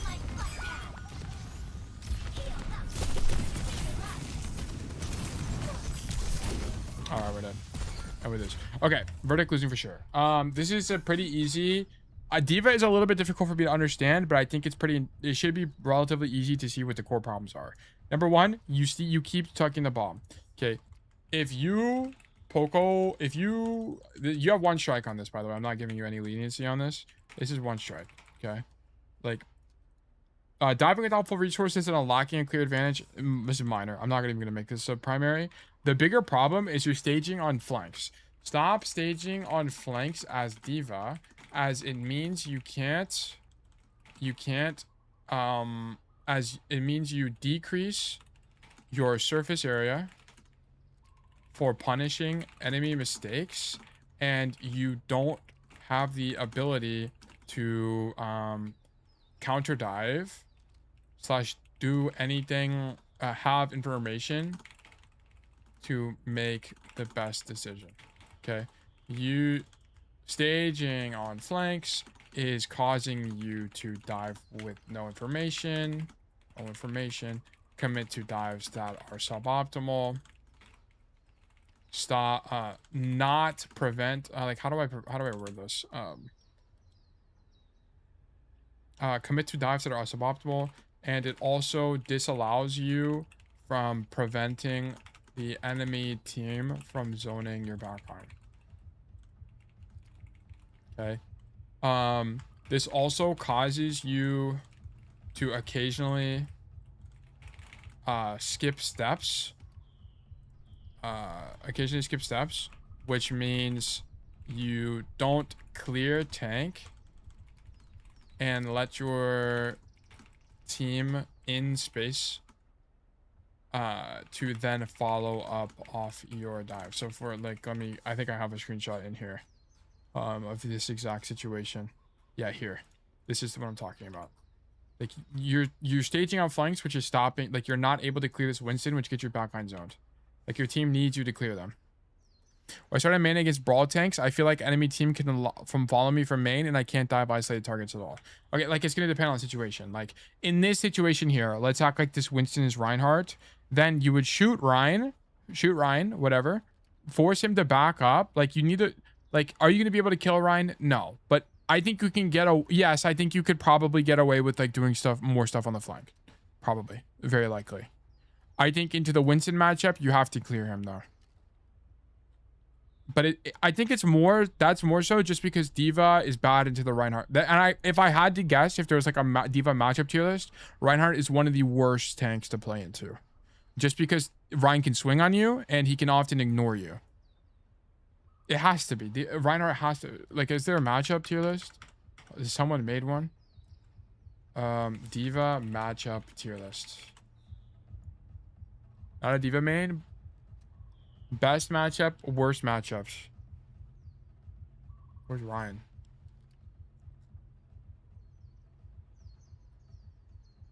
Worst matchup, Zarya, Sigma, Ram. What about Ryan? Is a good matchup somehow? Ryan is 50-50. Why? Because I guess he can't peel your dive, is it? It must be that. It must be Ryan can't peel your dive. Control F. Ryan. No one has mentioned anything in this Ryan thread. Or in this D.Va thread. What? F tier? The hell? What is this website? D.Va counters in matchups. How do they even evaluate this? What the hell? Easiest matchups, hardest matchups. Ram. Sigma. The hell? This website's UI is throwing me off. I can't even like read this. Okay, anyway. Yes, I feel like you'd probably flank more. But it's like staging in main gives you information. Like the problem is you're committing to being on the flank, which doesn't give you information. But I don't, like, at the end of the day, I don't know. Like this is the first time I've ever coached D.Va, and I've really like actually thought about D.Va from a macro lens. So keep in mind, I'm not going to be the greatest resource here. As I improve at this hero, I think I could be more reliable, but in current situation, not so much. Okay. You can't play team if you're permaflanked. Yeah. A10 played main most of the time. Shouldn't dash in this Winston. Like, consider dashing to cover more. Like, there's a lot of time, like, consider using your boosters to cover instead of just going main, then forcing you to DM to walk into cover. This is causing you to continuously put DM on low resource or not much benefit when natural cover is an option. Okay, strengths. Aggression is great and will help you learn faster. I think it's actually good. We had some mechanical execution that likely needed to work. There is something going wrong with your mechanical execution on one-shot dives, like dashing into Zens. And I don't really know what it is. Just raising this flag for you. There's a bunch of times where we dived into people and we don't get one-shots, and I don't know why. I'd have to learn a lot more about D.Va to genuinely know what was going on, but like we're just not converting the kills. We almost lost the 1v1 to the Zen, for example, which like just can't be a thing. Finding tanks has to be weak. These are not strong. IMO, dashing to cover. Oh yeah. Also, this thing. Prefer walking like.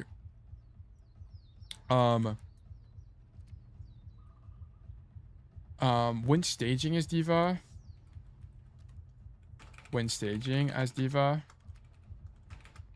Prefer choosing sides of the map that give you the most options, right? Like most options / continued rotations, as it opens up potential playmaking without having to commit cooldowns. And I'll put the screenshot here as an example. Like the problem with the advantage of this pathing on Volcano is that you don't have to commit cooldowns to do anything. You can just walk or like use DM, which is on a resource, which is going to be on average stronger. Like here, you take the coast side instead. which forces you to use boosters with limited information. Okay, following the indicated path would provide more information, which means you are more likely to make the best play possible with CDs available. Okay, I hope that makes sense. I think it's very unlikely if we watch A10 on Samoa, he's going to pay path main or coast. I just don't think it really makes that much sense. Like, the right side rotation is going to be on average stronger unless you're playing into like a ram. It's going to be matchup dependent. This will be matchup dependent, so just keep that in mind, right? If they're playing ram / Rhine / Sig, it's likely going to be more difficult to work indicated path. Okay, I like the aggression. I think it's useful. I think flanking is good, but it's a tool, not the core idea. So just keep that in mind. Like, I think I like the idea of flanking, and I like the idea for going for kills, but it's a method to the madness, right? Is how you should be thinking about it, not the madness itself. And I enjoy the creativity. I think the creativity was good. Like, I think the idea to Poco Bomb and understanding that it's something that exists is strong, but we just use it all the time. It's not like an all the time kind of idea. All right, so I'll give you creativity here. But yeah, okay. This is going to be in my notes for you. Like, stop staging on flanks has to be the #1 thing. It has to be. I think, like, keep in mind there will be situations / matchups where this might be appropriate. In that case, reference players that are better than me to know more. I mean, it's gonna be like your A10. This is gonna be like, I'm sure there's other, like, Emong you could probably watch. Like, there's a bunch of better D.Va players. These are just two guys that can come in mind. Like, you could also watch like people like Ziad and who's the other guy? TVNT and like, wait, no, who's the D.Va player? It's not Ziad. Ziad doesn't play D.Va for TM. Twisted Minds Overwatch.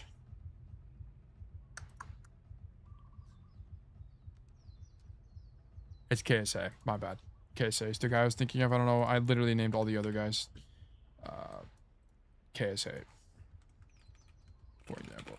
Okay, you can study all these guys. Anyway, I think that's gonna be it for me. Sorry, like, once again, like, I'm just not that knowledgeable on D.Va, so it's a little bit more effort to figure out how to win here. D.Va, Samoa, gold.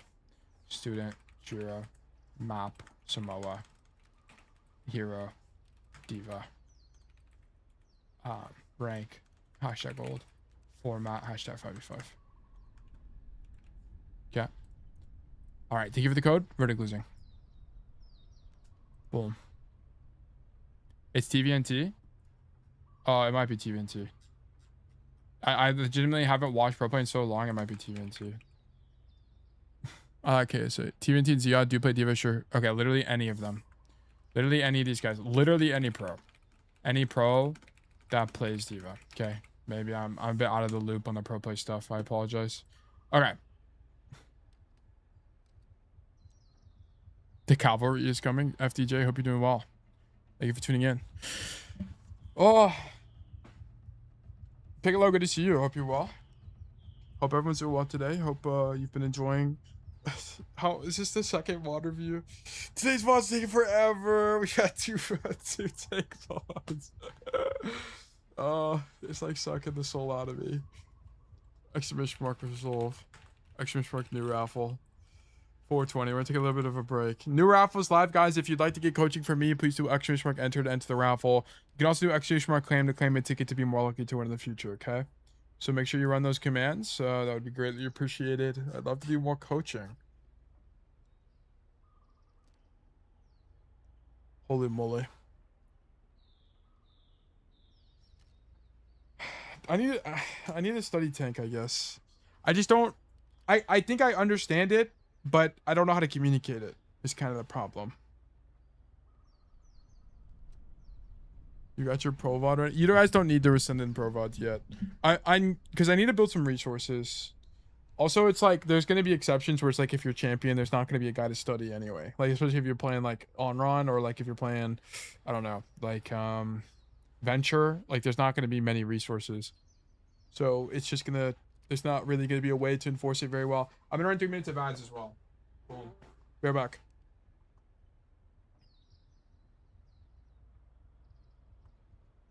Also, a problem with doing these reviews for so long is we get pre-rolls like halfway through.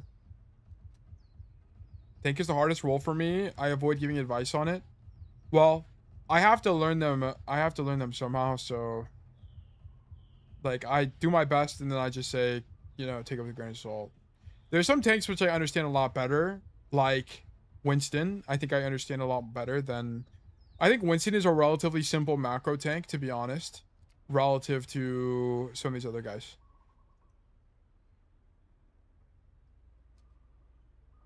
So like if someone gave me a Winston VOD, I would be a little bit more educated in how to approach it. I think the hardest tanks for me are unironically probably D.Va, and I'd have to look at the roster. Like Junker Queen, I'm not gonna understand anything on Junker Queen, but the advantage of like people like Junker Queen is there are one tricks. There are a lot of one. There's like this one guy Kuhi or whatever, I forgot what his name is. I played against him a bunch of times. That I could just pull up and we could watch that guy. Like I think heroes like Domina are gonna be a lot more intuitive for me than play like Doomfist. I have genuinely no idea how to coach this hero. Like Doomfist might be a hero that I just don't allow coaching on, to be honest. Because like there's just too much nuance to this hero. Like this hero kind of has a lot more skill expression because you can just do more. So I'm not sure I would coach him. I almost got champ on Doom. I also think Doom is a little bit opinionated. I don't think Doom has like one core idea like a lot of most heroes in Overwatch do. So if I'm here, I could try to help. Yeah, I mean, but also like I don't know, maybe I need to just learn every hero. Or maybe I need to rip off the band-aid. I could coach the entire DPS roster though. Literally everybody other than like Venture and Vendetta. Those are gonna be like my hardest. Venture for sure is my hardest because I just literally have never watched Venture gameplay intently. But it's like I could coach in Pharah actually probably. But it's like on the tank roster, like even Malga I don't really understand that well. Like I don't know. It's just tank. I need to just play tank, I guess. I need to spend a season where I just like grind tank. Venture's kind of a tank, can really fight for space. But I won't know the nuance of the kit, like how to play the kit. We'd have to watch Athena Heart. We'd have to watch a bunch. You do Genji coaching? Yeah. Yeah, I do Genji. Yeah. I like, keep in mind the heroes I'm going to be the most educated on and do the best coaching on is Hitscan. Ashe, Cass, Sojourn, Soldier. I understand these heroes the best. By like a bajillion miles, and then everything else. Tank is by far my worst role, by far. On coaching, it's not close. Support I can intuit very well, but I'll take. Junker Queen would be lit for real, maybe. The only thing I don't, yeah, Junker Queen is also like a hero I just don't really understand that much. Also, Junker Queen is pretty rare. I feel like most players don't play this hero. I wonder why Junker Queen is not that popular. I think it's because she's just very mechanically demanding. It's probably part of it. I want to send more Widow VODs, but haven't been playing much in the last few weeks. Well, we'll be here. I'll be here for weeks to come. So no big deal, no rush. Close this. I have so many tabs open, man. Close this. Close this. Close it. Oh, did I publish it? I did, right? Yeah, I did. Okay, if you guys want to get the notes, you can do extra stroke notes. Tail, let's look at the shop. Okay, give me a second. Let me link this real quick before I forget. I need student notes this week. Jiro, D.Va, Bang Bop. Go here. Go to tail coaching. Jiro, bang, here. Then I need to do link it in the chat as well. Those are the notes. And then let me check this.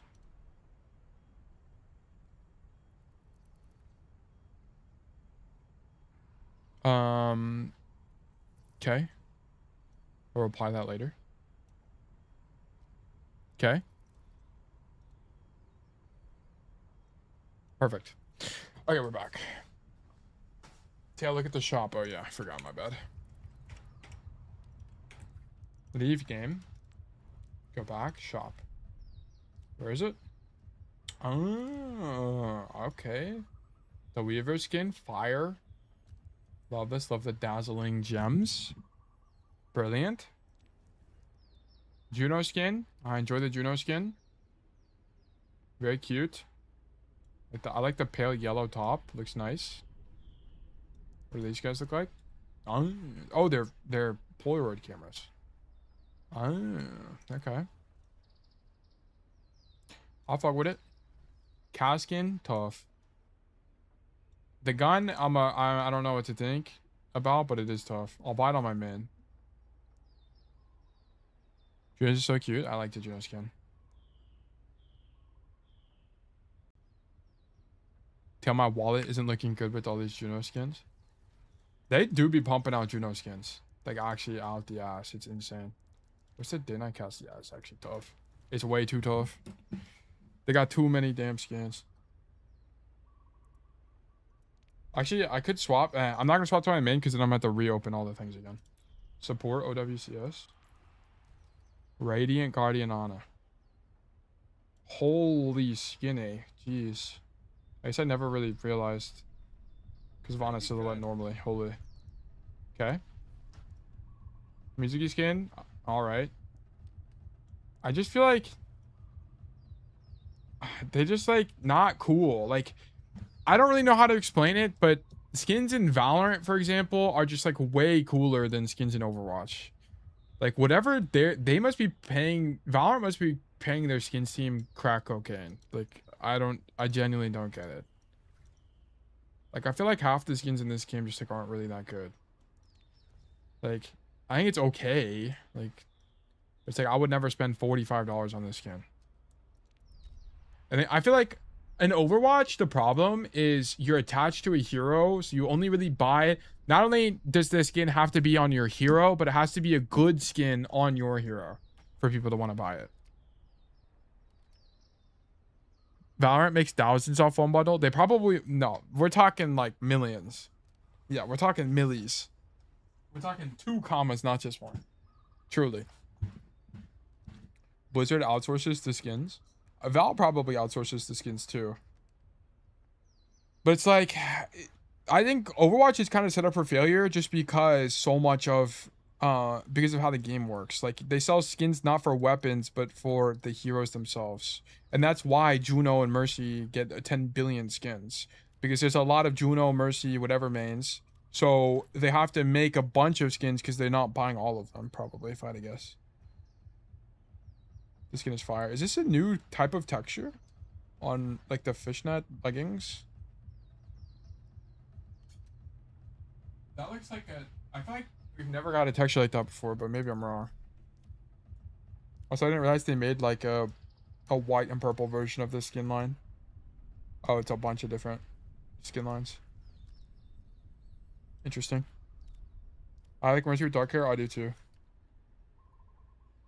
It's like a, it's also like a light black. I don't even know how to describe it. It looks nice. And I've already expressed my opinion on these skins. And then we have the venture with the fuck ass Bob. Okay, I kind of like this skin even with the hair. It's kind of goofy and I like it. It's actually good. This Tracer one's okay. I don't really, it's whatever. I like the effect on the, this effect is cool, but whatever. I don't know about millions, but it's a lot for sure. Well, each bundle is like, well, keep in mind like the scale of Valorant, right? Like Valorant, it's like a bundle is like $60. And so like, let's say $1 million. 1 million divided by 60. They only need to sell 17,000. They definitely, yeah, like there's millions of players that play Valorant every day. Like surely, I think every bundle definitely sells more than 17,000. It's more like 80 bucks now. And then, okay, so then it would be like 1 million divided by 80. Oh, my bad. I didn't put the 80 in. Divided by 80. Yeah, they have to sell 1250. I think they can definitely do that. 12,500. There's just too much scale. Like, scale is on their side. They can get away with it. No problem at all. It's also, I also think it's going to sell that much because you're buying guns, right? It's not like for a specific hero. But yeah. All right. Break is over. Time to get back to coaching. Back to laboring. Mr. Jollification TTV, thank you for the follow. Or not follow. What? I'm spontaneously combusting. The brain cells are on fire. Well, thank you for the not. Congratulations, you've been selected for coaching. Let's do great things. Let's do great things. Okay, what is your username in the Discord? Oh, Jollification. Anran, yes, an easier hero. Let's go. My life is saved. My life is saved. Holy moly. Anran has to be my second most coach now. Surely, right? I've coached this hero like 1 billion times. Okay. Today's VOD review will be on Anran in Masters 5 on Lijiang. Wait. Today's VOD review will be on Anran on Lijiang Tower in Masters 5. Hello, I recently transitioned over to the DPS role due to my collegiate team needing a player to fill the role next semester and having someone much better on my previous role, tank. I took about a month-long break from Overwatch at the start of the summer, and I'm getting back into the flow of playing. And I think it'd be very helpful for me to get another pair of eyes to look over my gameplay and help me figure out what I am missing when playing this role. After the first fight, the enemy team swapped the cast, and with the sole purpose of trying to nullify my value. Okay. My ultimates were overall quite bad this game. On first point garden, my ult was used without visual confirmation of where the enemies were, causing me to solo ult a life weaver under his tree. Okay. In another fight on that point, I made too slow of a rotation, which caused me to be chasing the enemies as they killed my whole team. Perfect. On second point, well, not perfect, but you know what I mean. On second point control center, I maintained control of white room and server room, but it felt like controlling it didn't change much in fights since I could never push out without getting killed by the cast. Okay. During one fight, I set up on a very deep angle to try and use my ultimate as they were walking through the choke, but my team was not on the same wavelength as me for this play. Either I need to do a team check during the rotate. Yes, you definitely need to do that. Yeah, you should be doing this anyway. Yeah, exactly. Or calm to my team that I want to do this play. Yes. Really, you should just be playing based on your team's intentions. Like if your team is playing at the back of the map, you should also be playing at the back of the map. Okay. I ended up getting stuck in their spawn while my team died as a result. On third point, night market, I stayed in main space way too long during the first fight. I really needed to deepen my angle here so that my team could walk. Once I did make the rotation, that first fight was played nearly perfectly by me. In one of the last fights on this point, I threw my ultimate into a wall despite lining it up for multiple seconds. I need to remember for next time that you cannot ult through the window on the side point. Okay, perfect. Okay, I'm going to be honest with you. Jollification, you've done a good job reflecting here, and I could definitely help you further this reflection, but at the rate to me it looks like you kind of have a handle as to why this code didn't go very well. So yeah, and your 60% win rate, which I think is reflected in your ability, reflected in your notes. We're losing on a variety of maps. Delta 14 since start, Delta 3 on the week. We play rather inconsistently. Okay, keep in mind, like whenever you're trying to approach improvement, you want to be aiming for consistency, not intensity. Like this is an indicator of intensity to me. Whenever you have these like peak days, this is typically what you want to avoid. We want to be looking for more of like like average around the 6 games per day. Like even if you can only do 4, do 4 games per day preferred. More days. Because growth happens, like what I want you guys to envision whenever you're trying to improve is that in any given day, you have a prophesized win rate. Like your win rate on a given day. Why is it so small? Let's just change. It's like 60%, right? And or like, you know, something like that. Like one day, like Monday, it might be 60%. Another day, it might be 30%.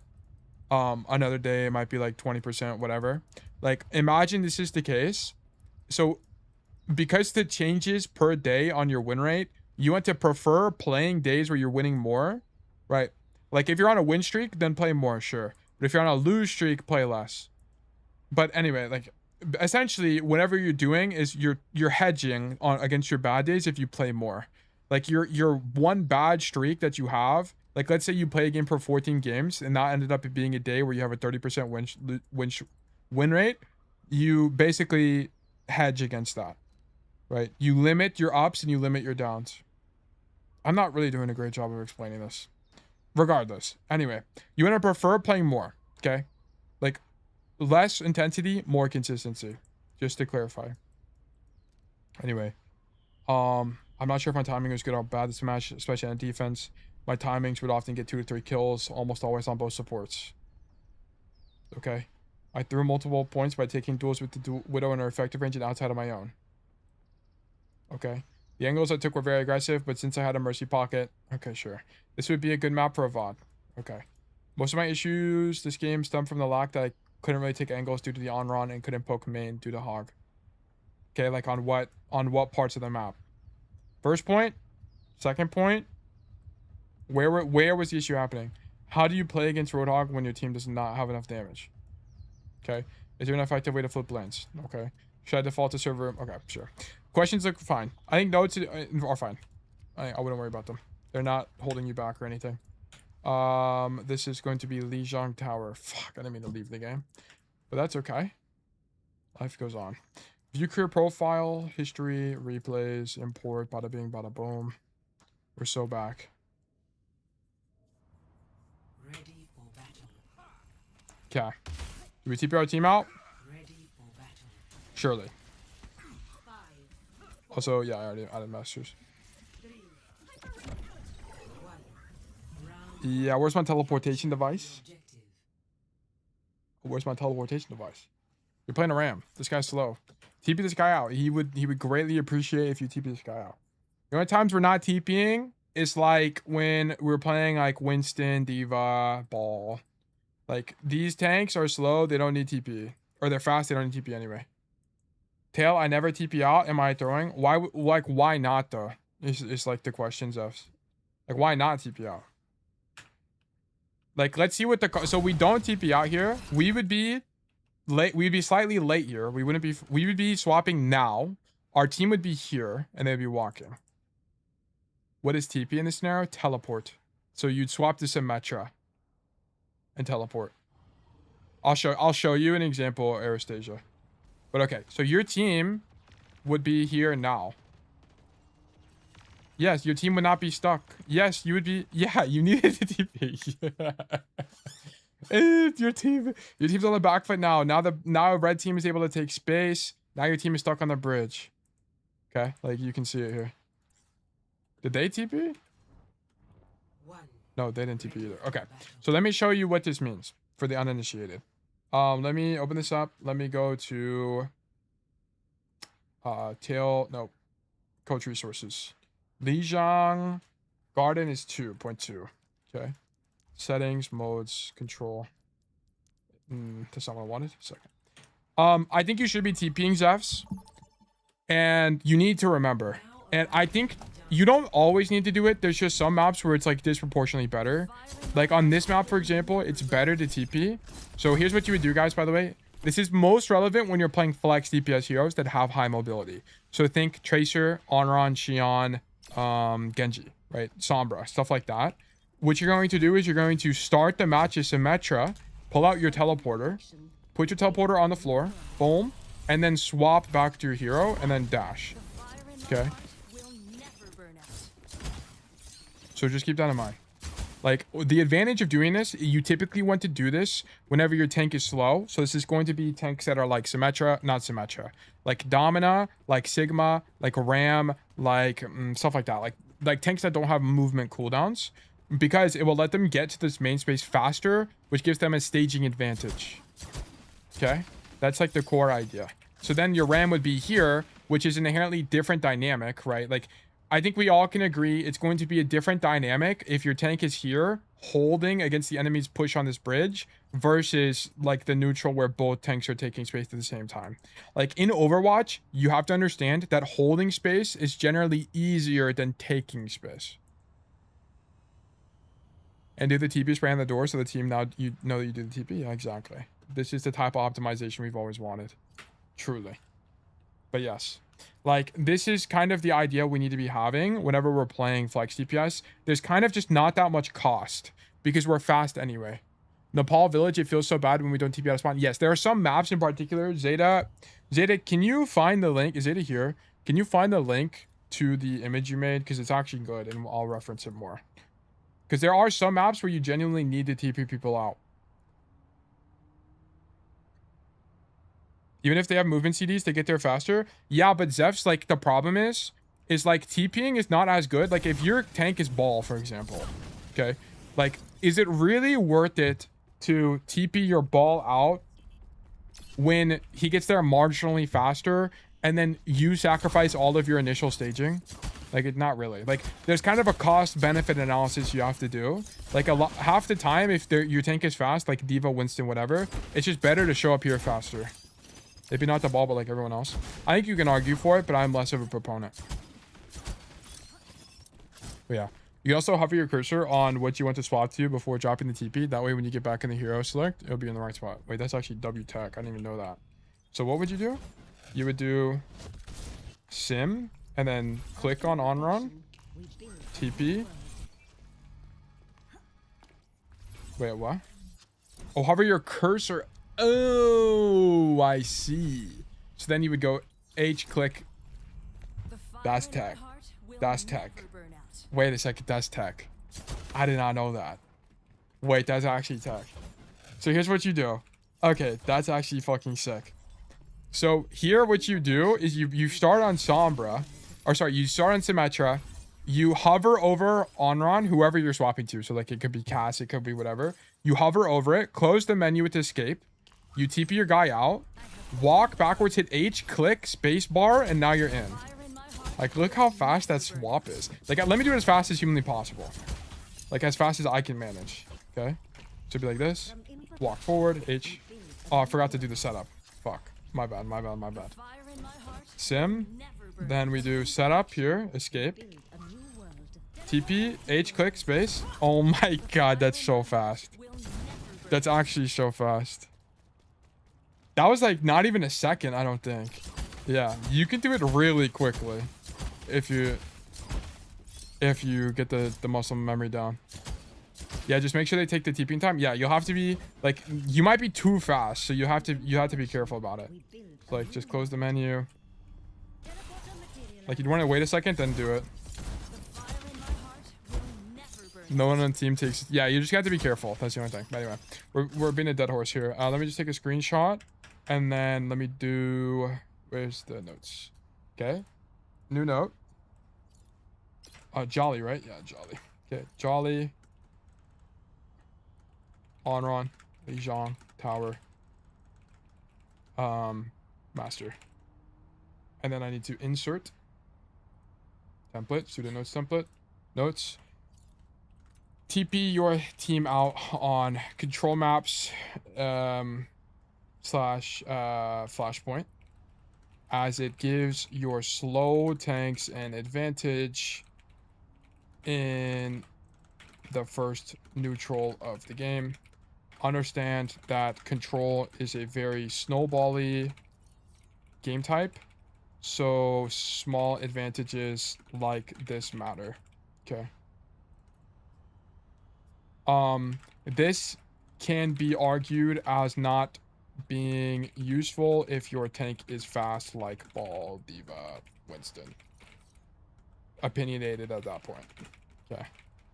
But is definitely good when your tank is slow, like Sig, Dom, Ram. Okay, let's keep that in mind. Okay. And push maps, there's some push maps where the walk back to spawn is too long. Like on Esperanza. Unless you're playing like Sombra. But on Anran, I don't think it would be worth it. Okay, we stage left side. I think this side of the map is busted OP. So typically what I recommend to players is you open on this side of the map because you get a ton of space control. I don't know why. Like, I feel like Overwatch hasn't really caught up yet. Like, even in high elo, like, I feel like flex DPS players just don't come this way enough. I don't really know why. I think it's really strong. Because here's what happens. You come wide, and now you open up this, like, really deep off angle on the enemy team, which also threatens this backside rotation onto their backline, which is, like, really good. So, and also, look how you control all of point right now. So if the enemy team, like, did some TP point stuff, you would open up an off angle, off rip, and you could just dash back across. Like, I think the staging is amazing. I think it's really good. Like, you even do this on cast sometimes. Like, some people ask me, like, Tail, do you do this every time? You do this every time that you're not, like, if you don't have a flex DPS that comes this way, then you do this. Like, this angle is just too strong. Because, like, now, also, it's also a defensive idea. Because if this Genji, for example, made this rotation, you would be able to fight him and stop him from flanking. I like going inside point here. Yeah, I think going inside point is okay. I think it limits your options, but it's like you have cover and you, like, if your idea is to play for main space anyway, I think it's fine. If you, like, if I had to guess, Zephs, you think this backline rotation is just, like, on average bad. So that's why you come this way and play inside the point. So you're a bit closer in case opportunity shows? Yeah. Like, if I had to guess, you just think this flank is bad, which is fine. Like, that's a genuine experience thing. Like, standing here is going to be good because you're closer into dash range is, like, the idea. Would be the... let me indicate this. When to make... Well, I guess let's watch the VOD because you might actually stand here for all I know. I'm getting a little bit preemptive. Yeah, you play the wide angle. Not really bad, but just gives more options. I see. So I guess, like, the idea would be... Let me go over there. Okay, so, like, the idea would be from here, if the enemy team is stuffed in the choke, so, like, for example, if your team is holding aggressively and the enemy team can't walk, then you would walk forward. So then you would come this way and you would do this kind of idea. And then you could look for ideas. So you can fight main or flank, second dash through the window onto point. What? Oh, like this? Can you make that? No way, right? This shit goes so far. What the fuck? You can just dash and that's a one dash. That's actually crazy. What the fuck? Okay, so you could, like... Okay, so what Zephs is saying is that you could play for this main space and then dash to the window. I didn't even realize it went that far. Like, if you went for the flank and, like, you would go for your kill, like, go for your kill, whatever, E out, then you would dash back over through the window. That's actually diabolical. The problem I found with the wide angle here is that I'm just quite far on my effective range. Yeah, you don't play wide. You have to walk forward in some regard. You got to either be in that space where the ping is, or you got to be, like, on this wall. It's going to be a lot stronger. Yeah, like, you can very, like, now you need to identify that there's, like, you need to identify that you're too far away. So you should either be, you should have either been in this position to begin with and you'd be spamming out ram right now, or you need to work the flank and actually push the bridge. You need to pick an idea. What the hell? I don't know how I drew that, but anyway. Like, it needs to be spam out ram right now or do this flank, but you can't, you're too far. You're just too far, yeah. Okay. Okay. When operating out of your effective range, think to yourself, is there a way... Well, there's two approaches. Like, the approach number one is, can you close the distance? Why am I out of my effective range to begin with? Okay, because, like, you could have deriven that being here is bad and being on point is likely could be better because of situations like this. Or you can think to yourself, let me just dash across and go do something else. Like, both options are good. Yeah, but this is too weak. You don't have enough pressure. Are you forcing these guys to look at you? Yes, you are, which is good. Like, look.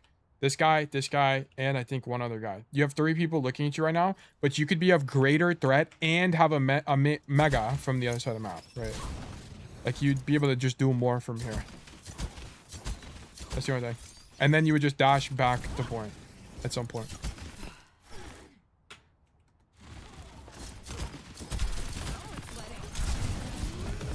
How did we take damage? What even happened?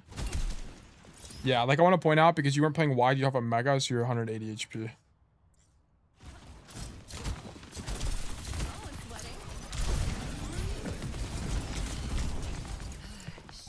Okay. 10 billion health. Okay. Come left. Okay, you gotta get closer. You're not a hero that, like, you poke people. Anran is, like, the most, like, one of the most aggressive heroes in the game, because you just... What the hell is this particle effect? Because so much of your combo and, like, your potential to do anything revolves around left shift. Like, you have to walk forward here as Anran. Just walk. Don't dash, by the way. Just walk, because you don't have both dashes yet. So just, like, walk to one of these angles and then shoot these guys as you're doing that. So, like, it should be pretty intuitive to you that closing distance is important on this hero. So, like, here, just walk like this. Be evasive. Like, you could play wide because it's harder to predict what your movement would be, and then walk to here. Then you could dash in and be timed with your tank. Is your tank in? No. Where is Ram? Where is Ram? Oh, yeah, he is on point. He's just skinny. Okay. Yeah, you would be timed with your tank well. But this is too far, because, like, look at what's happening. Your Ram is holding space aggressively. Look at this. He's pulling aggro in this main space, and we're not doing anything. Like, I'm pretty sure, like, one of your, like, a good play... What team comp are they on? Yeah, they're not on anyone that counters you here. You could just, like, dash through and go top like this kind of operation. I don't know if that's any good, because you can't do anything even if you dash through people, so it might be pointless. I think you actually just stand here. I think I lied. I think you genuinely just kind of stand here. Then you can, like, dash in, dash out kind of stuff. I think it's going to be stronger. But it's like you're too far to even do anything. Like, look at this. You have to dash in now. Like, because you didn't walk forward. Holy shit, that E does 10 billion damage. Yeah, like, I hope you can see the difference. Like, you needed to walk in so that your left shift would have went through these guys. Boom. And then you would have popped E now, and then now all of them would be on fire. Part of them, some of them are on fire, but, like, you would just have way more pressure. Did I write that down? I didn't. Fuck. Okay, let me go back. My apologies.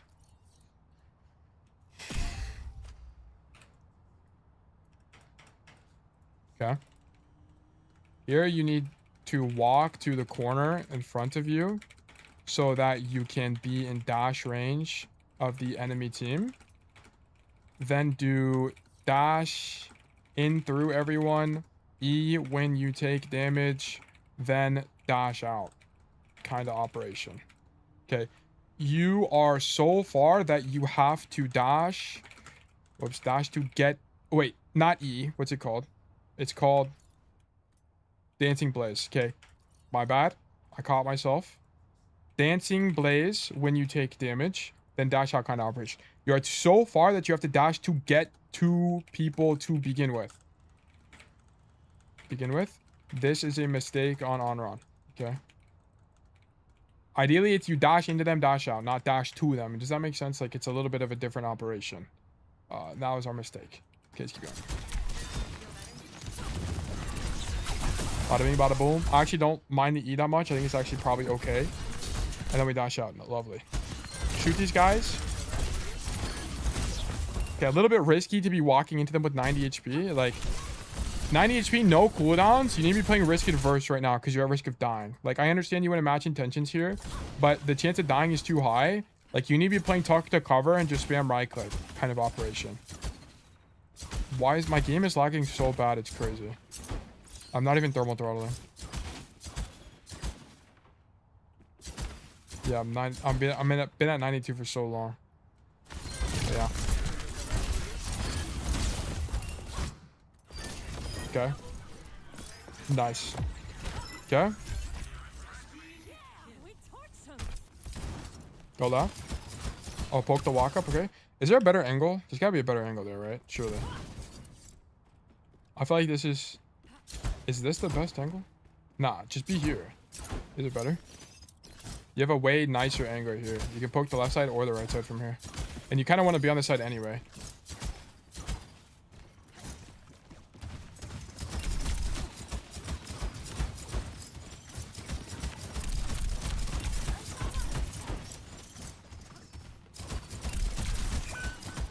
Yeah, okay. So I think being on this lane is okay, personally, but you're playing it too passively.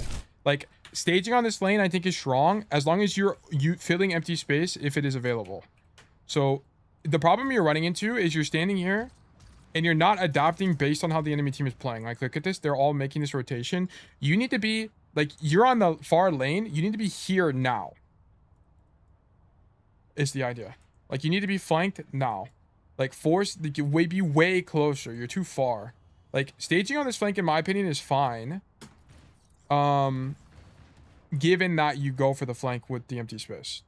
Okay? But it's like, you're too far. Like, if you're going to play this passively, you might as well be playing main space, because at least if they walk forward, you can dash into them. Right? Like, I understand being here is a lane denial concept, which I'm a big fan of.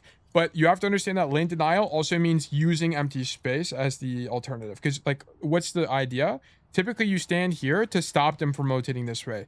But it also works vice versa, right? If they don't mark you, that means that you get to flank them for free.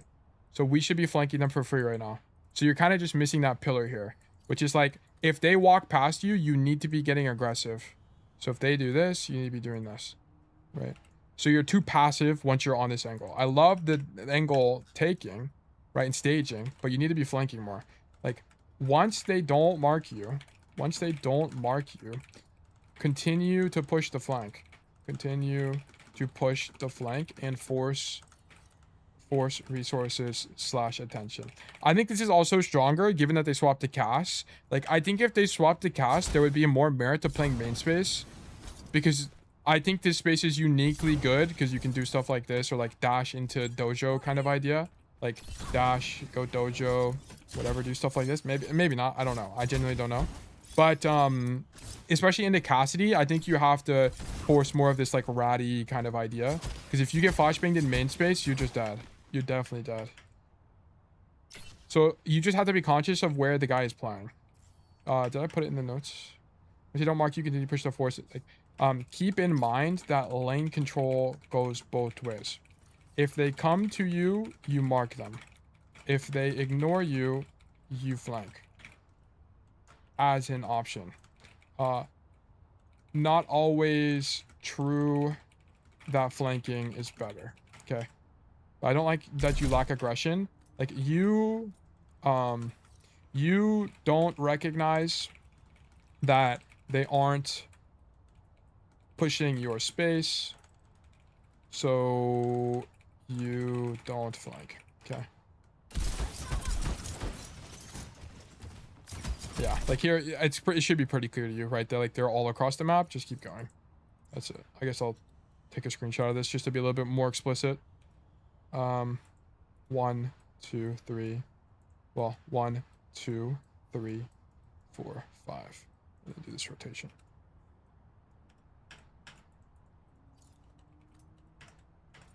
Yeah, let's keep going. It's too passive.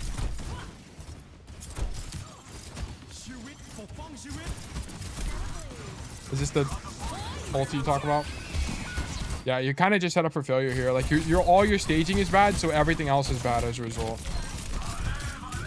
Like, and it should be explicitly obvious to you, like, if you're on this angle, like, you could have just fought the Weaver on your own. Like, and then you could ulti later in the fight. Like, it'd be way easier. Okay, this is all whatever. Okay, keep going.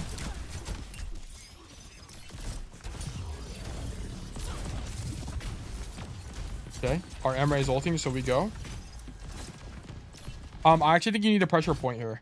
So you dash across. Whenever you think about Lijiang Tower, what makes Lijiang Tower Garden? What makes Garden hard sometimes? Okay, what makes this map difficult is when you can't walk across the bridge.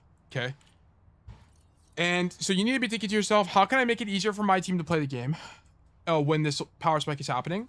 And your idea should be, okay, dash across to open up space for your team, then pressure the point, because this is going to force rotations.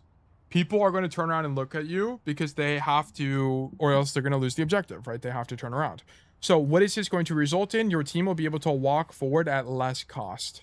Okay, there's going to be less people marking them, or they're going to be more likely to kill people, which is good for your team regardless. So you should be looking to force point here. You might not stand on point for very long, but it will at least force people to turn around, right? Standing on point will force enemies to look at / respect you, or else you get point flip. Okay, so I would just touch point here. You don't even need to like commit to it. Like, I understand the Genji's there, but I would just give them even a notification. Like, it makes a noise. I would just stand there. I think I was scared of forcing point because I'm half health.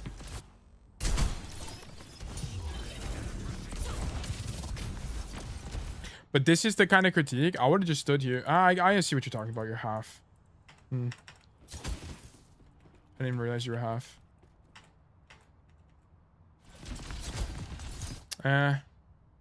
Not ideal. You could argue like you shouldn't be taking the space when you're half HP, but I actually think it was fine because you knew the space was empty.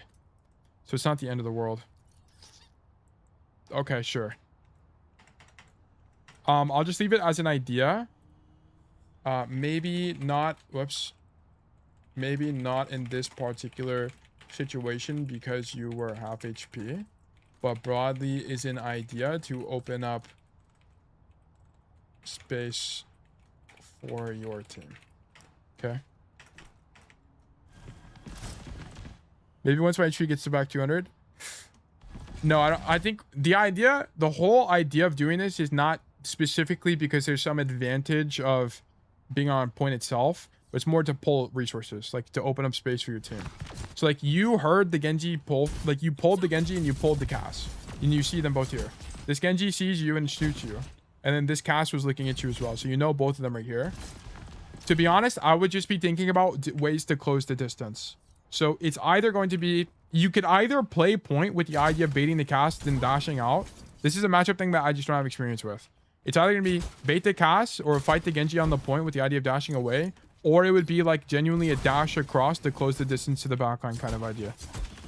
Okay, unfortunately you don't have ulti. Like ideally this fight you had ulti because then you could do way more. Like you could dash across, ulti the Weaver, then pull everyone's attention or something like that. Or you could like dash across, int on the Weaver, ulti to res kind of idea. I don't know.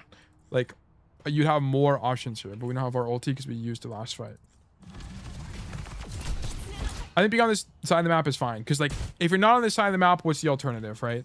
The alternative would be you'd have to like dash wide to this space and then force this hog to turn around, which I don't think is actually that bad. Maybe it's uniquely good here, but you're at risk of getting hooked and shot by casting the neutral.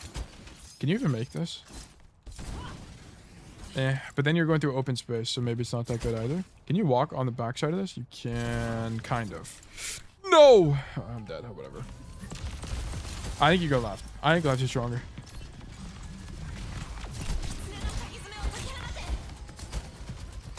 Okay, get this Genji off.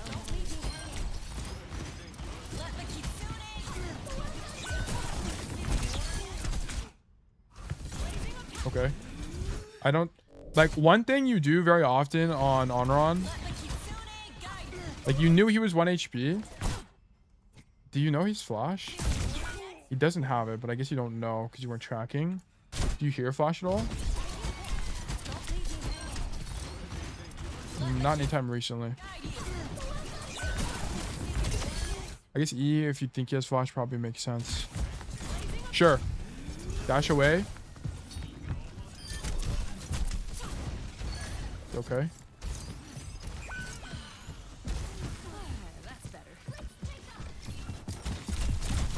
Alright, calm down.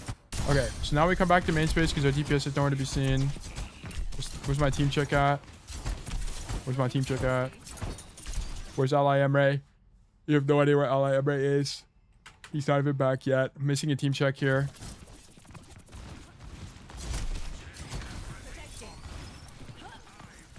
Okay. W team check. On the angle again. I think you just play this angle too passively. Yeah, like, this is why you're losing this point, by the way. You're just playing this way too passively. That was my dash across. Yes, okay. Now you do it, but it needs to be faster. Like, you have to identify this. Like, you want the fight on the Weaver. Like, here. Boom. Boom. Like, I need you to dash across now. Like, it needs to be way sooner. Like, if you're gonna be here on this deep angle, play this way more aggressively. Dash across. Let me show you. Okay. So, when you start seeing everybody path to the bridge, where do you know they're not, right? If you see them on the bridge, you know they're not in this room. So now, there should be like a dash this way, and then play here against the Weaver. Force this guy out. Force this guy out. If he stays here, dash through him, E, whatever. Do what you gotta do, kill him. Okay? Like, if you're gonna play the flank, play the flank. Otherwise, play main space and just stand here and shoot your gun. And with the idea of, like, dashing back toward point or something.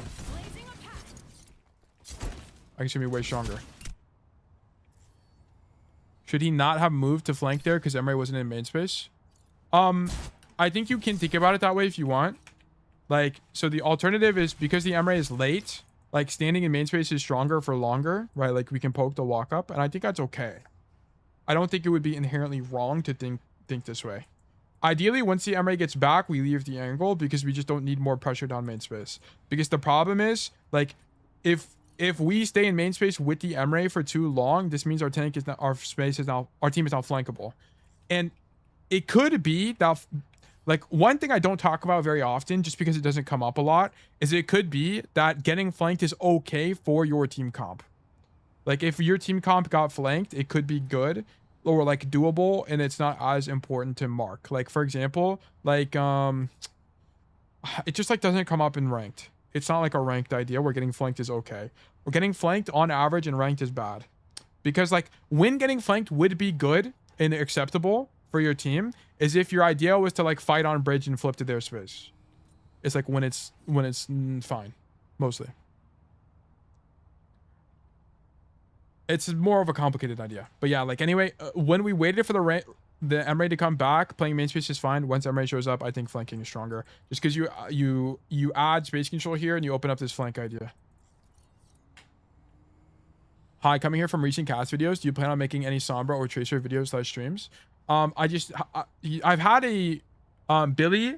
I had a GM3 Sombra code from Lancuria 2 weeks ago ish.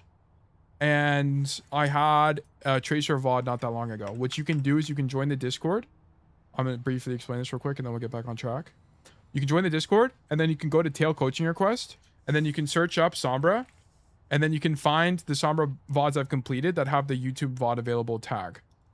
Or you can type in Tracer as well and that will give you links to, you can click this YouTube VOD available and this will give you all of the Tracer VODs I've done. I've actually done more Tracer than I thought, to be honest. But yeah, I'll link you to the stream VODs. I just haven't made videos on those heroes. Anyway, yeah, you don't play this angle active enough. Like, if you're gonna stage on it, you're not understanding that being on the angle is good for denial, but also gives you proactivity options.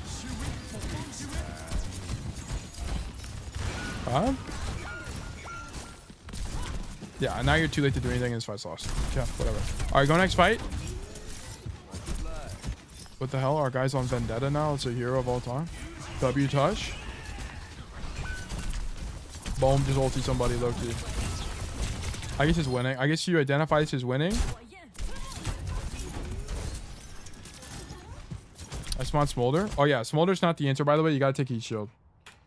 I don't think Smolder is any better at all. Because it's like, you shouldn't need extension on your... I think just like Smolder just makes your ulti so much better that you should just pick it, to be honest. Because the chance of you dying in ulti is too high. By the way. I didn't even realize I wasn't even looking at perk. I think you should just ulti. I think you should just ulti this guy and kill him.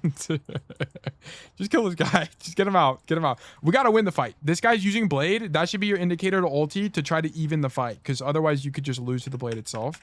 I think you just ulti the guy. Fuck it. Boom. Weaver is dead. This guy dies. Just kill him.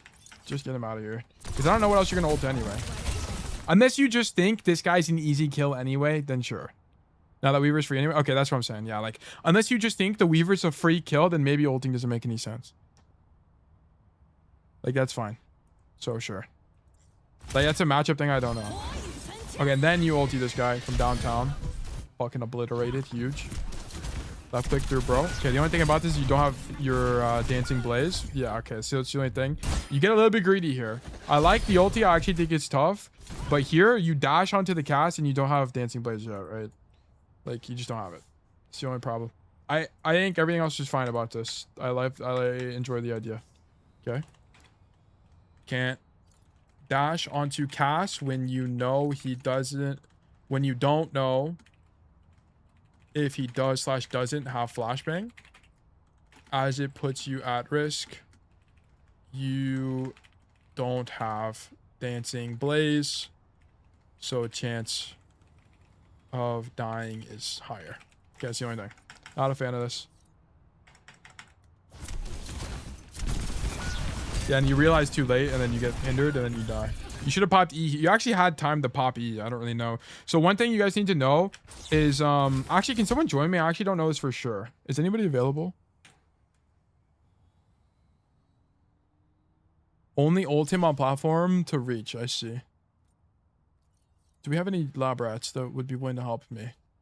I need to test the interaction with hinder. I want to know that if I get hindered, I can get on real quick. Okay, bye.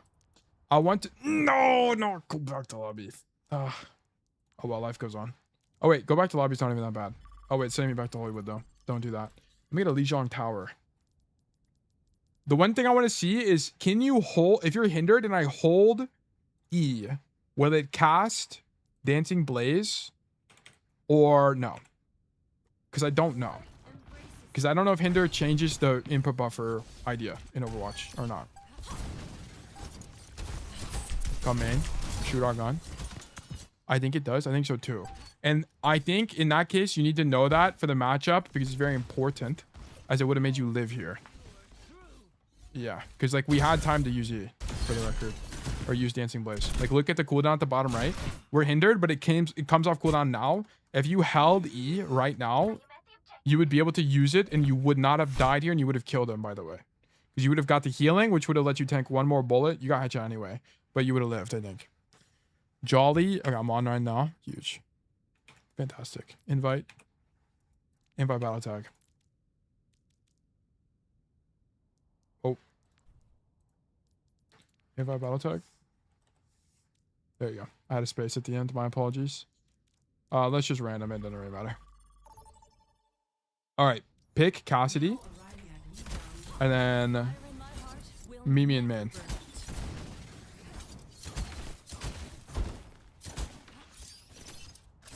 Does Anran hold 2 fans? She does.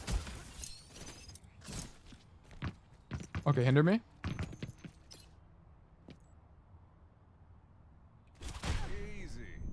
Yes, okay, so you need to know this. You need to know this, okay? So make sure you know that if you're hindered and you hold E, it uses it the frame you're no longer hindered, okay? It's called input buffering.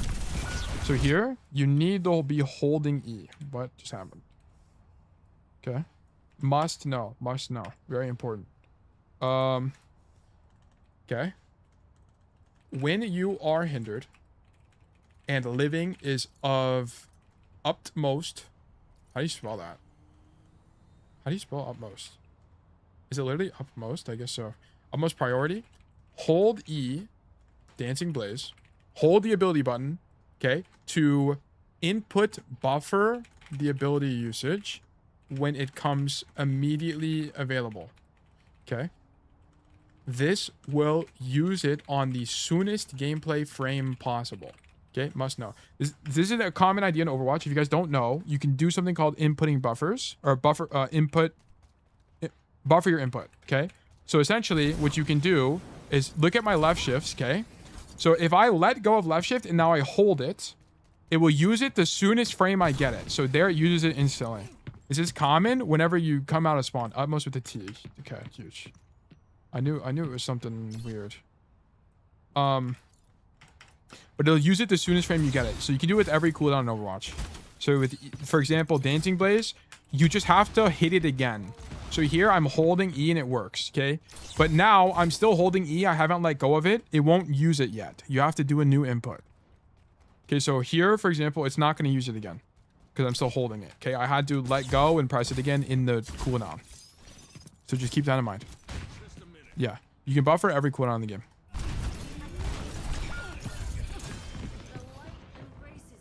Yeah, we're dead. Okay, now we come left side. What happens? You're the touch. W touch. Oh, wait, we already have point. Wait, we don't even need to touch here. We're defending. Okay. I guess your Vendetta is left side. Okay. So you make a pathing error here. You shouldn't be coming left. So your Vendetta shows up and she's left side. Don't go left side as well. Yeah. Okay, she's main. I'm gonna be honest. You should this is filling the gap here.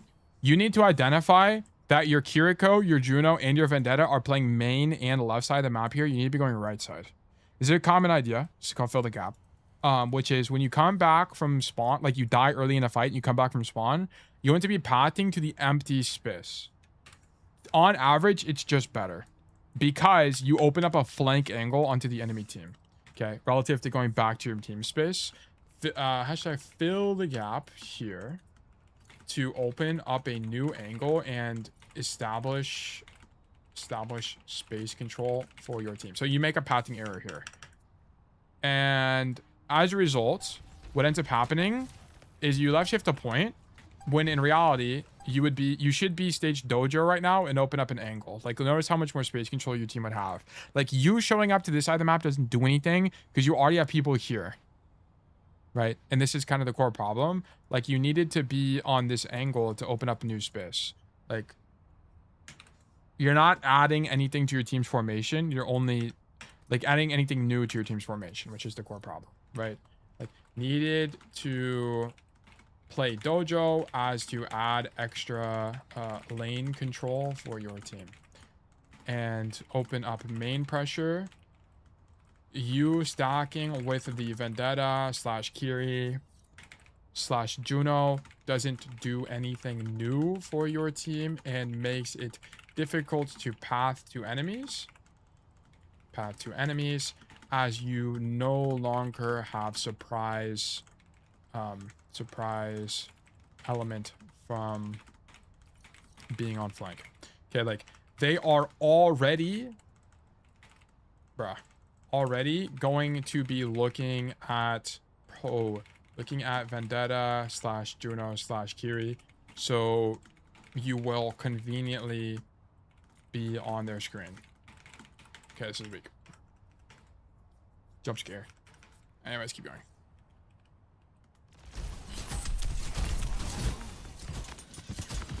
Yeah, like imagine instead of fighting Genji right now, we would be flanked on this Weaver and this guy dies. Like we would be stacked with our team, but that guy would have died instantly, and then we'd be able to clean up the rest of the fight.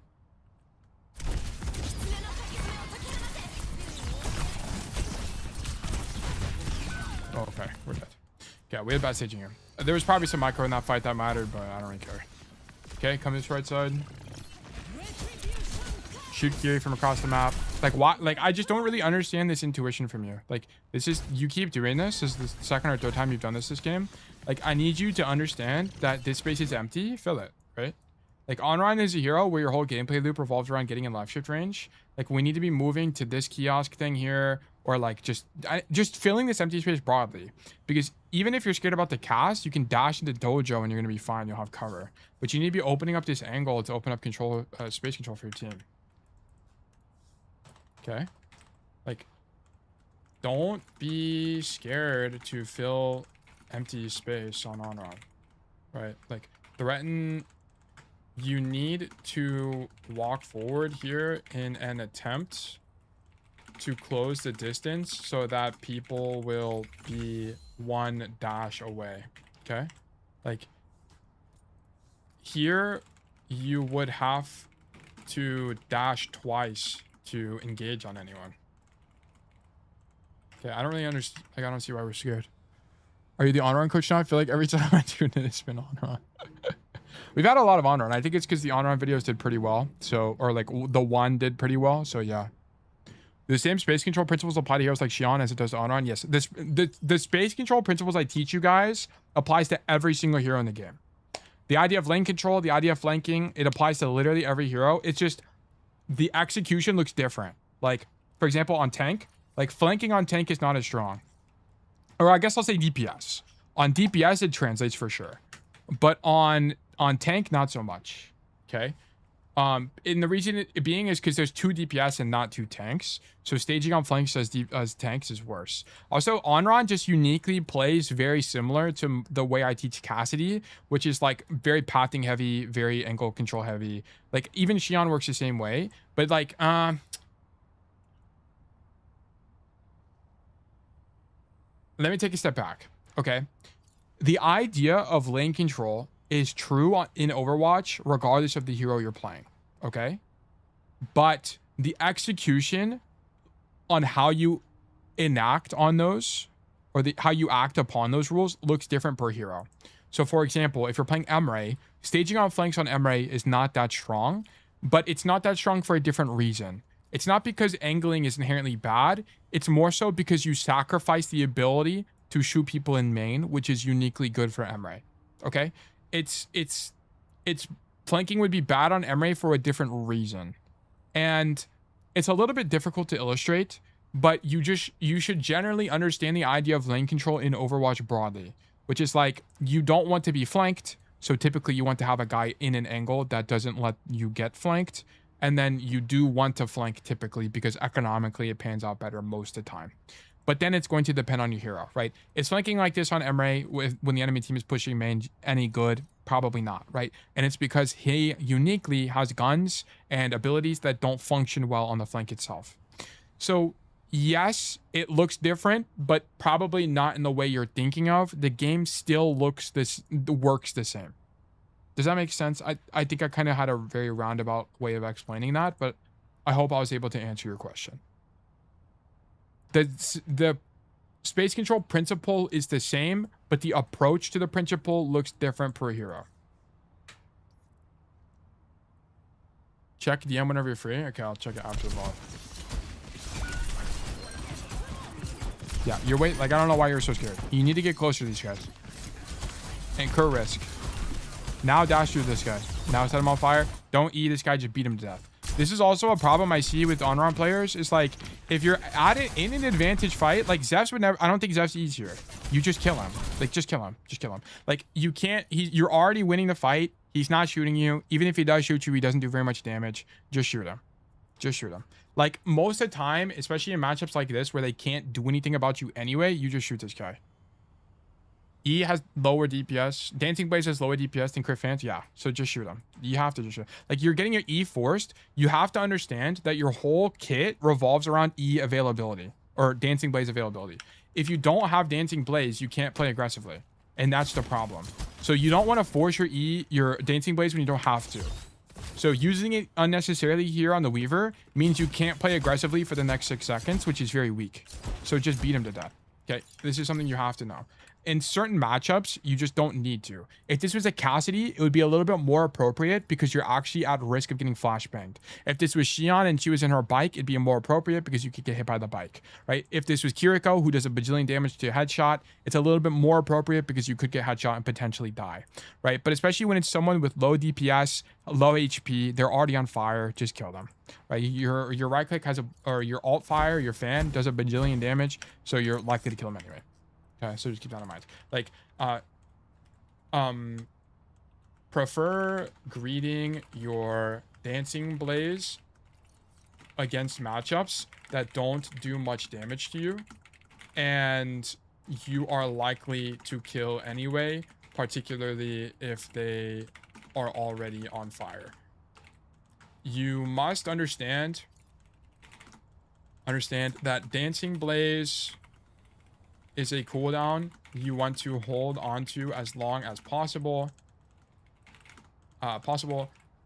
As that ability is what dictates how aggressive you can be. Okay, can be. Without it, you mostly have to play passively unless incredibly advantaged. Okay, into matchup / resources. So just keep that in mind. The TV Demon, 5 foot, Man Dan, 1 Rook, John Zay. Thank you guys for the follows. Welcome to Bug Nation. Okay, so just keep that in mind. Like, I just don't like this Dancing Blaze from you.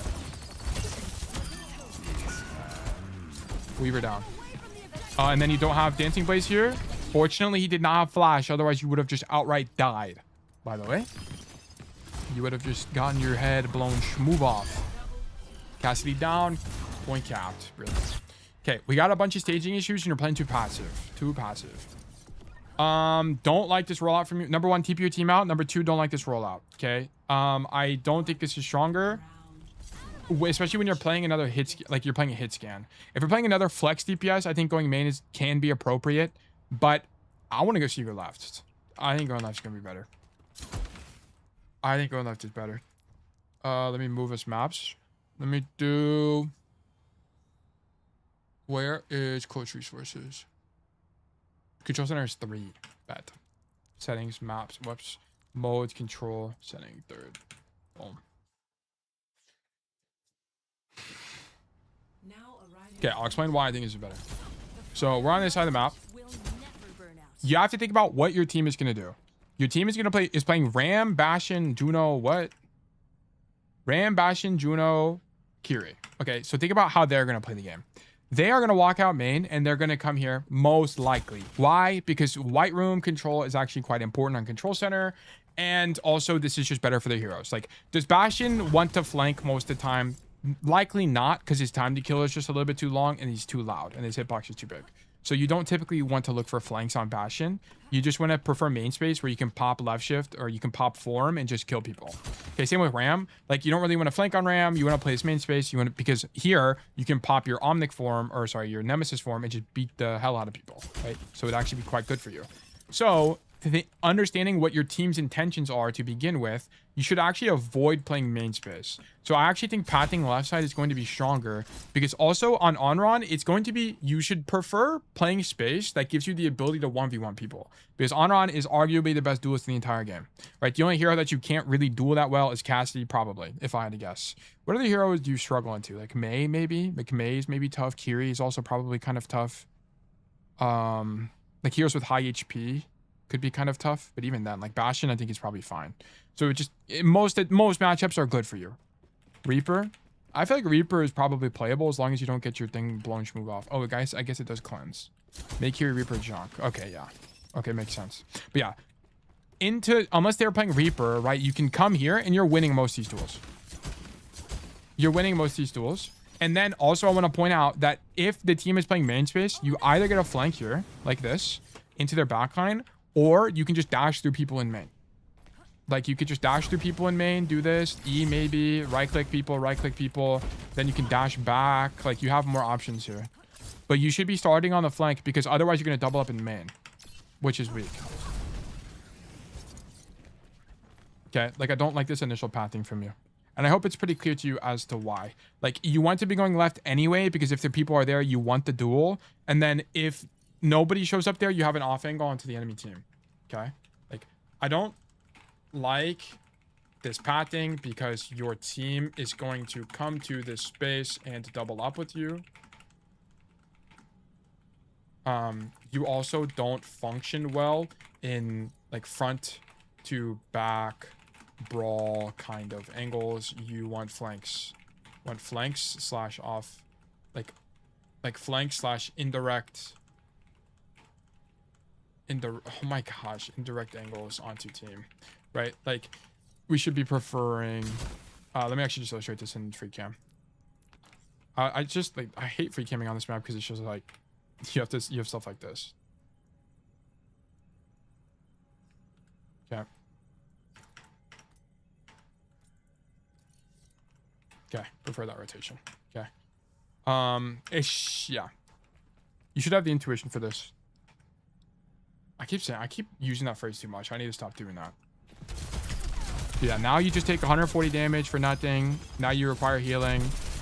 Like, I think it's like, now you're playing an off angle, which is okay, but it's like we could have been working a way more easy angle for us from here, and more importantly, you have a mega as well, so you'd be able to play around the mega. And then there's minis over here. These are a little bit too far to grab, but there's also minis. And there's also this mega. Like, these sides of the map are just so friendly for Anran. That has to be where you play most of the time. Like, on first fight, okay? On subsequent fights, playing on that side of the map can be conditionally good, but you're going to be playing for this a lot of the time in neutrals because you deny the lane, right? Like, if your team, for example, I want to better illustrate this. Like, if you're on first fight, both teams typically fight in this room. But if you ever get to the point where teams are fighting in main space, notice that now white room is a flank, right? It's the side angle. This is the important distinction to be making here, right? Playing for this space is good given your team is fighting main or fighting point. I think here I realized I messed up with my initial staging and went to server room right after. Okay, bye. Yeah, but it's like you already paid the price. Like, you end up making this rotation, but you already lost the most important power spike. White room is server room, great? Yeah. Yeah. You want this side of the map is on though. It's very strong. It's too late though. Like, yeah, Ulrich Bond has died, and this is our fault. Probably. There's probably like we could reverse engineer it and probably figure out that it's our fault. Like, look at this. So this guy goes main space. Where's Ram? I think Ram was AFK maybe. Yeah, I think he was. He's just a little bit late. Yeah, he goes AFK. Okay, so your Ram kind of tosses this, I won't lie, but also you just have bad staging to begin with. Okay, so yeah, so Ulrich Bond is dead. We don't do anything here. We should just leave, to be honest, while we wait for Bastion. I don't even think you should be fighting this guy, by the way. Don't even take this fight. I know it seems minor, but there's going to be like a champ lobby in, you know, a few months where this cast 2-taps you and then you make a Reddit thread complaining about that hero. Okay, like you need to just not even fight this guy because there's no point. The fight's already lost and he's too far away for you to even be able to kill, and it's a bad matchup from you at this range, right? Like here, don't even fight this guy. Fight this guy. Just leave. There is a timeline where you get 2-tapped. Your team lost early due to Bastion pick. Dash out and reset. No reason to incur risk. I understand you don't want him to flank, but if he really wanted to especially with the Kiri there, he could walk on you anyway. Like if I'm this cast, I'm walking on you. He's playing actually a little bit too passive in my opinion. I think he should be walking because he's advantaged right now. Okay, we take 1 billion damage. Shukash. Okay, your team is here. Okay. So you shoot this cast.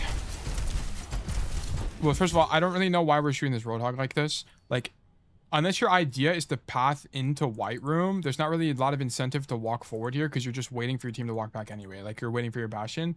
Just stand back here and shoot your gun. And then your idea should be to continue to work the flank again, right? Maybe you're scared about the cast is the idea, but then play tuck to cover maybe. And you go back. I don't think you should dash it. I think it's a bit crazy to dash blind on him because he could flash you and you just die. Do you know he doesn't have flash? He has it. Yeah. This is a little bit too aggressive against this guy with flash. In the cast matchup, I found it could be quite good to dash above him to make it hard to flash here. Above him. It's like this. But then you wouldn't be dashing into him with for the damage. So what would it be? To bait the flash? Unless you mean like fall here and then dash into him. Yeah. So your idea would be to bait the flash, like make it telegraph, so you dodge it, and then I guess you must all in on him then. Oh, just over him. How do you have multiple kinds up at once? Read the FAQ in the Discord. It has explanation. Also, Jason, you can get the Discord link, and I think it should be in the YouTube description or on Twitch. Or you can do discord.gg/bugnation. So even if you get hit, you keep the momentum. Oh, that's actually very interesting. That's actually very interesting. So the idea would be, so like you dash into the top half of his hitbox. Wait, Jolly, can you pick cast? How do I check for Ash VODs in the Discord? I don't think we have any. But how you would do it is you would go to tail coaching request here, and you type in Ash here, and then you would look here. So I guess we did. We had this Junkertown one and this Rialto one. What? We did it? I don't even remember this. Wow, we did an Ash one? No, we'll do every hero. Hey. Oh yeah, I remember this. Damn, this was so long ago. How long ago? That was a month ago. Okay, so the idea would be you dash into the top half of his hitbox. So you do this kind of idea. Can you try to flash me, Jolly, when I do it?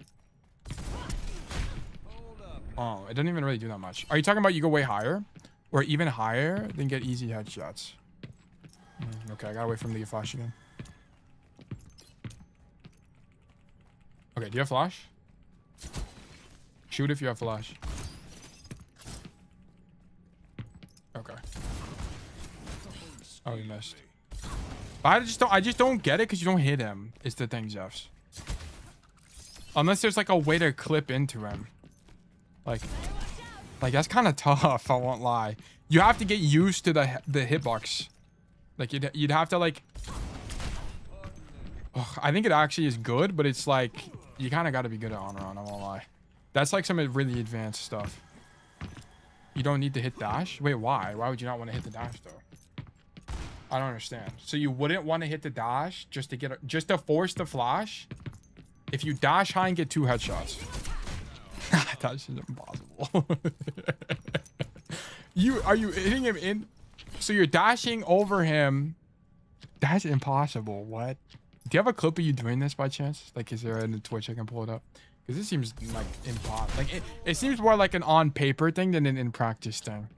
How would you get 2 headshots doing that? Like, you gotta be on a new level of diabolical for that. I mean, it's doable, but I see the vision. It's just hard. Like, you gotta be exceptional. All right, thank you for helping me with that, Jolly. But yeah, anyway, I think your whole problem is you need to see your team is in this space and not go top. You need to continue rotating. Like, your whole idea on flankers is to continue to open up space. Unfortunately, your Bastion is actually choosing the wrong angle here. Because here's the problem. Now your Bastion not only doubled up with you, but it's also extended relative to your Ram. So either your Ram is playing incorrectly because he's not team checking where his team is, or the Bastion is playing incorrectly. I'm not sure who it is, but one of these people are messing up. But either way, you need to recognize that you are getting stacked on by the Bastion and continue rotating and open up a deeper flank here. Okay. So this is just something, this is like an idea on flankers broadly. It's like, if you're, unless your team is just pushing main space, I think going wider is just going to be better on average, right? Like, you should be complaining right now. It's either, you need to commit to an idea. Just work main space with these guys and suffer the cost of being doubled up, or continue rotating. Like, I need one of the 2 ideas. Otherwise, your team is resource inefficient. Your team is not going to be able to do anything. Oops. Either continue rotating to their side of the map, or play with the Bastion, sacrifice the doubled up.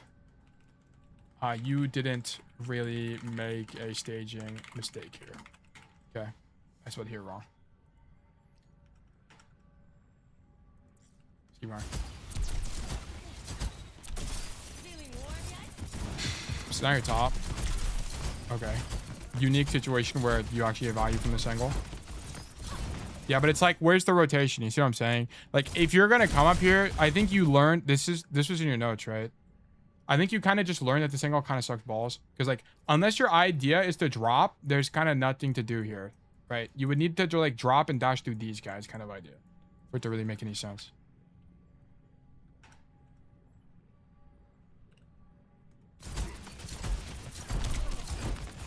Okay.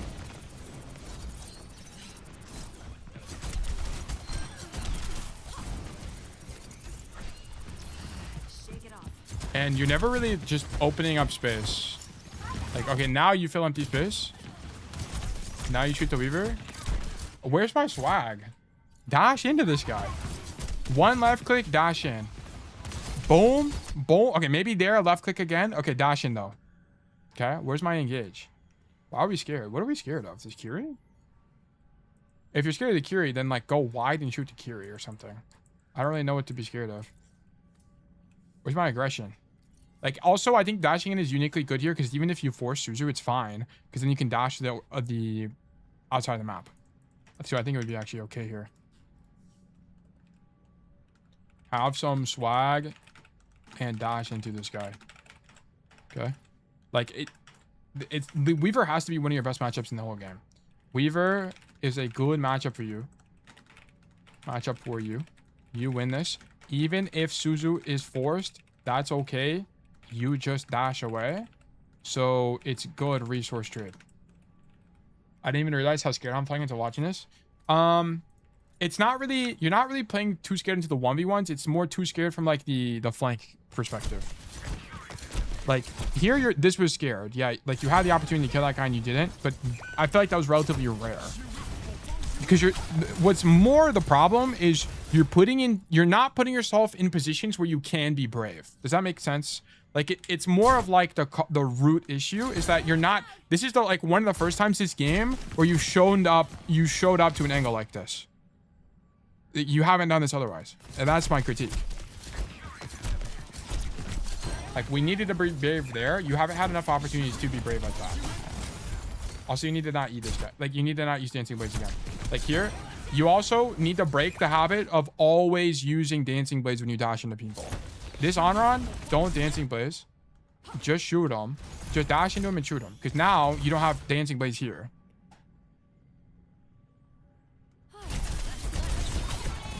You think it benefits people to watch their own VODs before sending it in? Yes, but you guys have to keep in mind. Well, I'll pause it. You guys don't know what you don't know, so you won't be able to derive all of the things I'm talking about because you just don't know to begin with.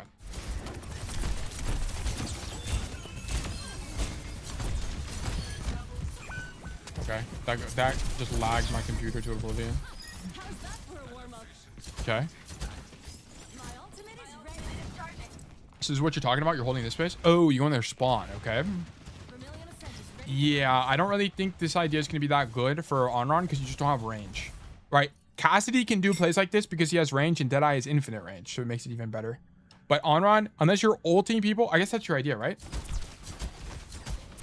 Okay, if your idea is to ulti these guys, why are we shooting them? Because your ulti sets them on fire instantly. So there's not a point in shooting them anyway. So I wanted to ult, but I saw my team so far back. Oh, but you should have seen it. No. You saw your team is so far back here. This is the... Wait. Oh. Okay. Wait, you do team check. Wait, you're not reading Ram's body language. This is the core mistake. Here, look at this. Whenever you're not... Okay, you're team checking, but you don't know what to look for. It's kind of the problem. Okay? So you're team checking. You see this Ramatra. Okay? What is Ramatra doing? He's standing here and shooting his gun. Okay? But you're not understanding... that Ramatra is currently backing up. You're not seeing that change in his model right now. That's the problem. So you didn't know what to, you were team checking, but you didn't know what to look for. Okay. So what you need to look for when you team check here is what is your tank doing primarily? Okay. Is your tank holding forward or is your tank backing up? And you're just reading for blobs. This is kind of the problem. You just see blobs on your screen, not what the intention is of your team. Okay, because it's at this moment that you need to recognize that your team is backing up. You need to recognize that your team is backing up here. Okay, you have the information, you just process it incorrectly. Okay, Ram is backing up. So Ram's model is currently moving away from you. So you can interpret that as kiting, okay? So you need to also be backing up. So you need to cancel your play now, okay? You didn't need to team check here, by the way. Like you have the information, you just didn't read it properly. Like especially now when you see, I guess this is when you're canceling, right? But I'm gonna be honest, I was ulti now. If like you need to kind of at this point because you already committed, you kind of need to ulti or else the play sucks. How does one limit test? Just do stuff like this. Like this is good from Jolly in terms of learning, right? Jolly is now learning what is capable, or sorry, what Anran is capable of because we're doing crazy stuff. Limit testing is the idea of doing things you've never thought possible or never done before. Like, okay, a very simple idea. Okay, a very simple way to think about this. How many of you guys have played Anran? Okay, probably quite a few. Okay, probably quite a few. How many of you guys on Anran have tried making this gap? Okay, a smaller section of you guys. Okay, and that's the thing. Like, you need to know. That's a very simple version of explaining that. I have made that. Okay, but yeah, like you need to know that this is an idea. Like, there's probably a few of you guys that didn't even think, I didn't even think about doing that on Anran. That's the thing. Like, you need to be thinking about stuff like that. Okay. Also, there's limit testing in terms of like taking fights, which is also fine. So, like for example. Like, I would have been fine with Jolly if Jolly ultied here. This would be limit testing, not only the flank play, but also the idea of, can I ulti two people in backline when my team is fighting far away? Maybe. I don't know. But we would need the ulti to figure it out. Okay. At this point, we needed an ulti because we're too deep. Like, it's too late now. Like, now this play is bad because not only did we not do our initial idea, we didn't commit to the idea, but also because we're too far to do anything. And this is kind of what I talked to you guys about when it comes to committing to ideas. Like, at this point, Jolly, I know it's too late, but you kind of needed to commit anyway because now you don't commit and now you're too late to do anything at all. At least if you ultied here, you would have done something. Like, it would have forced Petal, it would have forced Grip, it would have forced Suzu, it would have forced TP, it would have done something, but now we don't do anything. And that's kind of the core problem. Like, what you need to understand about Overwatch is that you need to commit to your plays more often than not, because you now incur, if you don't, you now don't do anything optimally typically, right?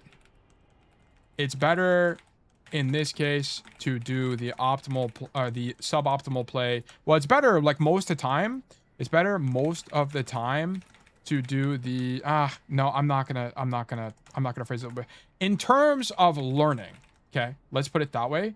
It's better to do the suboptimal play optimally than then go back and figure out why that play was suboptimal. Okay, does that make sense? Like, this isn't the optimal play in my opinion. I think it's okay. I don't think it's great, but you need to figure out why it's not good. Okay, and it's not good because your RAM was backing up to begin with, right? Which is why I talked about it earlier. Yeah, anyway, let's keep going. Okay, that guy TP's. Okay, I would just ulti here. Like, you need an ulti earlier. Like, I think ulting earlier would be way stronger. Guys, I'm gonna be honest, just pop your ultis. Like, I feel like half the time I watch you guys play, you're just too scared. Like, you're waiting for a messenger from Blizzard to come knock on your front door and tell you it's time to ultimate. Just use it. Just use it, bro. Just use it. Okay, once you see the TP, I would just use it here. Can you get Suzu? Sure, but it's like you need to be in this fight right now. You're already behind them. Like, we need to do something. Like, just ulti here. You're already stuck. Something needs to happen. Like, you need to pay the price. Okay, which is just ulti in. Okay. Okay. You already fumbled the bag. Okay. Just ulti in after this TP because you need to be in this fight now. Because you're late. Okay. Is it ideal? No, but the whole play isn't ideal. I tend to hold my ults and know it's a mistake. Yeah, we need to just rip it. I'm gonna be so for real.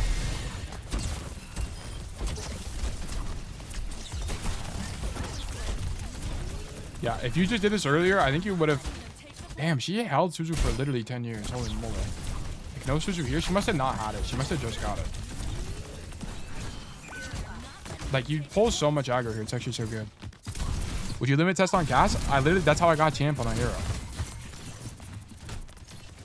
That's how I know so much about Overwatch.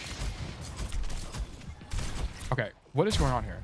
So here you come to the angle, you need to team check as you're rotating. Every time you guys rotate, team check to the wall. Then you would see this. Your whole team is playing scared because your RAM isn't even back yet. Okay? Like, I think this is okay playing scared given that your team is scared. But I want to point out that because you're peeking here at all, like, I want to point out, what are you ever going to do from here?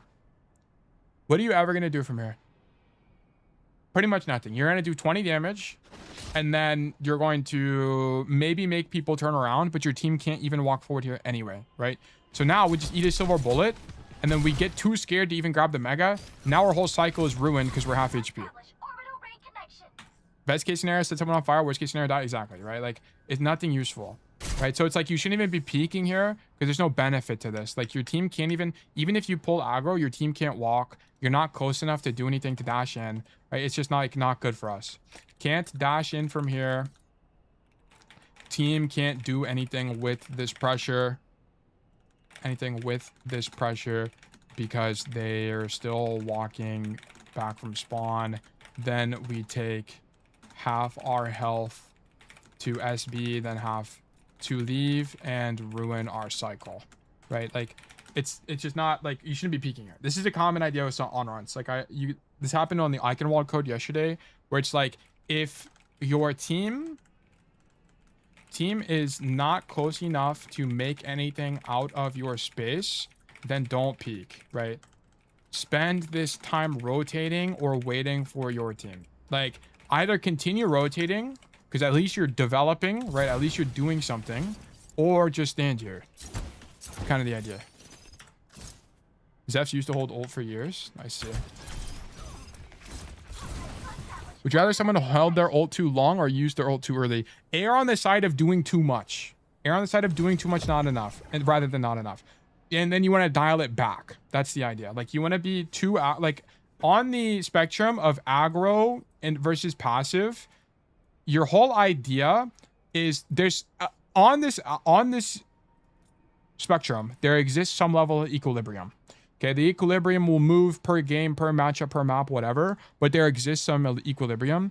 You want to err on the side of being too aggressive, because when you're too aggressive, you get feedback in the form of multiple things, which is in the form of like dying, which is the most obvious one. Okay, and then there's like using cooldowns and stuff like that. When you're too passive, you get no feedback, so there's little way to learn. Okay, so you want to err on the side of being too aggressive, which is why I tell you guys to feed. Feeding is like a really good way of learning because you get feedback on what is good and why. Okay, err on the side of being too aggressive.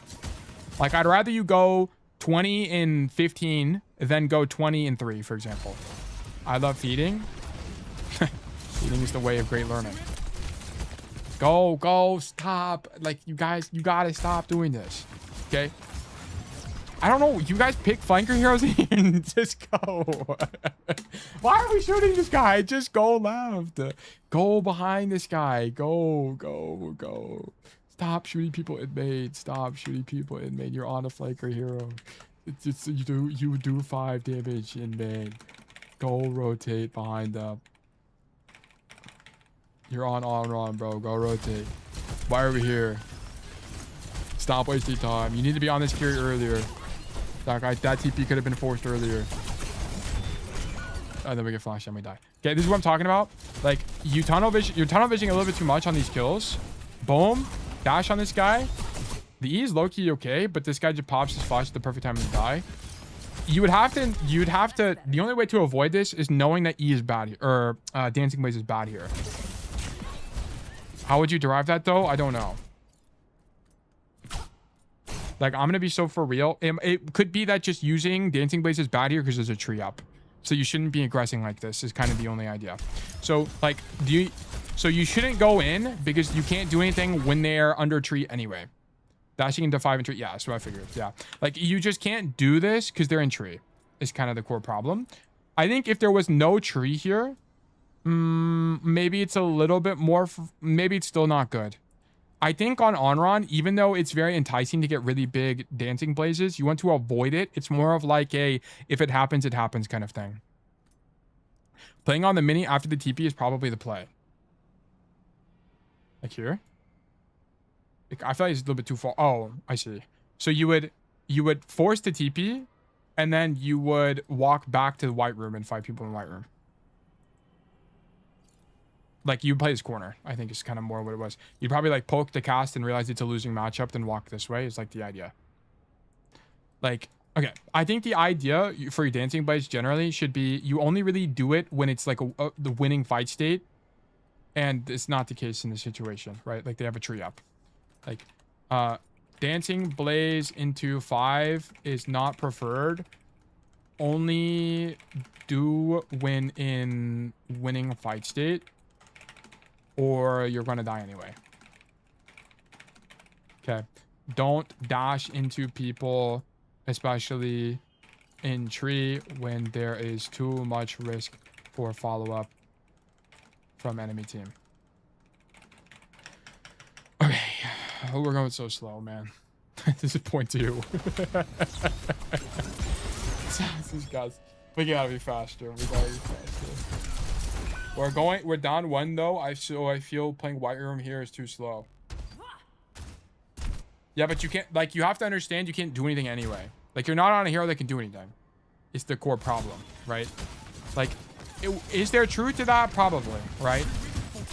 But it's like, first of all, your first mistake was doing this. You should have went faster. on this. Like, why are we shooting people here? We should have forced this guy to TP earlier. And then you're just like, Anran just kind of can't do anything here. It's kind of the problem. Oh. Going slow because we're learning outside dragon feet? Yeah. I mean, this is true. I'm just complaining. Okay, why are we here? Okay. When you're waiting for people, go stage. Go stage. Okay, either dash to coast. I don't even know if it's any good. I feel like it's not even any good. But at least it'd be something. Like, dash to coast. But the better play is most definitely just walk to the side angle. Anran is not a hero that likes main that much. You can play main sometimes, but it's not that ideal. Just come this way. Boom. Set up this flank. Why are we not here? Get better patting. Like, patting out of spawn matters in Overwatch a lot. Shoot this guy, but once you realize the hog is here, I'm leaving. I'm leaving. You're waiting for your guy to respawn anyway. Come this way. Work the flank. Do not do main space. Okay? Must consider flank out of spawn. Always consider flanking / patting out of spawn if possible. You are waiting for Ram anyway. Okay? Like, and this map is uniquely good because you can just poke the tank in main anyway. Like, even if you need to clear tank, you can do that from the flank.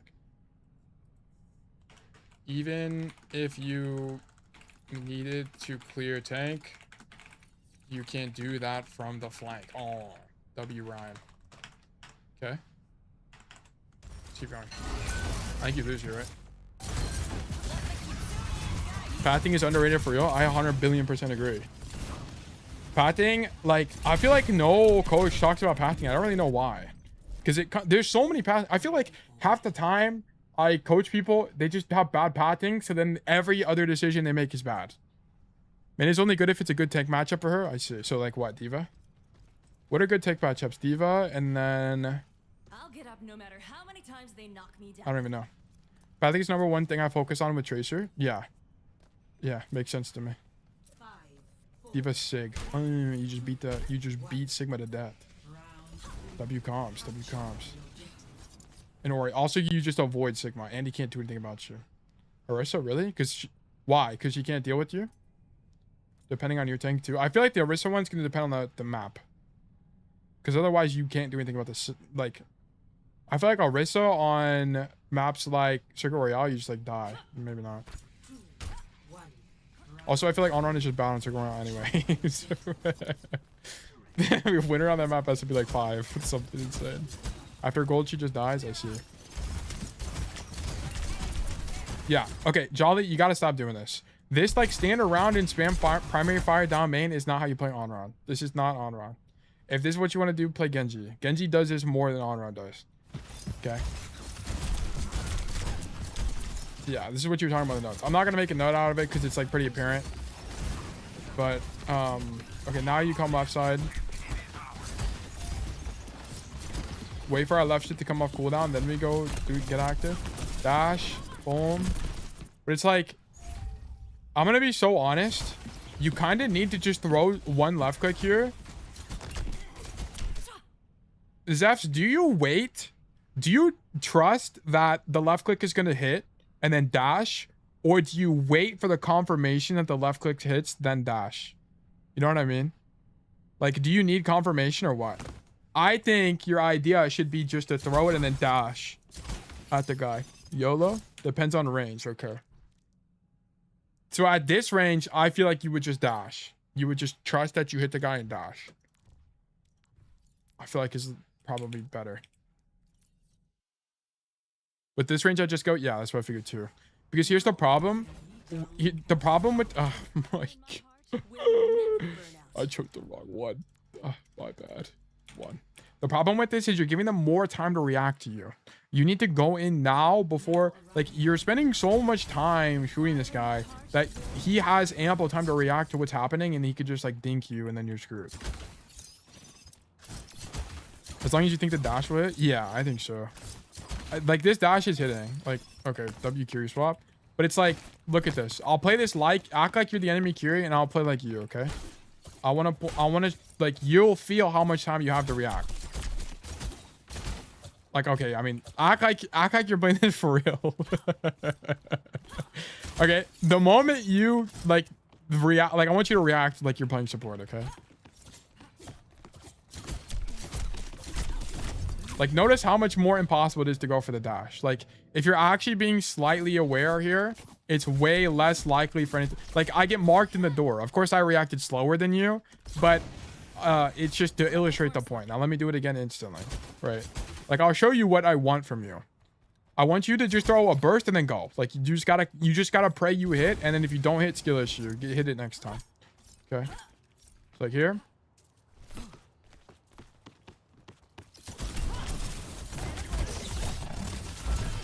See, like, notice how much more winning this fight is. It's way more impossible. I mean, I suck ball. I'm also leaning back in my chair.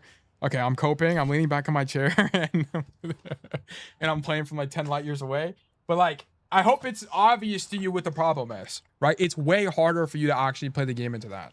Yeah, that was much harder to fight against. Yeah, exactly. Exactly.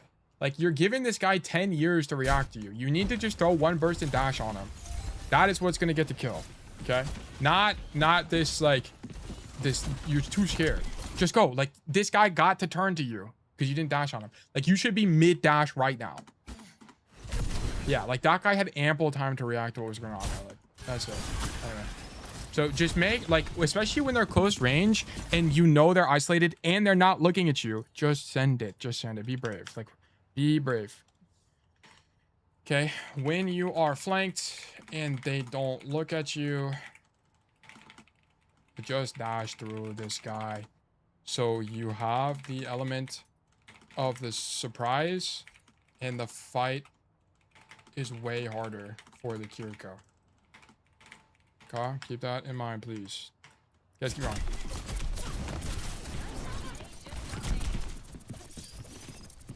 Okay. Yeah, I mean, we're just like not active. Okay. Sure. Okay. Probably a little bit too passive on that fight, but whatever. Okay. No, okay. You need... What is this guy doing? This guy is throwing your elo. Sojourn, what are you doing? Okay, you need to see this Sojourn is up here, and you need to be like, yes, exactly. You need to be like, what is this guy doing? This guy's throwing the game. This makes no sense. This angle, for the record, guys, if you don't know why this angle is bad on Sojourn, it's because Sojourn is a hero that has range. She doesn't have close range fighting capacity. Okay, her gun functions best at range, right? And more importantly, also, our Anran is already up here. So if our Sojourn is also up here, now we're doubled up and the enemy team can walk through main with less pressure. So it's just bad. I don't even, to be honest, I don't even think you should be up here. This is not really like a spot you stage in. Like, I'm pretty sure the way you play this angle is like this is like a second angle. Like you start on the angle. Sorry, you start on this flank and then you rotate to here. I don't think you really start up here. Like, you do this, spam, spam, spam. Fight for this space and then go top here like this in the mid fight, like, and then once they walk past you, you can dash through like this. It's probably way stronger. And the reason this is the case is because if you start on this angle, like, you're kind of, unless you're reading that someone is gonna be up top, then maybe otherwise you need to be here to stop these guys from taking this space for free. Because right now, right, I mean, your Sojourn is also fumbling the bag, but now they could walk this way at no cost, and that's a problem. Right? Like, they have to incur cost. They have to. So I don't really like this staging from you for both of those reasons. Like, should the Sojourn be up here? Absolutely not. It makes literally no sense. But should we adapt to how our team is playing? Absolutely, right? You need to recognize that the Sojourn has doubled up on your angle, then leave. Okay. Also, I don't think staging here is better unless you're genuinely predicting that someone is walking that way, or you're gonna dash over the wall. I think like those are one of the two options. Like, if your idea is to dash over the wall, then maybe, but even then, this is like high risk. Like, because then you're down a dash. You don't have a dash when you're here, you only have one. See up there is good if you wait for them to walk out so you can jump the back line. Well, that's what I'm saying, Zefs. But like, why not just... Unless you don't want to get poked out here, I feel like just starting here is stronger. Like, just start here. Like, even if that is your idea, that's fine. Like, start here, whatever. Then just dash up top. And then wait for them to walk out, man. Like, I think that gives you the most options possible. I think if you start up here, now you can't deny the lane if you need to. It's kind of the core issue. So, like, if they're playing Mei or something, then maybe. But even then, I think you'll have ample time to dash up top and be okay. And get healing. Like, you're most definitely getting healing in this position. Unless your team is, like, playing point. But then if your team is playing point, you shouldn't be here to begin with. So, I think you're probably fine doing that. Yeah. So, I talked really fast there. But yes, it should be... I hope my idea to you is very apparent here. I think you... let me take a picture of this. Bang. I think you should start on the outside lane. Then dash to this position. With the idea of capitalizing on backliners after they walk through main space. Okay? So start here. Okay, I think it... Yeah, that's my idea. I think it's gonna be stronger. I think it gives you the most options. The gears are turning out, dude. We're actually making great... We're learning great things.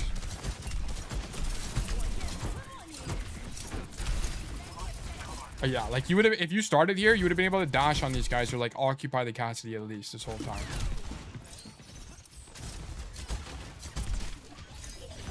Okay. Okay. You see the cast? You know the cast is here. You see, like, I guess you just didn't process he was there. And then you need to eat. Yeah. You need to eat. Just dead. All right, cool. All right, keep going. Go top left. Clear Zoro. Oh, headshots. Nice. I haven't even been looking at your crosshair placement this whole game. Headshots are low-key OP on this hero because it like sets him on fire and it does 1 billion damage. Okay, casting left side means playing left side is gonna be a lot more awkward for you. Wow. Look at this. I don't even think he meant to hit the Sojourn. He meant to hit you and then she just tanked the bullet for you.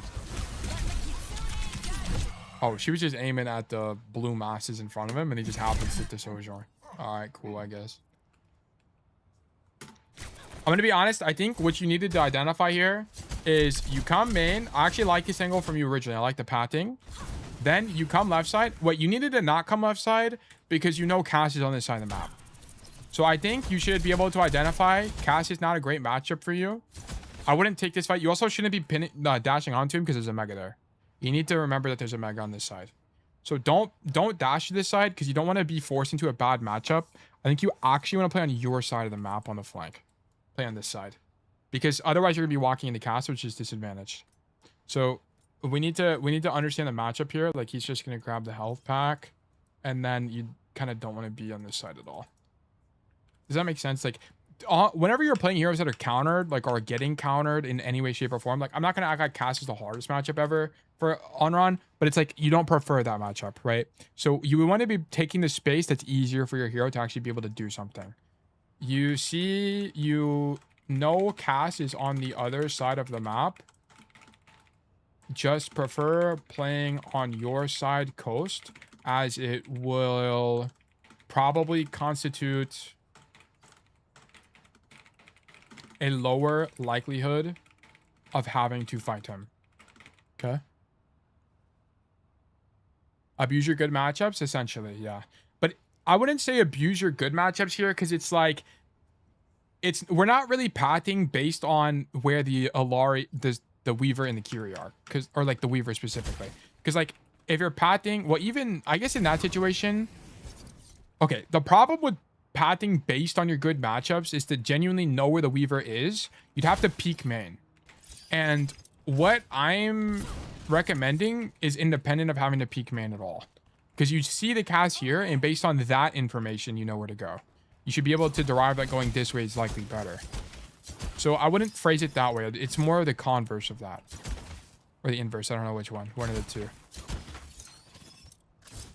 I think you have to go coast here. right? Like, prefer paths that have the, I guess not prefer paths that have the easier matchups. Don't prefer paths that have the worst matchup. What is the opposite of prefer? Like, prefer opposite. There's a word, right? Disprefer. Oh, dislike, I guess, is like the closest. Avoid. You're gonna take it for that. Exclamation mark. Add ticket. The TV demon one. W comps. All right. It is that is the word. I keep forgetting to give you guys tickets, by the way. If you guys help me, I'll give you a ticket. I keep forgetting. I apologize. Okay. Suboptimal is also close. Avoid was the word I was looking for. Yeah, but it's like, dude, we don't want to shoot main as Anran. It's anything else here. Low key, did they have flash? You don't want to ulti. You know, I was about to say ulti down main, but ulti down main into 5 when they have flash is most certainly death. And we don't have heat shield either. Warriors then oh, man, this ulti sucks balls. What do you mean this hits the window? Can you make this? Shake it off. Oh shit. My bad. I accidentally tweaked the sensitivity of my Razer Naga V2 hyperspeed. Let's increase that. Oh wait, it literally shows you where it goes.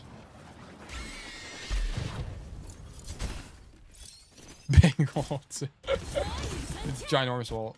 Wait, you even had time to line it up. You must have like barely moved your camera and it like clipped the floor of it, basically, essentially.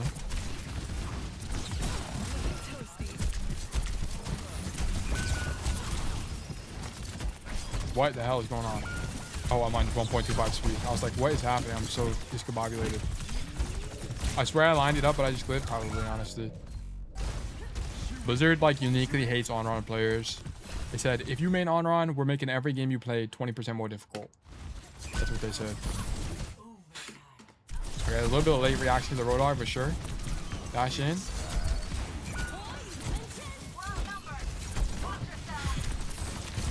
W touch. Bang.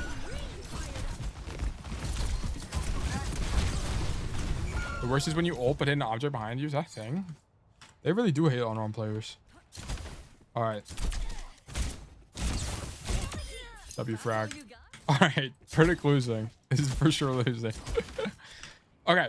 Here are your problems. Here are your problems. So, lots of notes. You have 1,200 words of notes. So, you have a lot to think about. But I'll make it simple. Okay, let me add this part first. Jolly. Yeah, I'm actually sweating. It's so hot in my room. There's Lijiang, Tower, Hero, Anran, Rank, hashtag Master, Format, hashtag 5v5. Primary issues. Okay, well, let me do secondary issues first, and then I'll move them. Second issue, stop standing in main when rotating and just shooting gun. Shooting gun. Your gun does 5 damage. Okay, 5 damage. You gotta just keep rotating, okay? Every second counts. Second counts. Unless your idea is to just spam main. Spam main. E.g., let's, like, for example, you're playing bridge on Lijiang Tower Garden. Go set up an angle. Okay, like, that needs to be a thing. Okay? When waiting for your team to respawn, choose pathing that opens up a flank for you. You can't do anything else anyway, so you might as well.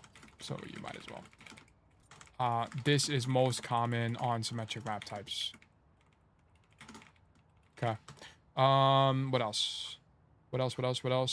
Primary issue, you are not identifying open space fast enough when you are controlling a lane that no one goes to. Keep in mind, when you control lanes, it goes both ways, okay?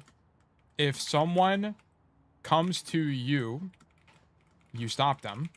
If they avoid you, you flank them. Okay, it goes both ways. You must keep that in mind. Like, there's a few times where you're just too slow to react to this. There are a few times, particularly on Garden, where you are too slow to react to this, and you kinda just play at the back of the map. Back of the map. You don't get very many opportunities to go backline as a result of this. Must continue rotating. Okay. Always, particularly important because your kit, Much obliged. your kit's effective range is just pretty low. Okay. When operating out of your effective range, can you close the distance? Yup. Secondary issue, primary issue as well. Just commit to your bad ideas and go back in the VOD and figure out why they were bad. Okay. Just commit. Just commit. Once they don't mark you, yep, we needed to fix that. You get a little bit too aggressive sometimes, but honestly, I'd rather you keep doing that than not, so that's fine. Stop pressing E all the time. This is also a primary issue. You keep pressing E, or sorry, you keep using Dancing Blaze like every time you dash in. Okay. Make sure you're saving it for only when you genuinely need it. Okay. Okay. Yeah, like if the fight is obviously winning, like in a Weaver 1v1, don't use it, okay? Not appropriate. Once you don't mark, you keep blanking. Don't dash on the cast. When you're hindered, oh yeah, you can input buffer. That's more of like a niche thing. Fill the gap. Make sure you're filling the gap for pathing. Needed to play dojo. Don't be scared to fill empty space. Yeah, like this is kind of the core idea. Like we're too scared to fill. Like you spend so much time doing this that we're not filling empty space. So you're not setting yourself up for success. Like you're not identifying open space fast enough. Yes. Yes. Particularly bad when walking back from spawn. Okay. Substituting main when rotating to shooting gun. Yeah. Also agree with that. Need to play dojo extra time. Don't be scared to fill empty space. Prefer green. Yep. I don't like his pathing. Yeah, this is a specific situation where I didn't really like your pathing here. Like you're not really thinking about your pathing on spawn. And also you need to TP your team. Also, that's a secondary issue. Please TP your team. Please TP your team if playing control / flashpoint and you have a slow tank. Okay. Please keep that in mind. Prefer green. Yep. Either continue rotating, have some swag. You need backing up here. Come into the idea. Sorry, I'm just like flying through all of this so I remember everything. I got a spawn when you're flanked. Yes. Okay. Also, another problem is that you need to, when you're on an angle, you're spending way too much time spamming primary fire. If they are close to you, just shoot one burst, then dash on them. It's way harder to react. Okay? Trust your aim. If they're further away, sure. Use your best judgment for this. But your budget? How did that even come? Best judgment on this. Okay? Strengths? W lane control. Okay, you actually have really W lane control, I will not lie. I love that idea from you most of the time. Okay, so it's pretty good. What else did I like? I liked your usage of combo was good. I like that. You did a little bit too much, but it was good. And then you mostly your main botting was too bad. Like there's some times where you're just main botting and it's just not the answer. Like main botting broadly came up a few times, which is just not really that good on this hero on most maps. There's gonna be maps where it's like doable, but not Not most of the time. There's a few pathing problems. Damn, there was hella notes on this one.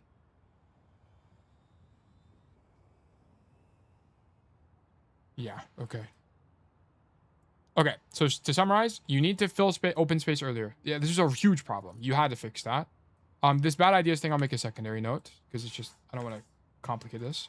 And then you keep using dancing blaze every single time. You need to not. It needs to not be that much of a commitment to you. It comes up, but not all the time. Commit to your bad idea. Stop standing in main and just shooting your gun.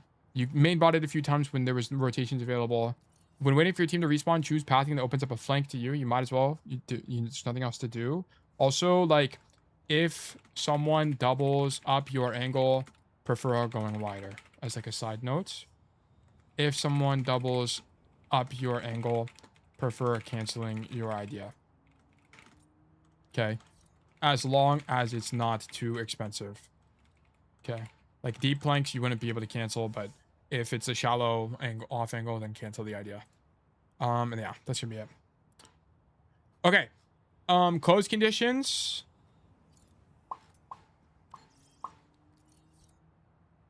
I don't have any. I don't really have any. TBH. But yeah. All right, that's going to be it for me on this one. Thank you for the code. Vertical losing. Holy moly. Guys, that was a 2-hour on VOD. Okay? 2-hour on VOD for what? For what?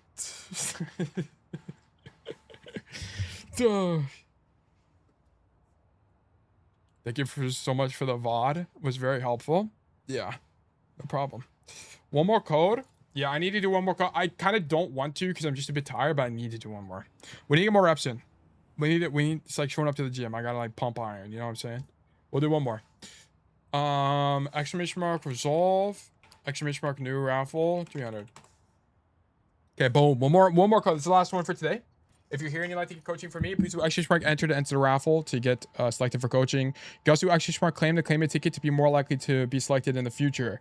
If you're unsure which command to run, please do exclamation mark coaching to get more information. Also, make sure before you enter the raffle to get coaching from me, make sure you go into the Discord and submit a request, okay? And there's VOD review rules in the Discord as well. So please keep that in mind. Please keep that in mind.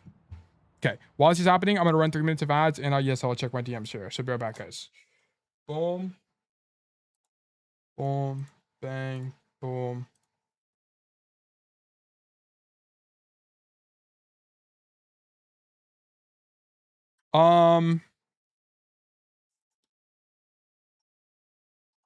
I don't know the answer to this, by the way. I don't, other than copy paste, I don't know how to get the images because I know the images don't transfer. So I don't genuinely know, to be honest. So I'm not sure. You'd have to do the research. And then if you need me to do something, I could help you would be the answer to this question in my DMs. Okay.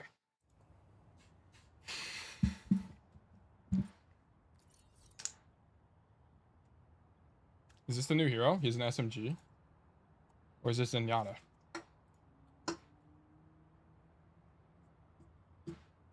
That's Shion. This is Shion?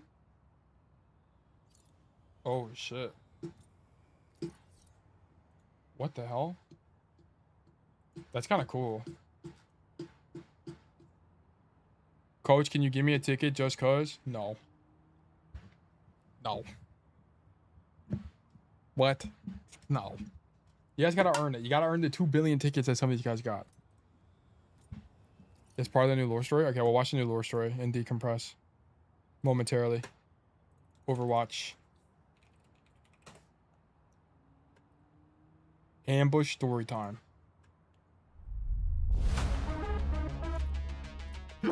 No, I don't have time for this. Not with Mizuki and the yokai roaming freely in the stronghold. If my men fail to bring him back, I'll burn the city to the ground until he crawls out. Mizuki will pay for what he's done. Lady Shion, we have been eagerly awaiting. Enough! You dress like a tiger, Kohaku. But you have the sense of a magpie. And magpies don't live long. My apologies. Wait, she got a face on her chest. Look, Lady she's Shion, smiling. thank you for responding so promptly. This had better be important. I have people to kill.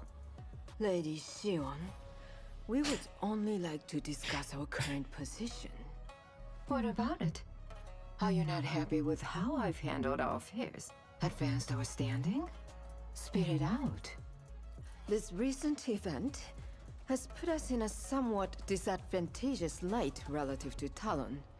Perhaps if we had been focused more on our operations and less on indulgent pursuits. He thinks you party too hard. You know, old Yaimon's never happy. Can Omnix drink I alcohol? enjoy myself. Have I not earned that? I do all the work here after all. Or do you question my commitment? No, not at all, Lady Shion.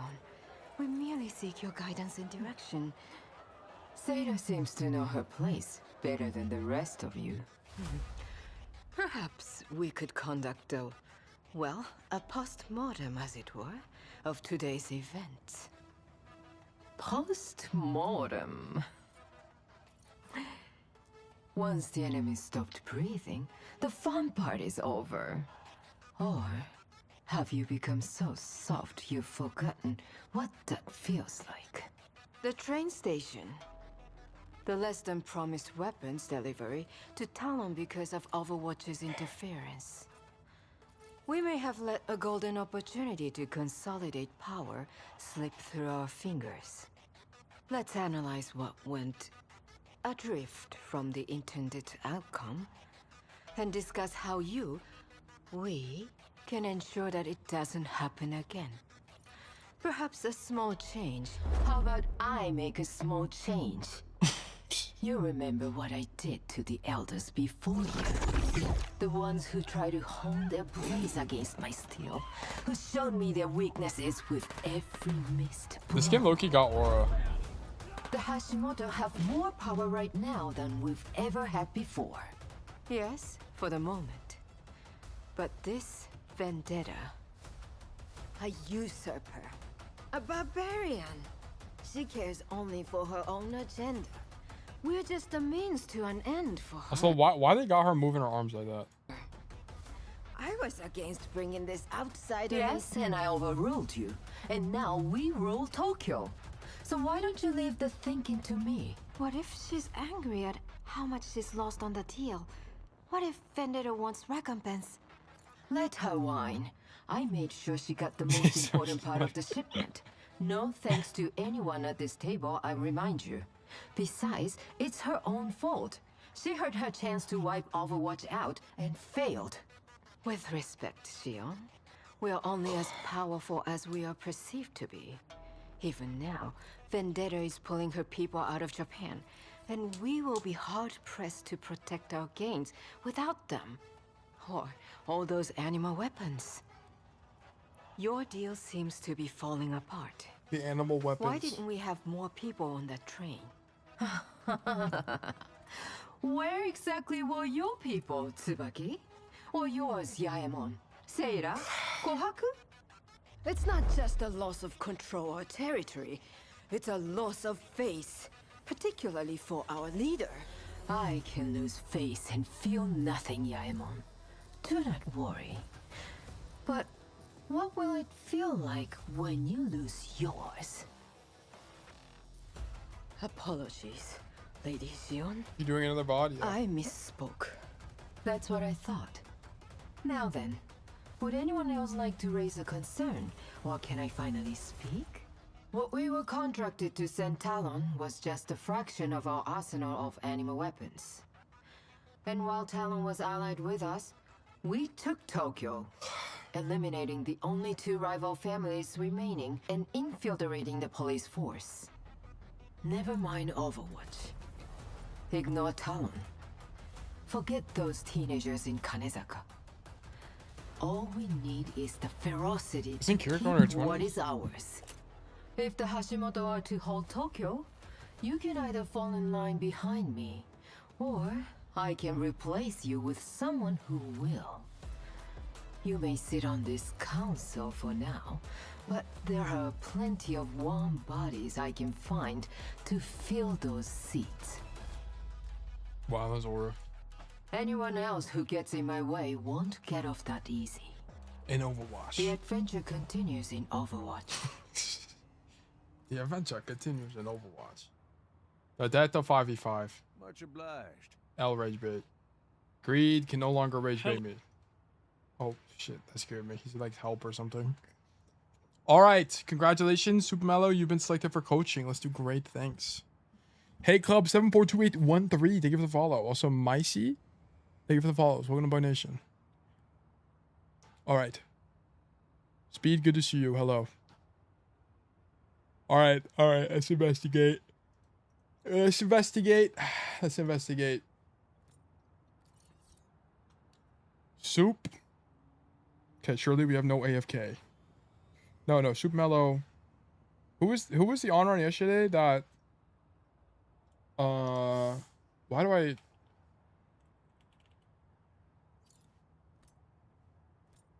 what was the icon one yesterday? Oh, it's because I have the filter on. My name's Mellow. That's why it came off. That's why I thought it was the same guy. My apologies. Soup Mellow, congratulations. Let's check it out. My name's Gunjin. Oh yeah, Gunjin. That's right. My apologies. Gunjin, and then this is Shion. Yep, I do remember this. I do remember. Gunjin, wasn't yours the Elio? Didn't we have a Lijiang one? I think it was this one, right? Yes, this is Lijiang. Oh shit, we have notes. Wait, this is fantastic. Gunjin, let me go back through these before we go in depth. Oh, my motherfucker! I just leaked what my thing was. But did I even leak? No, I didn't know leaks here. This is just stuff I'm working on. I do this every day. It's just ideas. I write down new ideas and then I reflect on stuff and I do this every day. This is just today's notes. I accidentally leaked the wrong obsidian. My bad. Insight into my process, I suppose. Okay, Gungeon. Lijiang Tower. I remember this. We played main space. Yeah, and you turned around. I do remember this. Was there any... Oh, this was before I did the strengths and stuff. Okay. Biggest takeaways. Do not place too much emphasis on neutral pressure, not enough on lane control. You can get the right idea for lane control more often than not if you subscribe to the idea of not doubling up with that. How was this panned out? Wow, we use obsidian here. I'm sold. Hey, Club, you haven't even seen the best part. Look at this. Look how much knowledge we have now. Did you see Awkward's recent video on Cass? No, I haven't. Dude, I already love you. You know what's funny? There's actually been an insane amount of people who've come in here and say like, dude, go to Obsidian. It's actually great. You can get access to the Obsidian by doing extra smart notes, by the way. They give you access to the knowledge base. There's still stubs, like I still need to work on it, but we're adding to it over time. No, I haven't seen the new Awkward video. I could watch it later, not right now though. I want to get this coaching knocked out. Untitled, insert template, student notes template. Now I gotta join the Discord. That's what I've been said. Okay, Gunjin, which one do you want? Did you want Antarctic Peninsula or Junkertown? By the way, Taylor, I made another tracker to keep practicing my habit. Okay.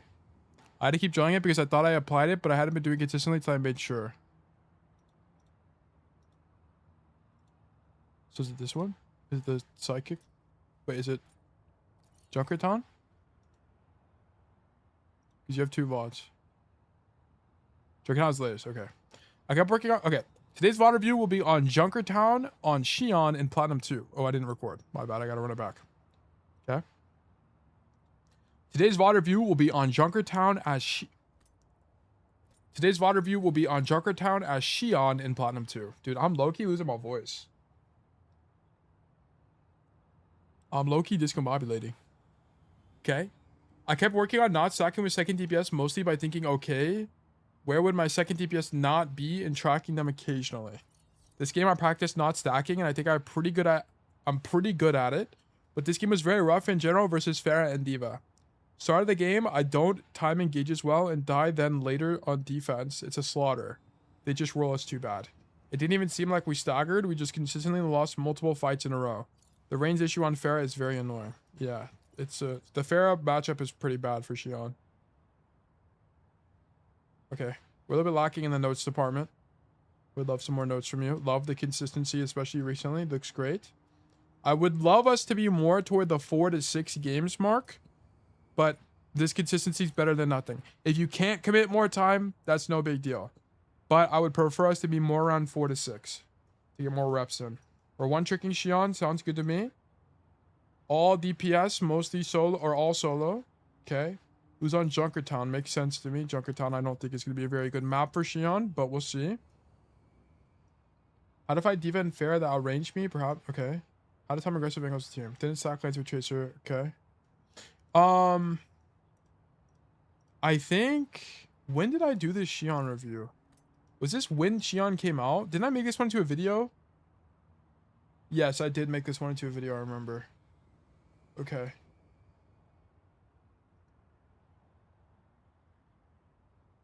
Control focus concept. Oh, current focus concept. Okay. Okay, looks good to me. Chill, wait for team poke, not bike engage. Okay. I mean, this looks fine.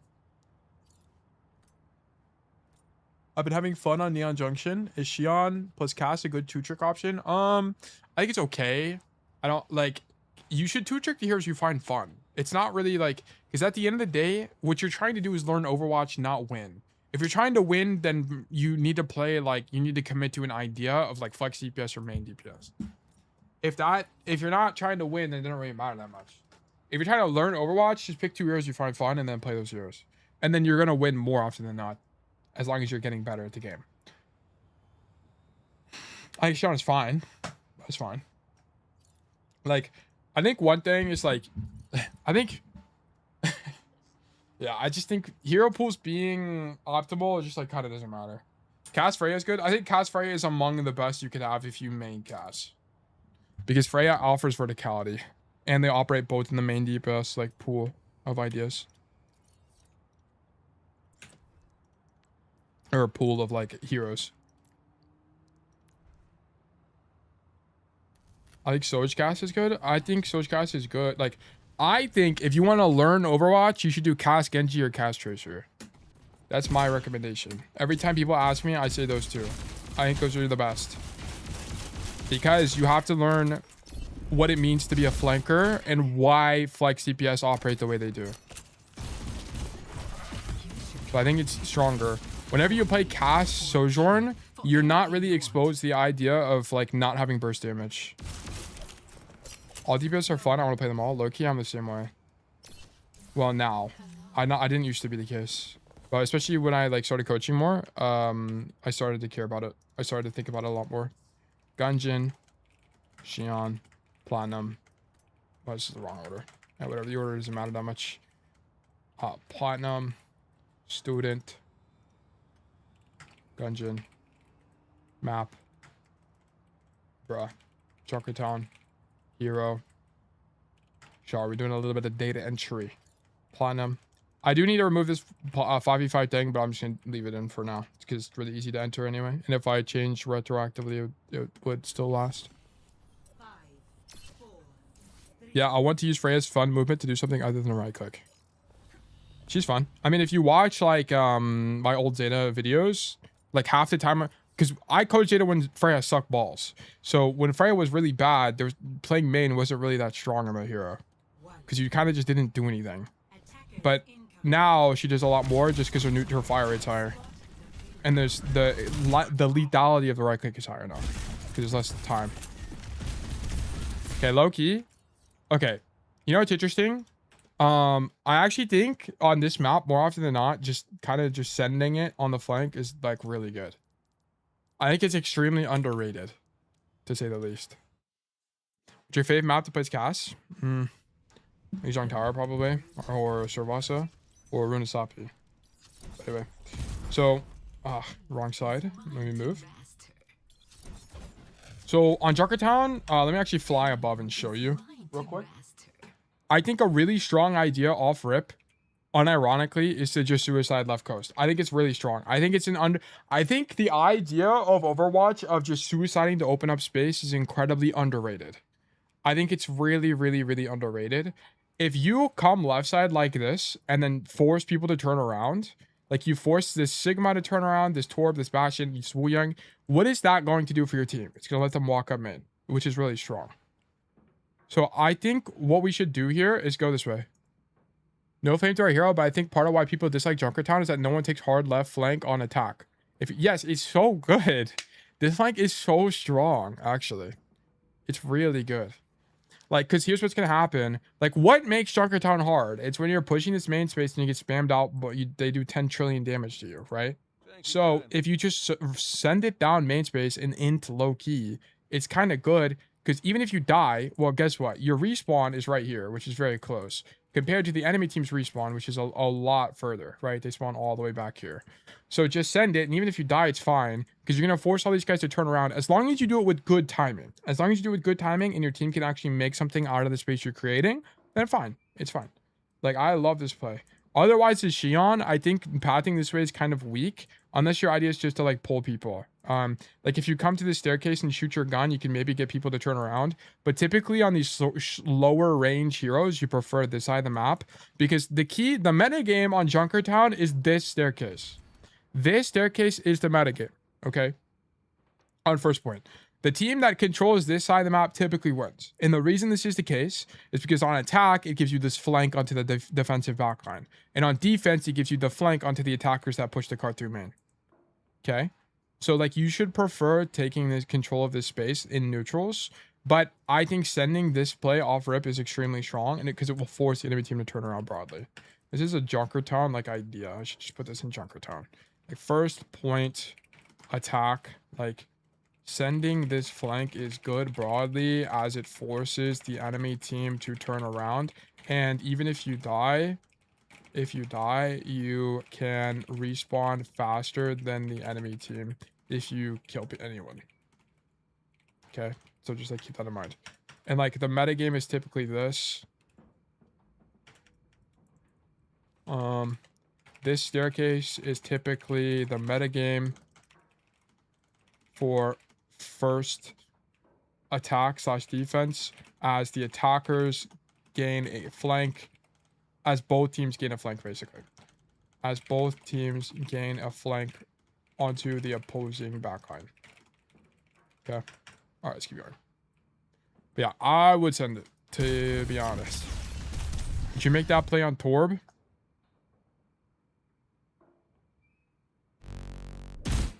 Would I make this play on Torb?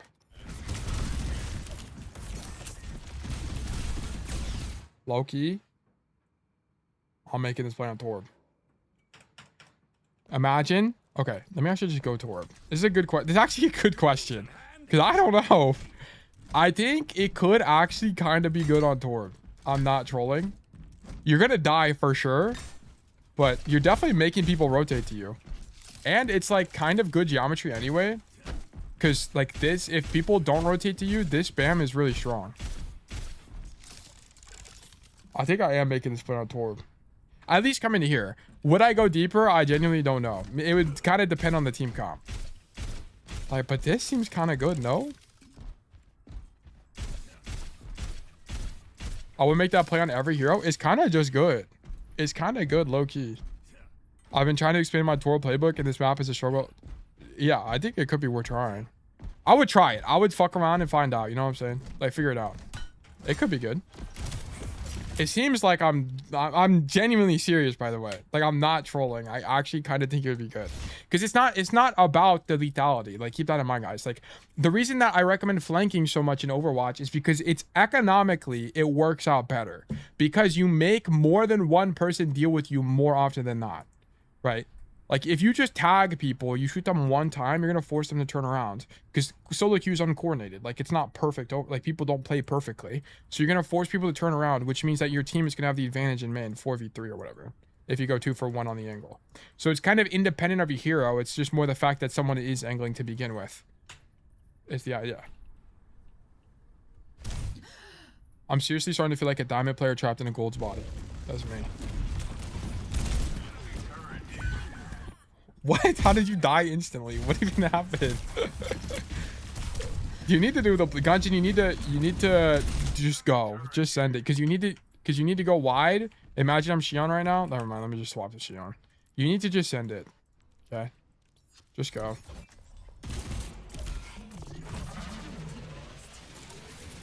Just go.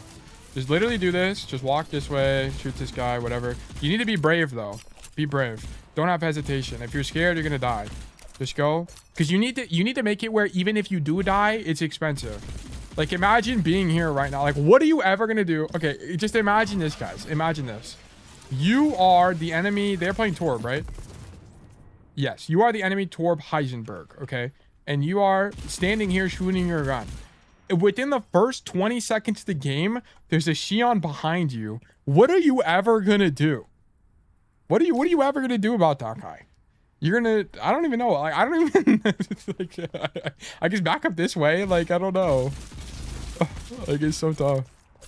I'm not gonna lie, you don't bike out of spawn. You bike from the balcony, jump into the height, and then turn and throw the bike at them. I mean, you could do that. It'd be like if you wanted to min-max it, probably. Like, you would just walk this way, and then you would bike here. And then you would walk this way. You'd bike this way, jump, and then throw a bike. Yeah. One thing you need to have the idea of, Soup Mellow, or I guess I'll just call you Gungeon because it's easier. One idea you need to have, Gungeon, is that biking out of spawn isn't always good. Okay? Like, just keep that in mind as, like, an idea.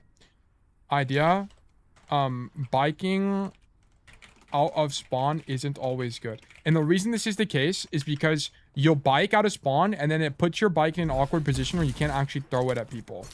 So like for example, like here, we backed out of spawn, and then you can't really get a good bike in, and it also puts it on too long of a cooldown. Like you have to throw it like about now, then you're on bike cooldown for 15 seconds. It's a little bit too long. Like on escort maps in particular, when you don't have anything to do anyway, you might as well just walk. That way you can bike to places like this and actually genuinely do something. So like keep that in mind. Okay, we're dead. But don't worry, it's a nugget is here to res us. Yes, we talked about it before, but I guess like to get to the fight quick. I see. Okay. Well, you're missing the god rotation here. Okay, like there's not really a lot of point in talking about this because you're just missing the god rotation. Okay. Okay.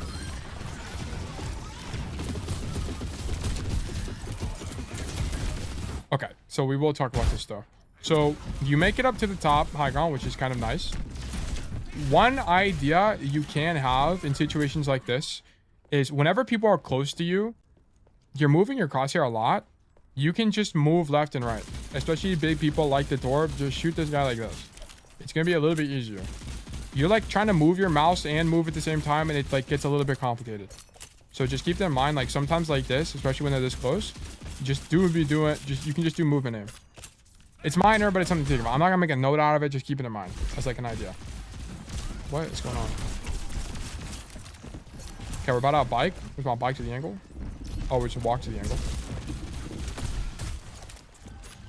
Okay. You got swag or what? Not huge. But okay. If you're gonna do this, I don't really think biking like this is that strong, to be honest. Like what I'd rather you do here is bike min and then use it for verticality and then dash into the window. Ugh. I wait for my CD again. You know, I've genuinely never thought about making a left coast rotation before, but now it's mentioned, it's insane. I've never thought about it. You know what? That's the thing, Micey. It's like, this is why when people say you should just VOD review yourself, it doesn't do anything. Because like people just like don't even think about this. So like how would you ever VOD review yourself if you don't even consider this side of the map, you know? Like that's the problem. Like sometimes you genuinely need coaching or like outside resources to improve. Because like, I mean, of course you can just say, oh, just figure it out. Like you should be able to intuit that you should use this empty space, but it's hard. It's not easy. But so yeah, I 100% agree. But it's like, I think you should actually be going top here. Or if you're going to throw your bike, you need to get off the bike earlier. Because you need to be like flanked here, in my opinion. Or just shoot people. You can just dash here, by the way, if you don't know that. You don't even need to use bike. So you can walk on this lip, boom, walk up here, and then jump across. Just keep that in mind.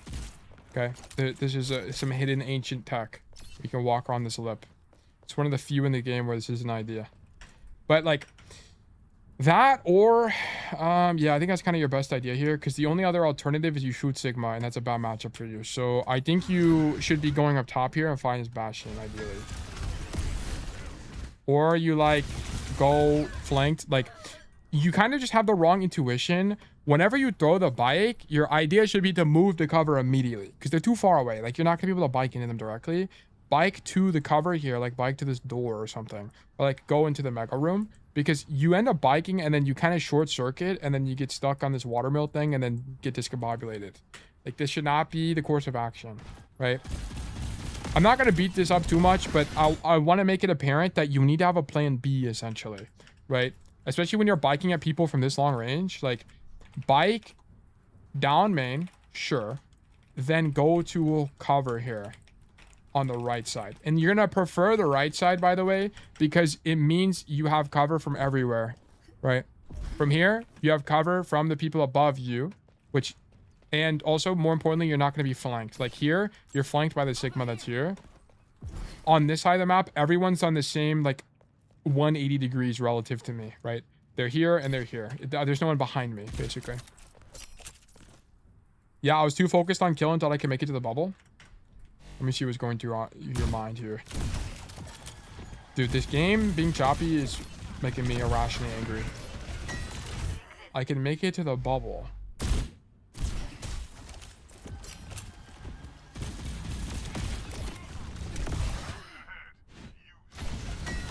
I don't really see. This shouldn't really, even if you could get there, this shouldn't be your idea on Shion. Like, it's too far. Like, you don't want to, I already took a screenshot of this. It's just like literally the same screenshot, but you don't want to be walking, like biking down long routes like this is not good. It's not the idea, right? Like, don't prefer biking directly toward people. Are you on the game, Gungeon? Are you on the game? I'll show you why it's bad. Like, even if you could kill the guy, I'll show you why it's bad. Let me invite you if you're on. I'll play Wu Yang. Like, I need you to see it from his POV. Okay. You know what they say? I don't know if he's on. Yeah? Okay. What's your handle?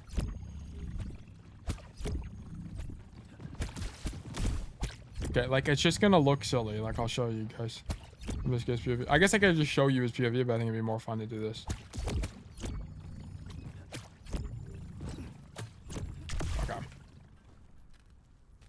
I'll just show you it from his POV. It's gonna be faster. So like, look at this from this Wu Yang's POV. So he is standing in the back main. Shoot his gun, whatever. Look at this Shion. Okay, spam the Shion. Spam the Shion again. He's getting hit by the monkey. There's just a lady in a motorcycle barreling down main. Gunja. Okay, perfect. Like, it's like a 1 billion% avoidable. Whoops. Invite via battle tag. Okay, pick Shion. And then show up to the angle. Like, it's not... Even if you could continue, it's not going to be good. Okay.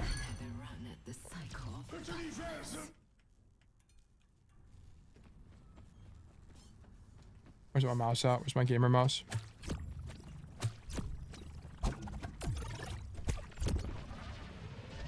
Okay. Like, get bike again, get bike again, get bike again. Bike, and then whenever you do it the same way you did it on the attack. Like, it just looks silly. Like, I have so much time to react to you, it's crazy. Like, look at this. Like, it just looks silly. Like, go back and watch the VOD on it. Like, I have so much time to react to you, actually. Like, you just can't do that kind of thing on Shion. Like, let me switch your POV. Let me just switch your POV. You pick Wu Yang. Will you pick Wu Yang now? I'll pick Shion.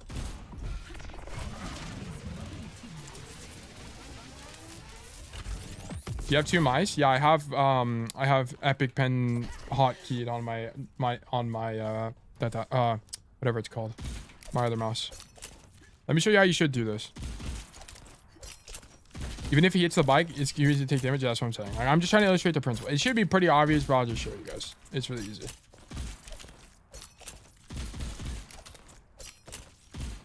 If you're gonna bike like this, you need to be way more evasive. Okay, go further back. Okay, I'll show you how to do this. Okay. Like, use cover, tied to the wall. Look how much more I dodge than you. I took 1 damage. 1 orb of damage. Okay? It's way easier. Like, you need to hug the wall if you're going to do that. You're not going directly toward people. Like, that's never good. Like, here, you're going directly straight forward this guy like an intercontinental ballistic missile. Okay, it's not the answer.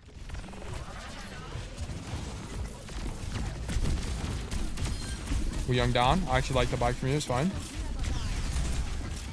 Okay, don't right click people with armor. Also, you need to be rotating. So here, boom, Lijiang down. Water boy eviscerated. Now continue your rotation in any way, shape, or form. That does not entail standing in main and shooting our gun. Because these guys are going to back up anyway. They're down a player. So you can anticipate that by continuing your rotation this way. Bang. And then catch them. Okay. And you don't want to work main space because you're going to be working main space against Bastion, Torbjorn, like Sigma. Like the 3 horsemen.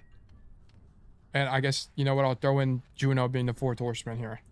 So we need to be continuing the rotation and open up this deep flank and shoot these guys in the back to make it impossible for them to play the game. Like, if you're down, you need to think about it from the enemy team's point of view. If you're down a player, what is your idea? It's to back up, right? If you're down a player, you will back up. These guys are gonna back up. So anticipate that. And take space to open up the flank against them. Okay. You also don't want main space on this map anyway because you are at a range disadvantage against Torb, Sig, Bastion. Yeah.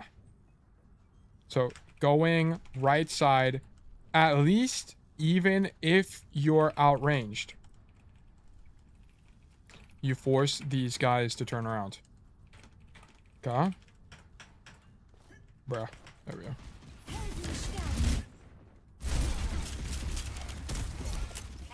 I gotta get the idea eventually. Yeah, he needs to be faster though. It's too late. Like, your guy's dead now. Like, it's too late. It had to be earlier. And now you're out of cycle, right? Like, notice this. Right when you get poked out, first of all, you shouldn't also commit this way, but whatever. But you get poked out, and then now you have to leave, and your monkey's in. He's in. Also, probably, you should have backed up into the mega room here. It's a micro thing. If you're gonna walk forward here toward these guys, that's fine. But back up into the mega room. That way you can stay on the side angle. So then you'd be able to work with the monkey. Right? Because then you would have backed up here, grab the mega, and then you could go back in on the Bastion because I think you have bike as well. Yeah, you have bike as well. So, yeah.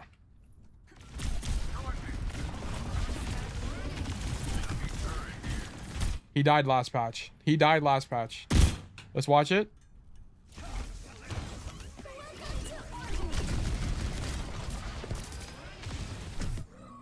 $38? Didn't they remove like 40 damage or something? I'm pretty sure he died last patch. What? How much did they nerf it by? Overwatch. Patch notes. They removed 30 damage. Damn. He didn't even die last patch. This hero's OP. Bastion's OP. Wait. No, 63. Yeah, he didn't die. You killed him anyway. It didn't even matter. Oh. Rest in peace, Heisenberg. Good ult. Okay, the only thing about this is if you're going to dash on this guy, I actually don't even mind it. And I like the ult. But dash wide. Okay, you dash toward him. Wrong answer. Dash wide. It makes you more evasive and you get to see him anyway, right? Okay. So it's easier for this. You know what? Maybe in Lijiang matchup it's actually uniquely good because it messes up his primary fire. It's fine. It's fine. It's fine. Alright.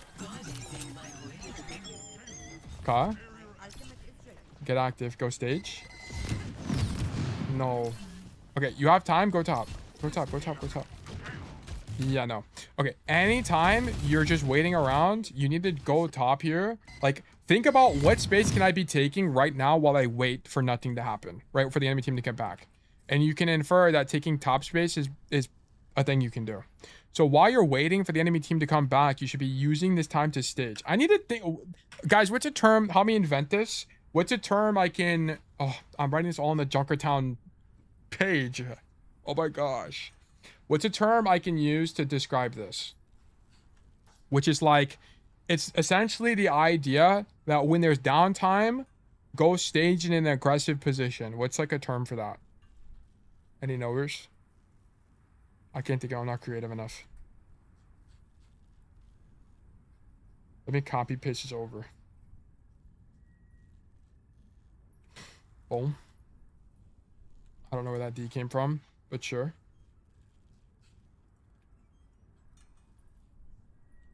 I would say uptime, but that might be more closer. Yeah, it's not exactly uptime.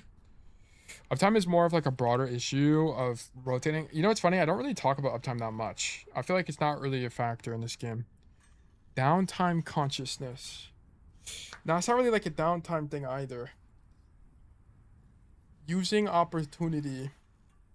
I have no idea, Tail. Pre-fight staging. I guess it is literally pre-fight staging, and I just didn't think about that. But it's like, I don't know. Keep it in your thinkers, guys. Keep it among the ideas. Ow. Dude, I'm actually so hot. What? How hot is it in my room?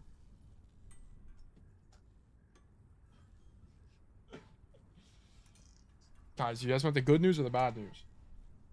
The good news is I'm alive. The bad news is it's 80.2 degrees in my room currently. Okay, life goes on. Anyway, we should be rotating here.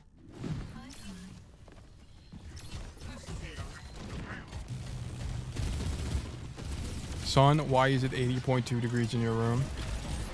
Overwatch hates me, bro. It broke my graphics card. Okay, you need to be way braver than this. Okay, have some swag. Boom, bike down main. You heard the Bastion use slash? I'm getting active. Okay, time to get a little bit diabolical. Come top here. Boom, bike this guy. Bang. Dash across. Now we're flanked. What are they gonna do? What are they gonna do? Bastion use slash? I'm losing my mind. Hazard use slash. He don't got it. You're being chilling. Go window. That's the answer. How do you get caught here and die? Look, you would have had the perfect timing. You would have not gotten caught here and died. Okay? This is the mathematical approach. Bang. This is a very common flank you're going to be doing all the time on Junkertown. Just an FYI. Like, if you're playing a hero that can do this, you do this all the time. If you are playing a hero that can get in this window, you will do this all the time. And it's pretty intuitive to understand why. I need to stop saying that. I need to stop saying intuitive. It's like, it's overcome me in terms of, I don't know why. I need to stop. Okay, you need to be taking this space. Otherwise, you are going to be left in main against Has plus get outranged and lose your mind, basically. Okay, mind against Tor Bastion. Okay, so, and let me illustrate why this is important. It's important in this situation because you open up an off angle, but also because think about everybody else on your team. Who else is on your team? Winton, Cass, Ana, Mercy. How do you open up angles on Junkertown? There's not really a lot of ways. Most of these heroes, other than Winston, are just going to walk down main and shoot their gun. So, this is their main angle. If you come into this building by dashing across, you now open up an off-angle flank and high ground control. Okay? So, this is why you want to be playing in this space. 1, 2. Let me illustrate this and then take a picture. Let me add this to the Junkertown tab. Bang. Okay. Second attack. I'm gonna have to reformat this all in the future. Prefer taking position 2 on attack on heroes that can make the rotation through the window as it opens up flanks for your team and broader map control when most the roster cannot do this, or like a good chunk of the roster. I don't know about most, but yeah. Okay, bro, I'm losing my mind. Gungeon, there we go. More staging than posturing, perhaps. Is it not just posturing? I feel like we're getting a little bit into the semantics on like what these terms mean. But I guess that's what I'm asking for. I don't know. We'll derive it later. Well, a good one could be lockdown, as in everything is locked into place before fight starts. Okay. Well, continue the conversation. But it's getting a little bit too specific here. Bro, it's literally maximizing downtime. I guess in like from a value perspective, yes. Maximize your downtime. Is that what I say? I feel like I've said that before. Is that a tail terminology? Are those tail semantics or what?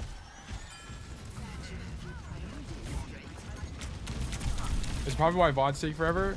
It's part of it. Well, not really. VODs mostly take forever because I've added note taking, and note taking takes 10 years.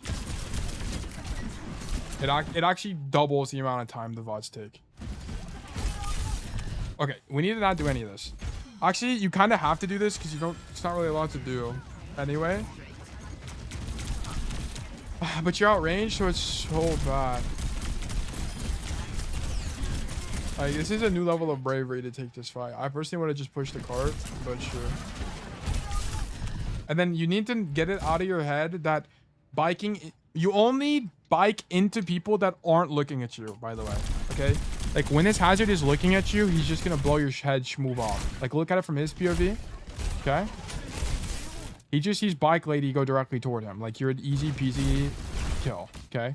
Like, only bike for the collision hit when they're like 1 HP or they're not looking at you, kind of idea. Okay? Like, you should be getting off the bike now so you're not point blank range to this guy. This is Junkertown. Okay? Okay? Don't prefer biking into people if they are looking directly at you. Okay? Like, typically, you go for the bike direct combo when you're at some kind of advantage. E.g., it's really close to them, right? You had to drive a far distance in this case. So he had ample time to react.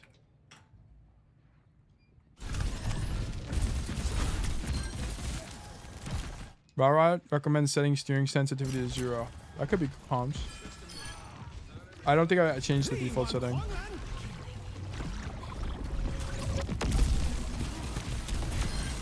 Lijiang down. Biking. Got me fucked up. Got $1 million bike. Shout out Frank Ocean. That's my guy. W kill. Guys, what's the best Frank Ocean single and why is it biking? Thoughts?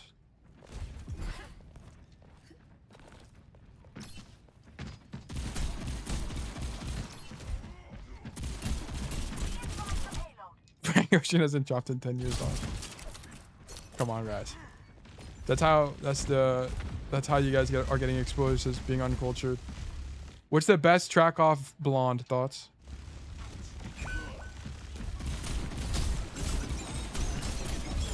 If the answer is anything but Nights, I know you're not a real knower. Blonde album is older than the Rizzler. When did that album come out? I think his angle was fine, by the way. I don't have a problem with the angle.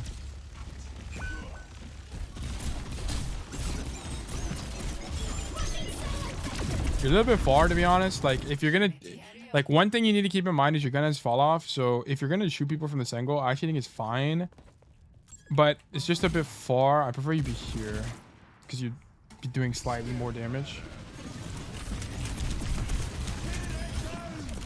You know what? Maybe you don't even stage on this flank. Maybe you actually play on the floor and shoot the hazard in his face. That cannot be good. That cannot possibly be strong.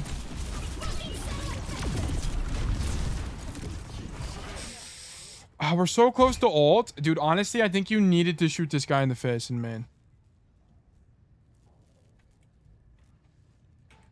I think you need to stand here and shoot this guy to farm your ult for the sole purpose of farming your ult. But then you would have got slashed on. Also, why is this guy dead? What even happened? He died instantly. Okay. He chooses to walk into the room, and then he chooses to re-swing the Bastion. Alright, bro. Alright, bro. This goes 5 card.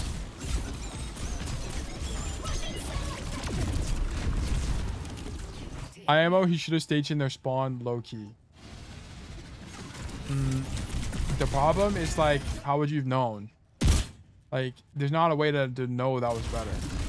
Unless you just think that this map geometry is bad for Shion, but I don't really think that's the case. I think it's standing here is actually fine for Shion. And I think flanking is okay as a mid-fight rotation, but I don't think like starting on the flank would have been any good. Flat as hell. Well, Gungeon has made a billion mistakes so far too, so he's part of the problem. But it's like, did that monkey die instantly? Yeah. But we must win despite our teammates. That's our thought process. Oh my god. I want to point out, this would not be as close of a call if he had the heal perk on the bike.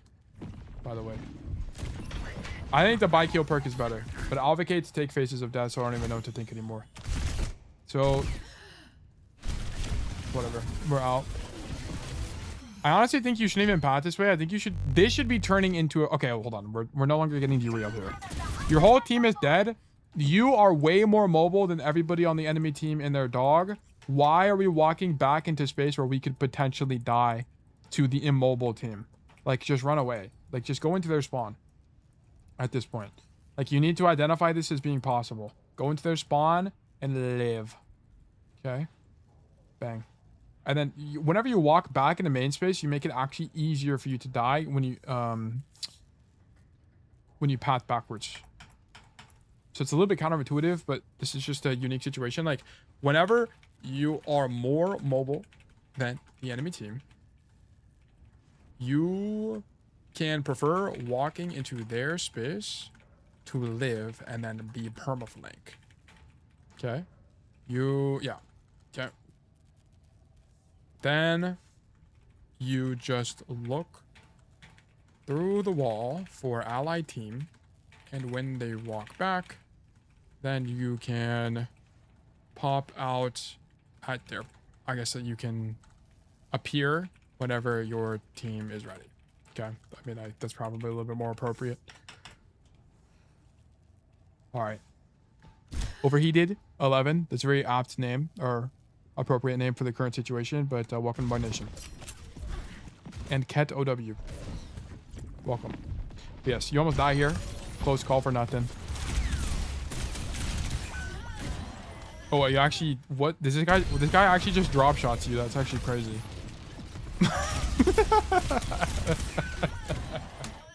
What is this play? What is this? What is this?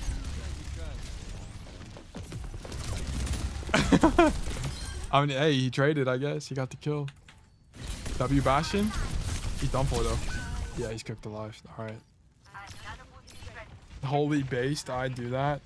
Okay, you're actually demonic on the rank ladder. I worry about permaflank. I have a bad habit of wasting too much time. Okay, but then you need to figure out why you're wasting too much time. Like, just because, like, it's not being permaflanked. Okay, I'll rephrase it. This isn't permaflanking, then be, like, I'll just use be flanked. I think permaflank as a word, like, triggered something in your brain. Like, it's not permaflanking, it's just you would be flanked here because of the situation. Like, permaflanked would always be showing up to the angle. Like, it's just a unique situation where you're actually exposed to more risk by walking back to your main. Is Tracer permaflank character? The only permaflank character that really exists is Anran.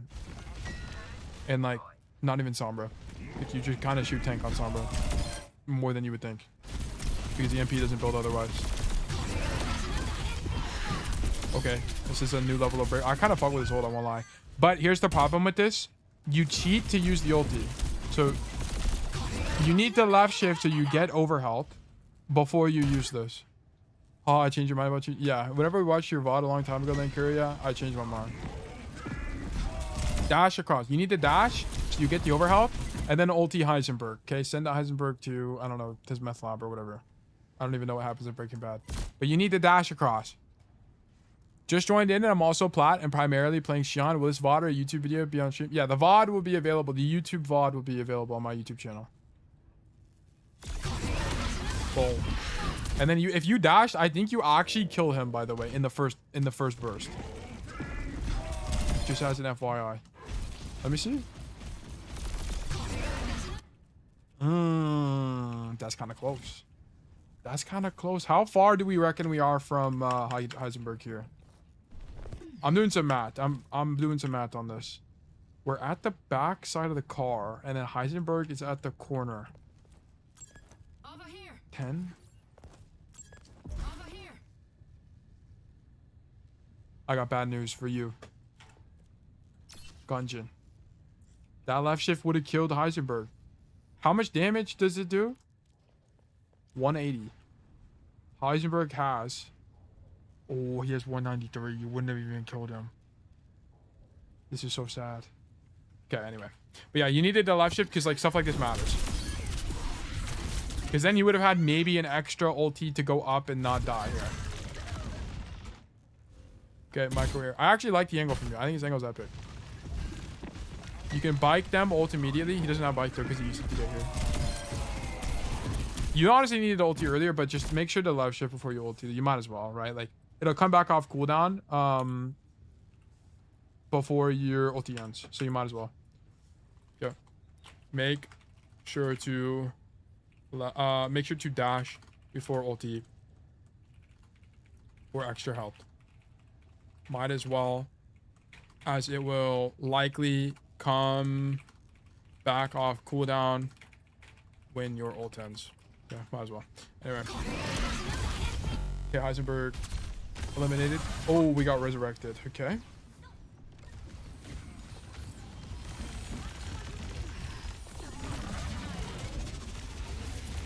Viking. A little bit unfortunate. Okay, the only thing about Shion is like, I understand the need to bike here, but I really don't like biking without information. And the reason this is the case is I know you want to be on the angle, but whenever you bike without information, you incur opportunity cost, which means that over the next 10 seconds, right, if there was no one here, which there is no one here, right, then you don't get any value out of the bike, and now you have to wait 15 seconds for your most important cooldown. So I kind of just don't like blind bikes. I think it's really weak. I only think blind biking is good if you know they're going to be in specific space. So I think it's good if you know that there's someone here. Boom. Just yeet it down main. Or if you know there's a guy above you, like you hear them, right? If you heard a guy up here, then it'd be more appropriate in my opinion. I think just sending it on this flank is too inconsistent. Like you need some kind of tell to know that biking here is appropriate. I just don't think, like, I don't really like these kind of ideas. I feel like blind anything is bad. Yeah, I also most of the time, unless the cooldown is short. But I mean, you wouldn't have won this fight anyway. You would have needed to know, like, how would you have won this fight? You would have needed to not die here, so you didn't get rezzed, and then you wouldn't have needed to play main space. But I don't even think biking down main here would have done anything. Oh, you capped the point, so it didn't matter. Never mind. I didn't even realize you capped. Well, they capped. W capped. I know we don't do variety no more, but we got to do pro analysis. We got to make VODs faster. That's number one ultra number one priority. And I need more reps to do that.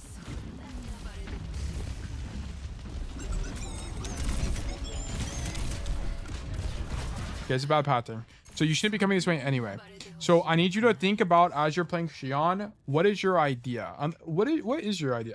Unless your idea is to do this kind of rotation, I don't think you should be pathing to this left side of the map. You need to be thinking about how can I get to where I want to be in the safest way possible. In my opinion, when the cart is here, it's generally going to be stronger to path to right side, as one of the core ideas on this third attack is to get the enemy team off the high ground. And the problem is if you path to this left side of the map, you don't really have a way to do that aptly, especially as Shion. At least if you path right side and you have bike, you can fight for the staircase and then like find timing to cross this high ground. A lot of people will argue with me and they say like, but Taylor, I can't cross this high ground. Actually, people don't even argue with me about this, but people might argue with me about this. It's be like, but Taylor, I can't cross this high ground because they have Widowmaker or whatever. You have to just find the timing.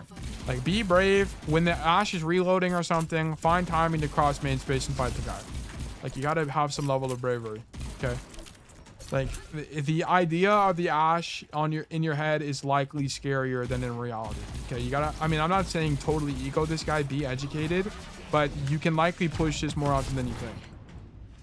So just keep that in mind.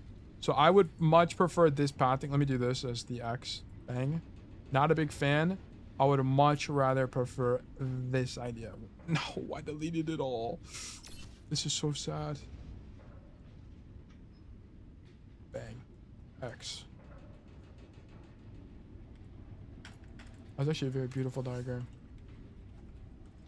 I would prefer green pathing out of spawn as it incurs less risk than coming left side. Also, the right path gives you a continued rotation plus a mini to the high ground, which will be required to open up more space / control space for your team. Okay, and then I'll illustrate how to do it. The hell, I don't even know I was on this. Can you bike jump up there? You probably can, yeah. But even if you couldn't, it doesn't really matter because you should be taking this door out of spawn is what I'm saying. Like, you need to be taking this door. Bang.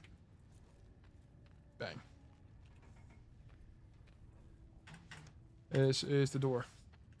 Okay, pathing out of spawn matters, guys. Very important. Very extremely important in Overwatch. There's some jump you can do to get up there on any hero. Oh, yeah, there is. Let me just briefly demonstrate. You can do this on every hero, and you can, well, on every non-tank hero and not Bastion because his hitbox is too big.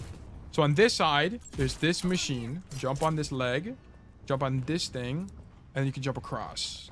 Boom, and then you're out. Fantastic. Must know. This box, you can also jump on this machine, okay? Jump on these treads. Jump on this yellow thing, bruh.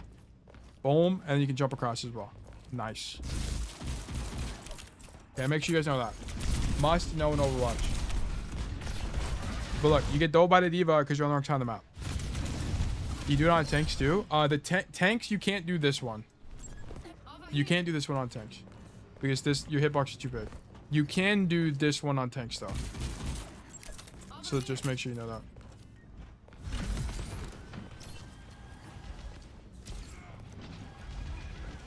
Okay.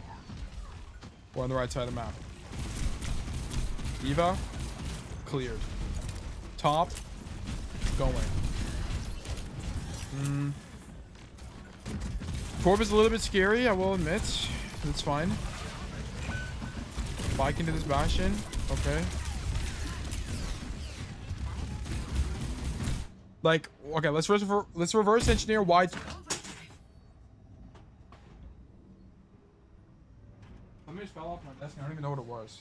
Sorry, my apologies. Let's reverse engineer why Winston has perished. Okay, so Winston goes top. Well, first of all, he zaps the turret. Now we go top with no bubble. Holding space, and then he just literally explodes. Okay, I'm gonna be honest, there's nothing you could have done to help that guy.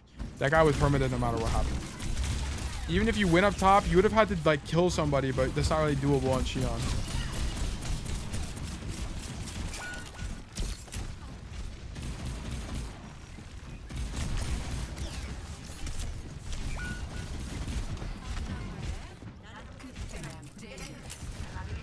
I could have a rest of your stream. Thanks for tuning in, Zeta.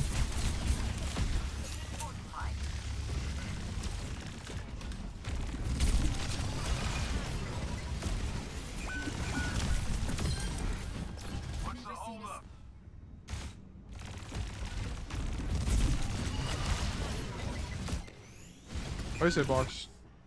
Oh no, she's on the floor. Never mind. Okay. W bike? Is that a W bike, honestly? I'll be honest, there's not really a lot to do here. Like, the only things I can think of being any good on Shion in this situation are you just shoot the D.Va, which is kind of what you're doing right now. I think it's fine. Just shoot this D.Va, get this guy out, and then once he leaves, like your option is to go top. I kind of think you gotta go top. You need a limit test against his Torb. Like just fight him, and then if it's losing, just leave and grab the mini or something, or like wait till you have Bike and then Bike the Torb or something. Like I don't know, but if you're not doing this, you're kind of just losing. Is the idea. That or like continue working this flank and try to make people turn around. Like I think it's the only idea that makes any sense. Okay, now we're staged on the right side of the map, which is kind of awesome. How long is this game? Not very long.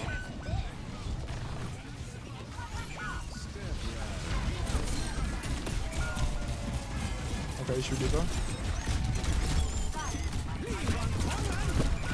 Yeah, I think you're on third point attack. You needed to just come right door like pretty much every time. It's going to be better whenever the cart is that in that location. Like the only time coming left door is going to be better for Shion, in my opinion, is when there's like someone you're looking to clear in this space because you need to shoot them, or if you're looking to make this like this rotation when the cart is far. Here, I test my luck against the Lijiang. What are you talking about? Defense?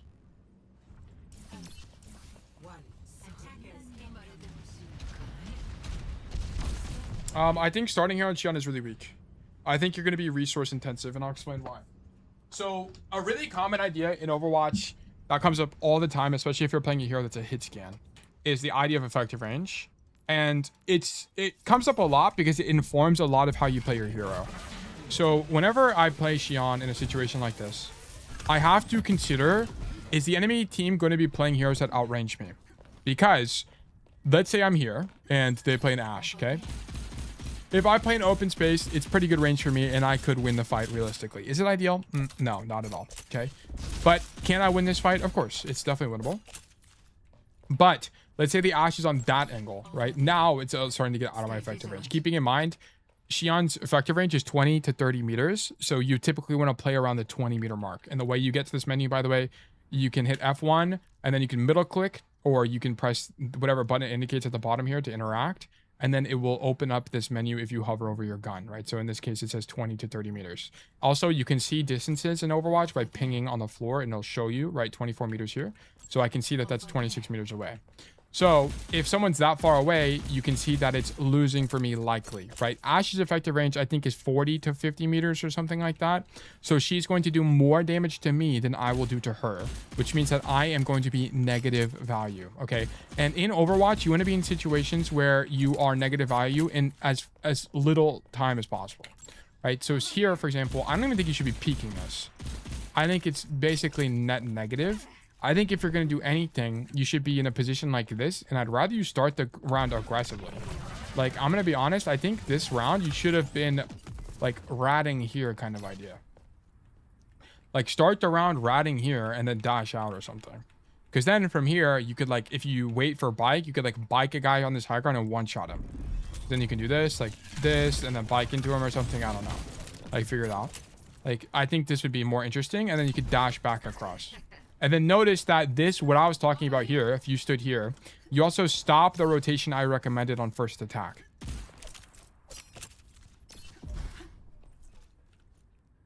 For me, my idea to deal with that is I try to hold right and take cover, but still too far. Well, it's more like triangles like this on first defense / like choose aggressive angles when you otherwise are outranged plus bad space. Okay, like this is just bad space for Shion. You're outranged is the core problem, so you shouldn't be preferring space like this anyway. Like you're never going to be able to do enough damage from here in these areas, so do something else that's higher risk. Like stand here, because then it can actually leverage your kit, right? Is it optimal to be playing in these like aggressive positions like this? No, probably not. But at least you can do something, right? You can't do something if you play in main space here. Like on Cassidy, whenever I coach that hero, who's my main hero, I recommend you stand here and you just go AFK until the cart's in this position. Why? Because almost every other fight is just losing. You're a liability. You're going to take more damage than you do. You're going to need healing. It's going to force this Mercy to heal you when otherwise they could be pocketing someone that actually can do something, right? Like that's kind of the problem. Like pick a pink spot, likely better because otherwise the enemy team is just going to do more damage to you than you will do to them, meaning you are negative value. I need to make this a topic. Negative value. It comes up a lot specifically in the discussion of effective range. I also give up so much space since I can't do anything for a long time. Yeah, exactly. Like, and this is kind of the problem, right? You identify that you're in a losing situation, but you're not recognizing the solution, which is to do something aggressive and high variance. This is why one-tricking is very educational, because it teaches you components of the game like this. If you don't one-trick, right, what is the likely situation here? Like, if you're playing the game and you're swapping, you'd be like, Shion sucks here. I'm going to play Sojourn. Or I'm like any other hero, like Soldier. Let's just say Soldier. And then you're not going to understand the part of the game, which is playing to your strengths and weaknesses, right? You would just play the hero that's like default, like the default strength, right? Which is, oh, they're playing hit scan and they playing a high mobility tank. We play Soldier so I can avoid those, okay?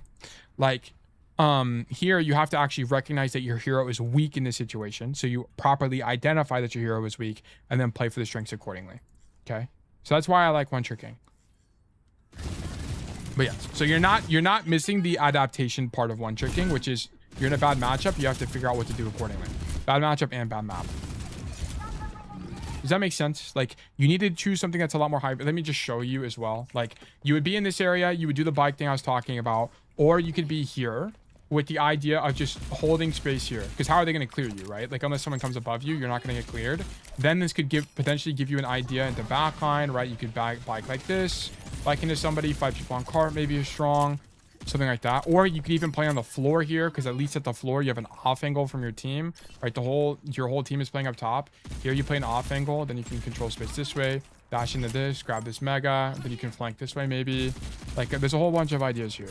Like, ideally also, at some point you're not on this side of the map, because here's the problem. Like, right now you're stuck on this side of the map when you really want to be here. And this is kind of what I was talking about on the attack. A lot of the metagame on first, it revolves around using this staircase as a flank, right? Like, right now we want to be on this side of the map somehow. You needed to do some kind of staging that informed that, which would let you do this. Like, if I had to guess, I don't think I've played Shion as a one trick yet, but I think your idea is going to be like, stand here, bike this way, walk into this room, bike out this way, and then open up the flank on the high ground. It's generally going to be the idea.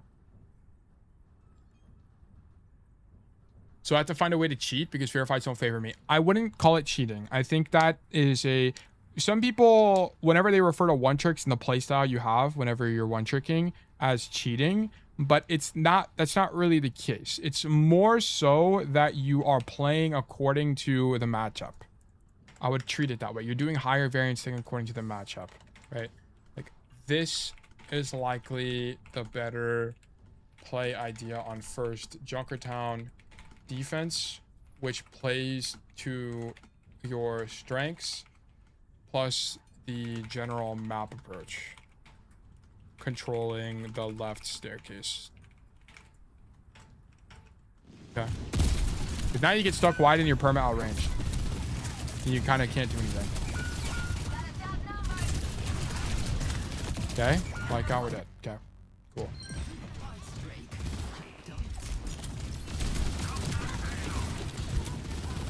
Okay, clear the D.Va. How much damage do you have this game? 6.6. I think your damage is fine this game. If this was a different map, you could have farmed more neutral pressure, but it's just kind of not really possible on Junkertown.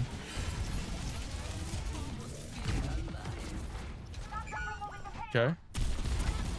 Into the D.Va matchup in particular.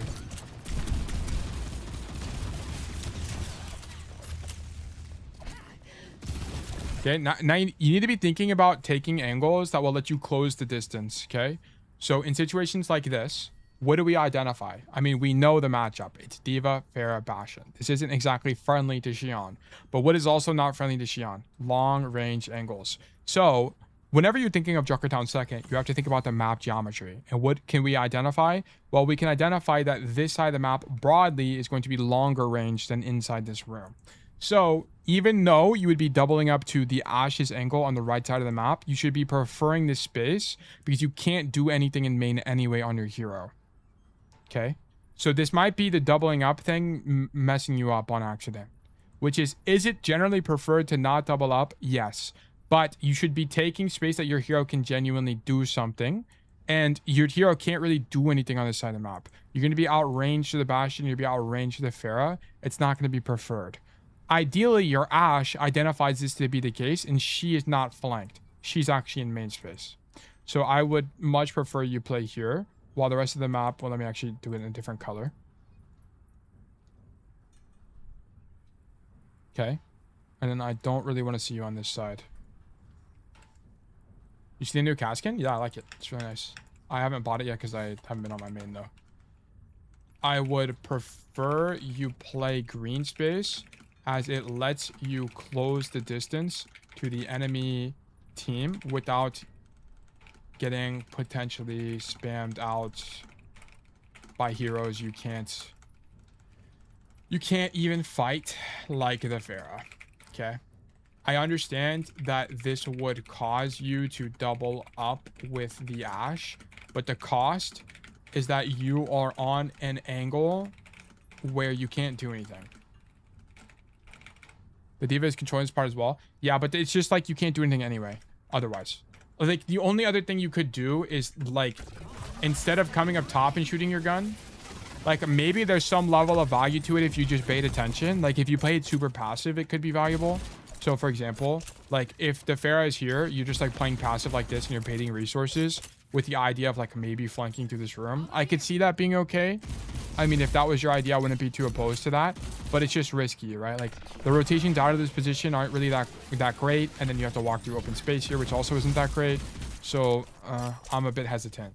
I'm a lot more supportive of coming to the right side of the map, where even though there's a D.Va here and you're doubled up with the Ashe, at least you can fight the D.Va, right? Like, that's something that's actually doable for you. Notice the ping, 20 meters. You're going to be doing your full damage to here.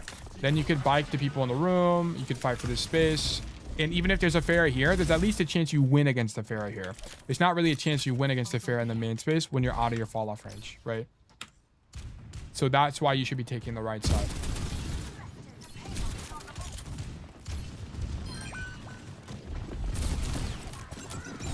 Yeah, like, you can't do anything here.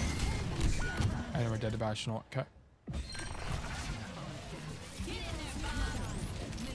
So it looks to me that you're starting to see the trials and tribulations of one-tricking, right? How you have to genuinely adapt your play style. So you're learning a lot. Like, there's a lot of learning happening here. Yeah, okay, I mean, whatever. I won't lay down and die.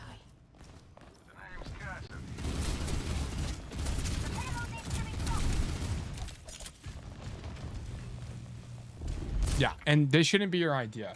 So I don't really like, unless your idea is to continue, I guess I'll let you cook. Maybe you continue rotating. No, you get scared. Okay, so I only think coming to the left side of the map is appropriate if your idea is to continue rotating, right? You have to think to yourself, how can I close the distance? How can I operate in my effective range of Shion? What can I do? So you have basically two options. You can either play in this mini room, mega room, because it gives you really close proximity to this cart here, or you could work the extremity. The problem with going high ground as Shion, if you can get there, it's not that bad if you can get there, right? But it's like, I need you to commit to these ideas, not play this far side angle, right? Like, continue rotating, play here. And playing up top is actually okay. It's actually okay on this map. I'm kind of underrating this position. Because now that I think about it, all of it does operate in your effective range. But here's what I wanted to say. If you are going to path this way, it's fine. It's actually probably okay. But I need you to continue rotating rather than stay up here and shoot guns out of your effective range. Right? If you don't know, there's a door here that goes through the staircase, and it opens up this flank on the side of the map. Like, nobody uses this space ever. You could be here, which is uniquely good because it means you're not going to get spammed by the Pharah, and you'd be flanked. And you could, like, shoot the D.Va or something. But then you would be giving up high ground control. That's the only thing. You wouldn't be a part of that fight. So, I mean, pick your battle. I think it's going to just depend on what you think is genuinely better here. I think playing for high is okay. The only thing is you get marked by a D.Va. It's kind of awkward, but at least you're doing something. Okay, and then a ram low-key instant, then we lose. Okay. Yeah, I mean, third wasn't really your fight to win. I think your Ram Loki gave up. What even happened here? No, he didn't actually give up. It's just that no one helps him, and then the Wu Yang ult comes out.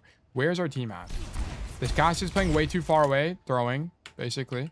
And then we are... I mean, you're kind of in a position to help, but you're getting zoned by the D.Va. Where's our Ana? In the main space. Yeah, your cast is just not in a position to fight this. And I don't think you would have won anyway because they had ultis. Yeah, brutal. Oh, well. I think your third point defense was fine. It's more your second point and your first point. Your first point was really bad. And your second point, you just didn't adapt to the situation. So, let me take notes on this. So, primary issues. Number one, I need you to think more like a one trick. Okay. When you are playing in situations where your hero is suboptimal, we must be thinking more about higher variance / a traditional approaches. A traditional approaches that is it not? Am I spelling this wrong? A untraditional. What am I talking about? Untraditional approaches that allow us to play our hero within their effective range into the enemy comp. Okay, so this is going to be angles like this. For example, boom. This could just be like a general idea, by the way, on this map. Like, stuff like this is something you wouldn't do on a traditional hit scan. But because this map is uniquely bad for us in neutral space, we have to do something else that would allow us to contribute to these fights as long as the map allows. Okay, there are some maps where this like kind of idea doesn't apply. Like exceptions to this are maps like Circuit Royale, where there is pretty much no level of creativity, because your hero, because it's just not allowed, because there is no space on that map anyway. Okay, so just keep that in mind. So what ended up happening is because we don't play like this, we are always on the back foot against the enemy team comp as they outrange us, and we give space forever. Okay, the defense was never in our control, and that's the problem. Okay, understand that whenever you have to do these untraditional playstyles, like do stuff like this is not really that crazy, but it's more counterintuitive.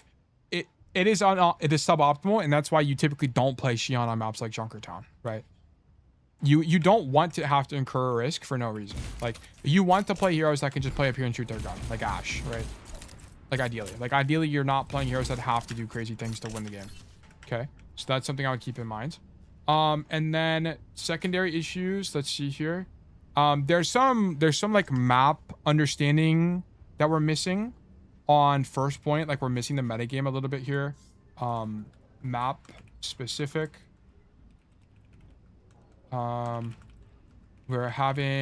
We lack understanding of the availability of the coast side flank on first attack. We lack understanding of the importance of staircase flank on first attack and defense on both sides. Like, we never really played for that side of the map that much. We did it okay, but I feel like I wasn't really convinced that you knew the importance of this side of the map broadly. You just used it as a flank idea. There was one time we forgot to stage, and then we forgot to take empty space. Like one thing you should be thinking about is, like, in between fights, if there is empty space, prefer taking it.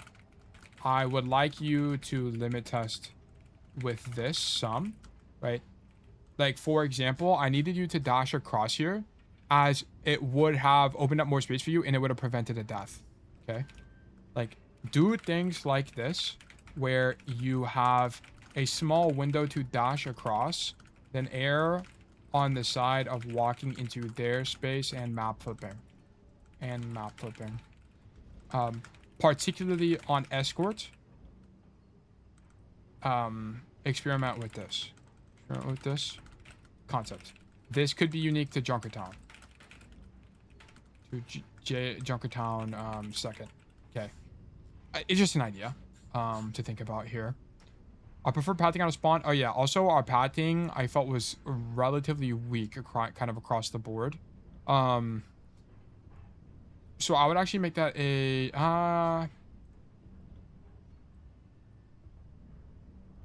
sorry, I'm trying to think here. I didn't really get to see that much, to be honest. Like here you lived, I remember, and then you backed up. So it's a little bit of a different situation.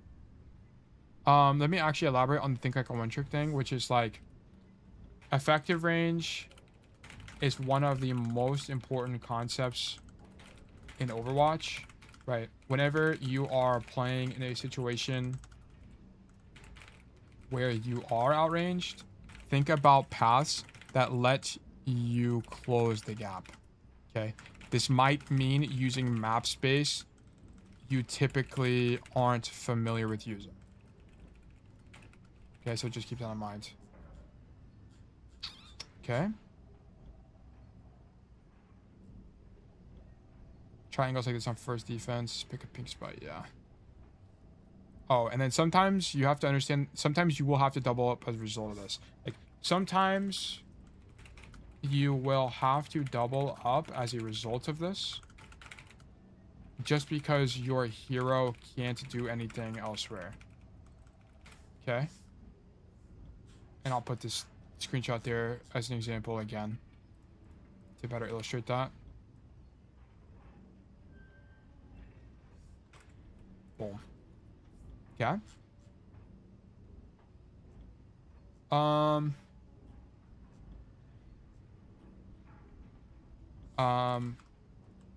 Prefer not biking directly at people if they are far away.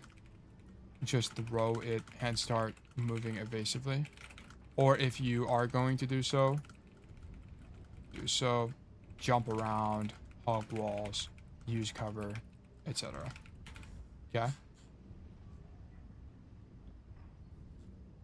I love the flank idea. Yeah, this is bad pathing here. Triangle, yep. I think that's everything that I can think of that's like genuinely important to work on. I know this is a little bit of homework, but you kind of, to me, you have a little bit of a mindset issue, like mindset problem. We're not thinking creatively enough into the matchups where we are suboptimal. Strengths, good flank ideas broadly. Good handle on gameplay loop as well. I think like your idea is fine on the gameplay loop, like a good handle on gameplay loop when possible to apply, which is like shoot tank or shoot main then bike to angle. Like I feel like you had a pretty good grasp on that. It's just that this matchup in particular, it wasn't really easy to execute this idea.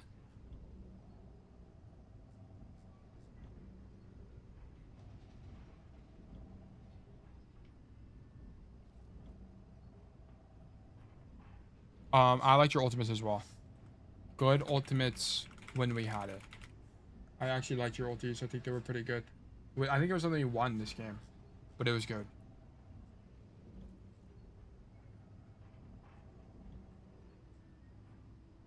Yeah, that's gonna be it for me. Okay. Long code. Close conditions, I don't have any. Okay, that's gonna be it for me. Thank you for the code. Verdict losing. Boom. Hour long. We're getting faster. It's also a shorter code. So what, that's nice. Let me publish this.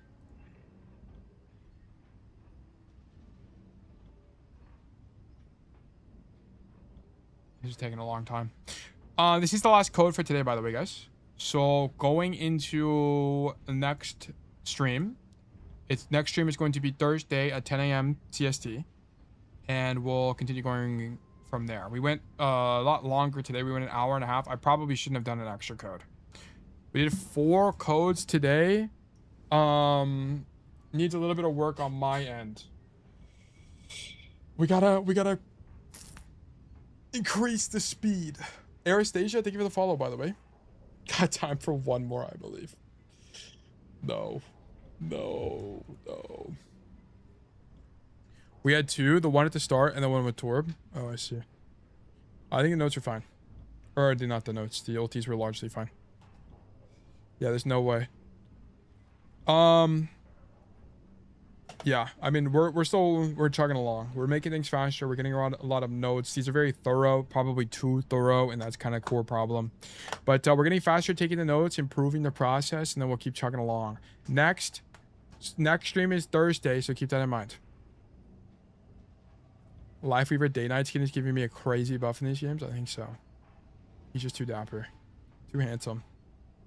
But yeah, so yeah.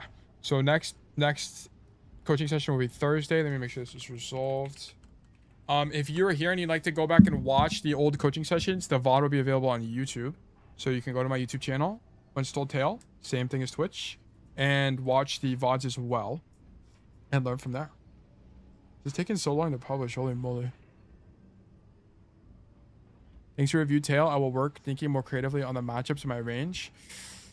Yeah, I wish if this was like, keep in mind, like, you're picking Shion on a map where she's suboptimal into a bad matchup. So there's not going to be, because you don't have the wrong mindset to begin with, there's not a lot of like stuff I can critique. Like taking angles, cover usage, stuff like that. Like there's not a lot of the micro that I can talk about because you're just on the wrong footing with the macro, particularly on the attack. Or sorry, the defense. Particularly on the defense. But yes, I was happy to help.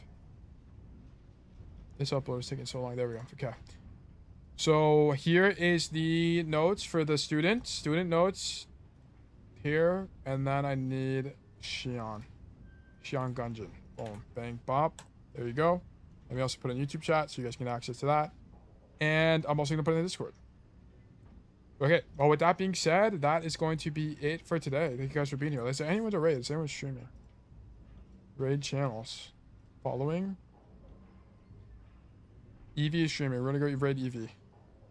Actually, we'll raid Rara this time. Okay, if you don't know who Rara is the #1 Mei player in the world. So go watch Rara. She's awesome. She's very knowledgeable and can tell you great things. She's on the same team as Evie, so and we enjoy both of them. But yeah, thank you guys for being here. I appreciate you all, and I hope all of you have a fantastic rest of your day. Bye-bye.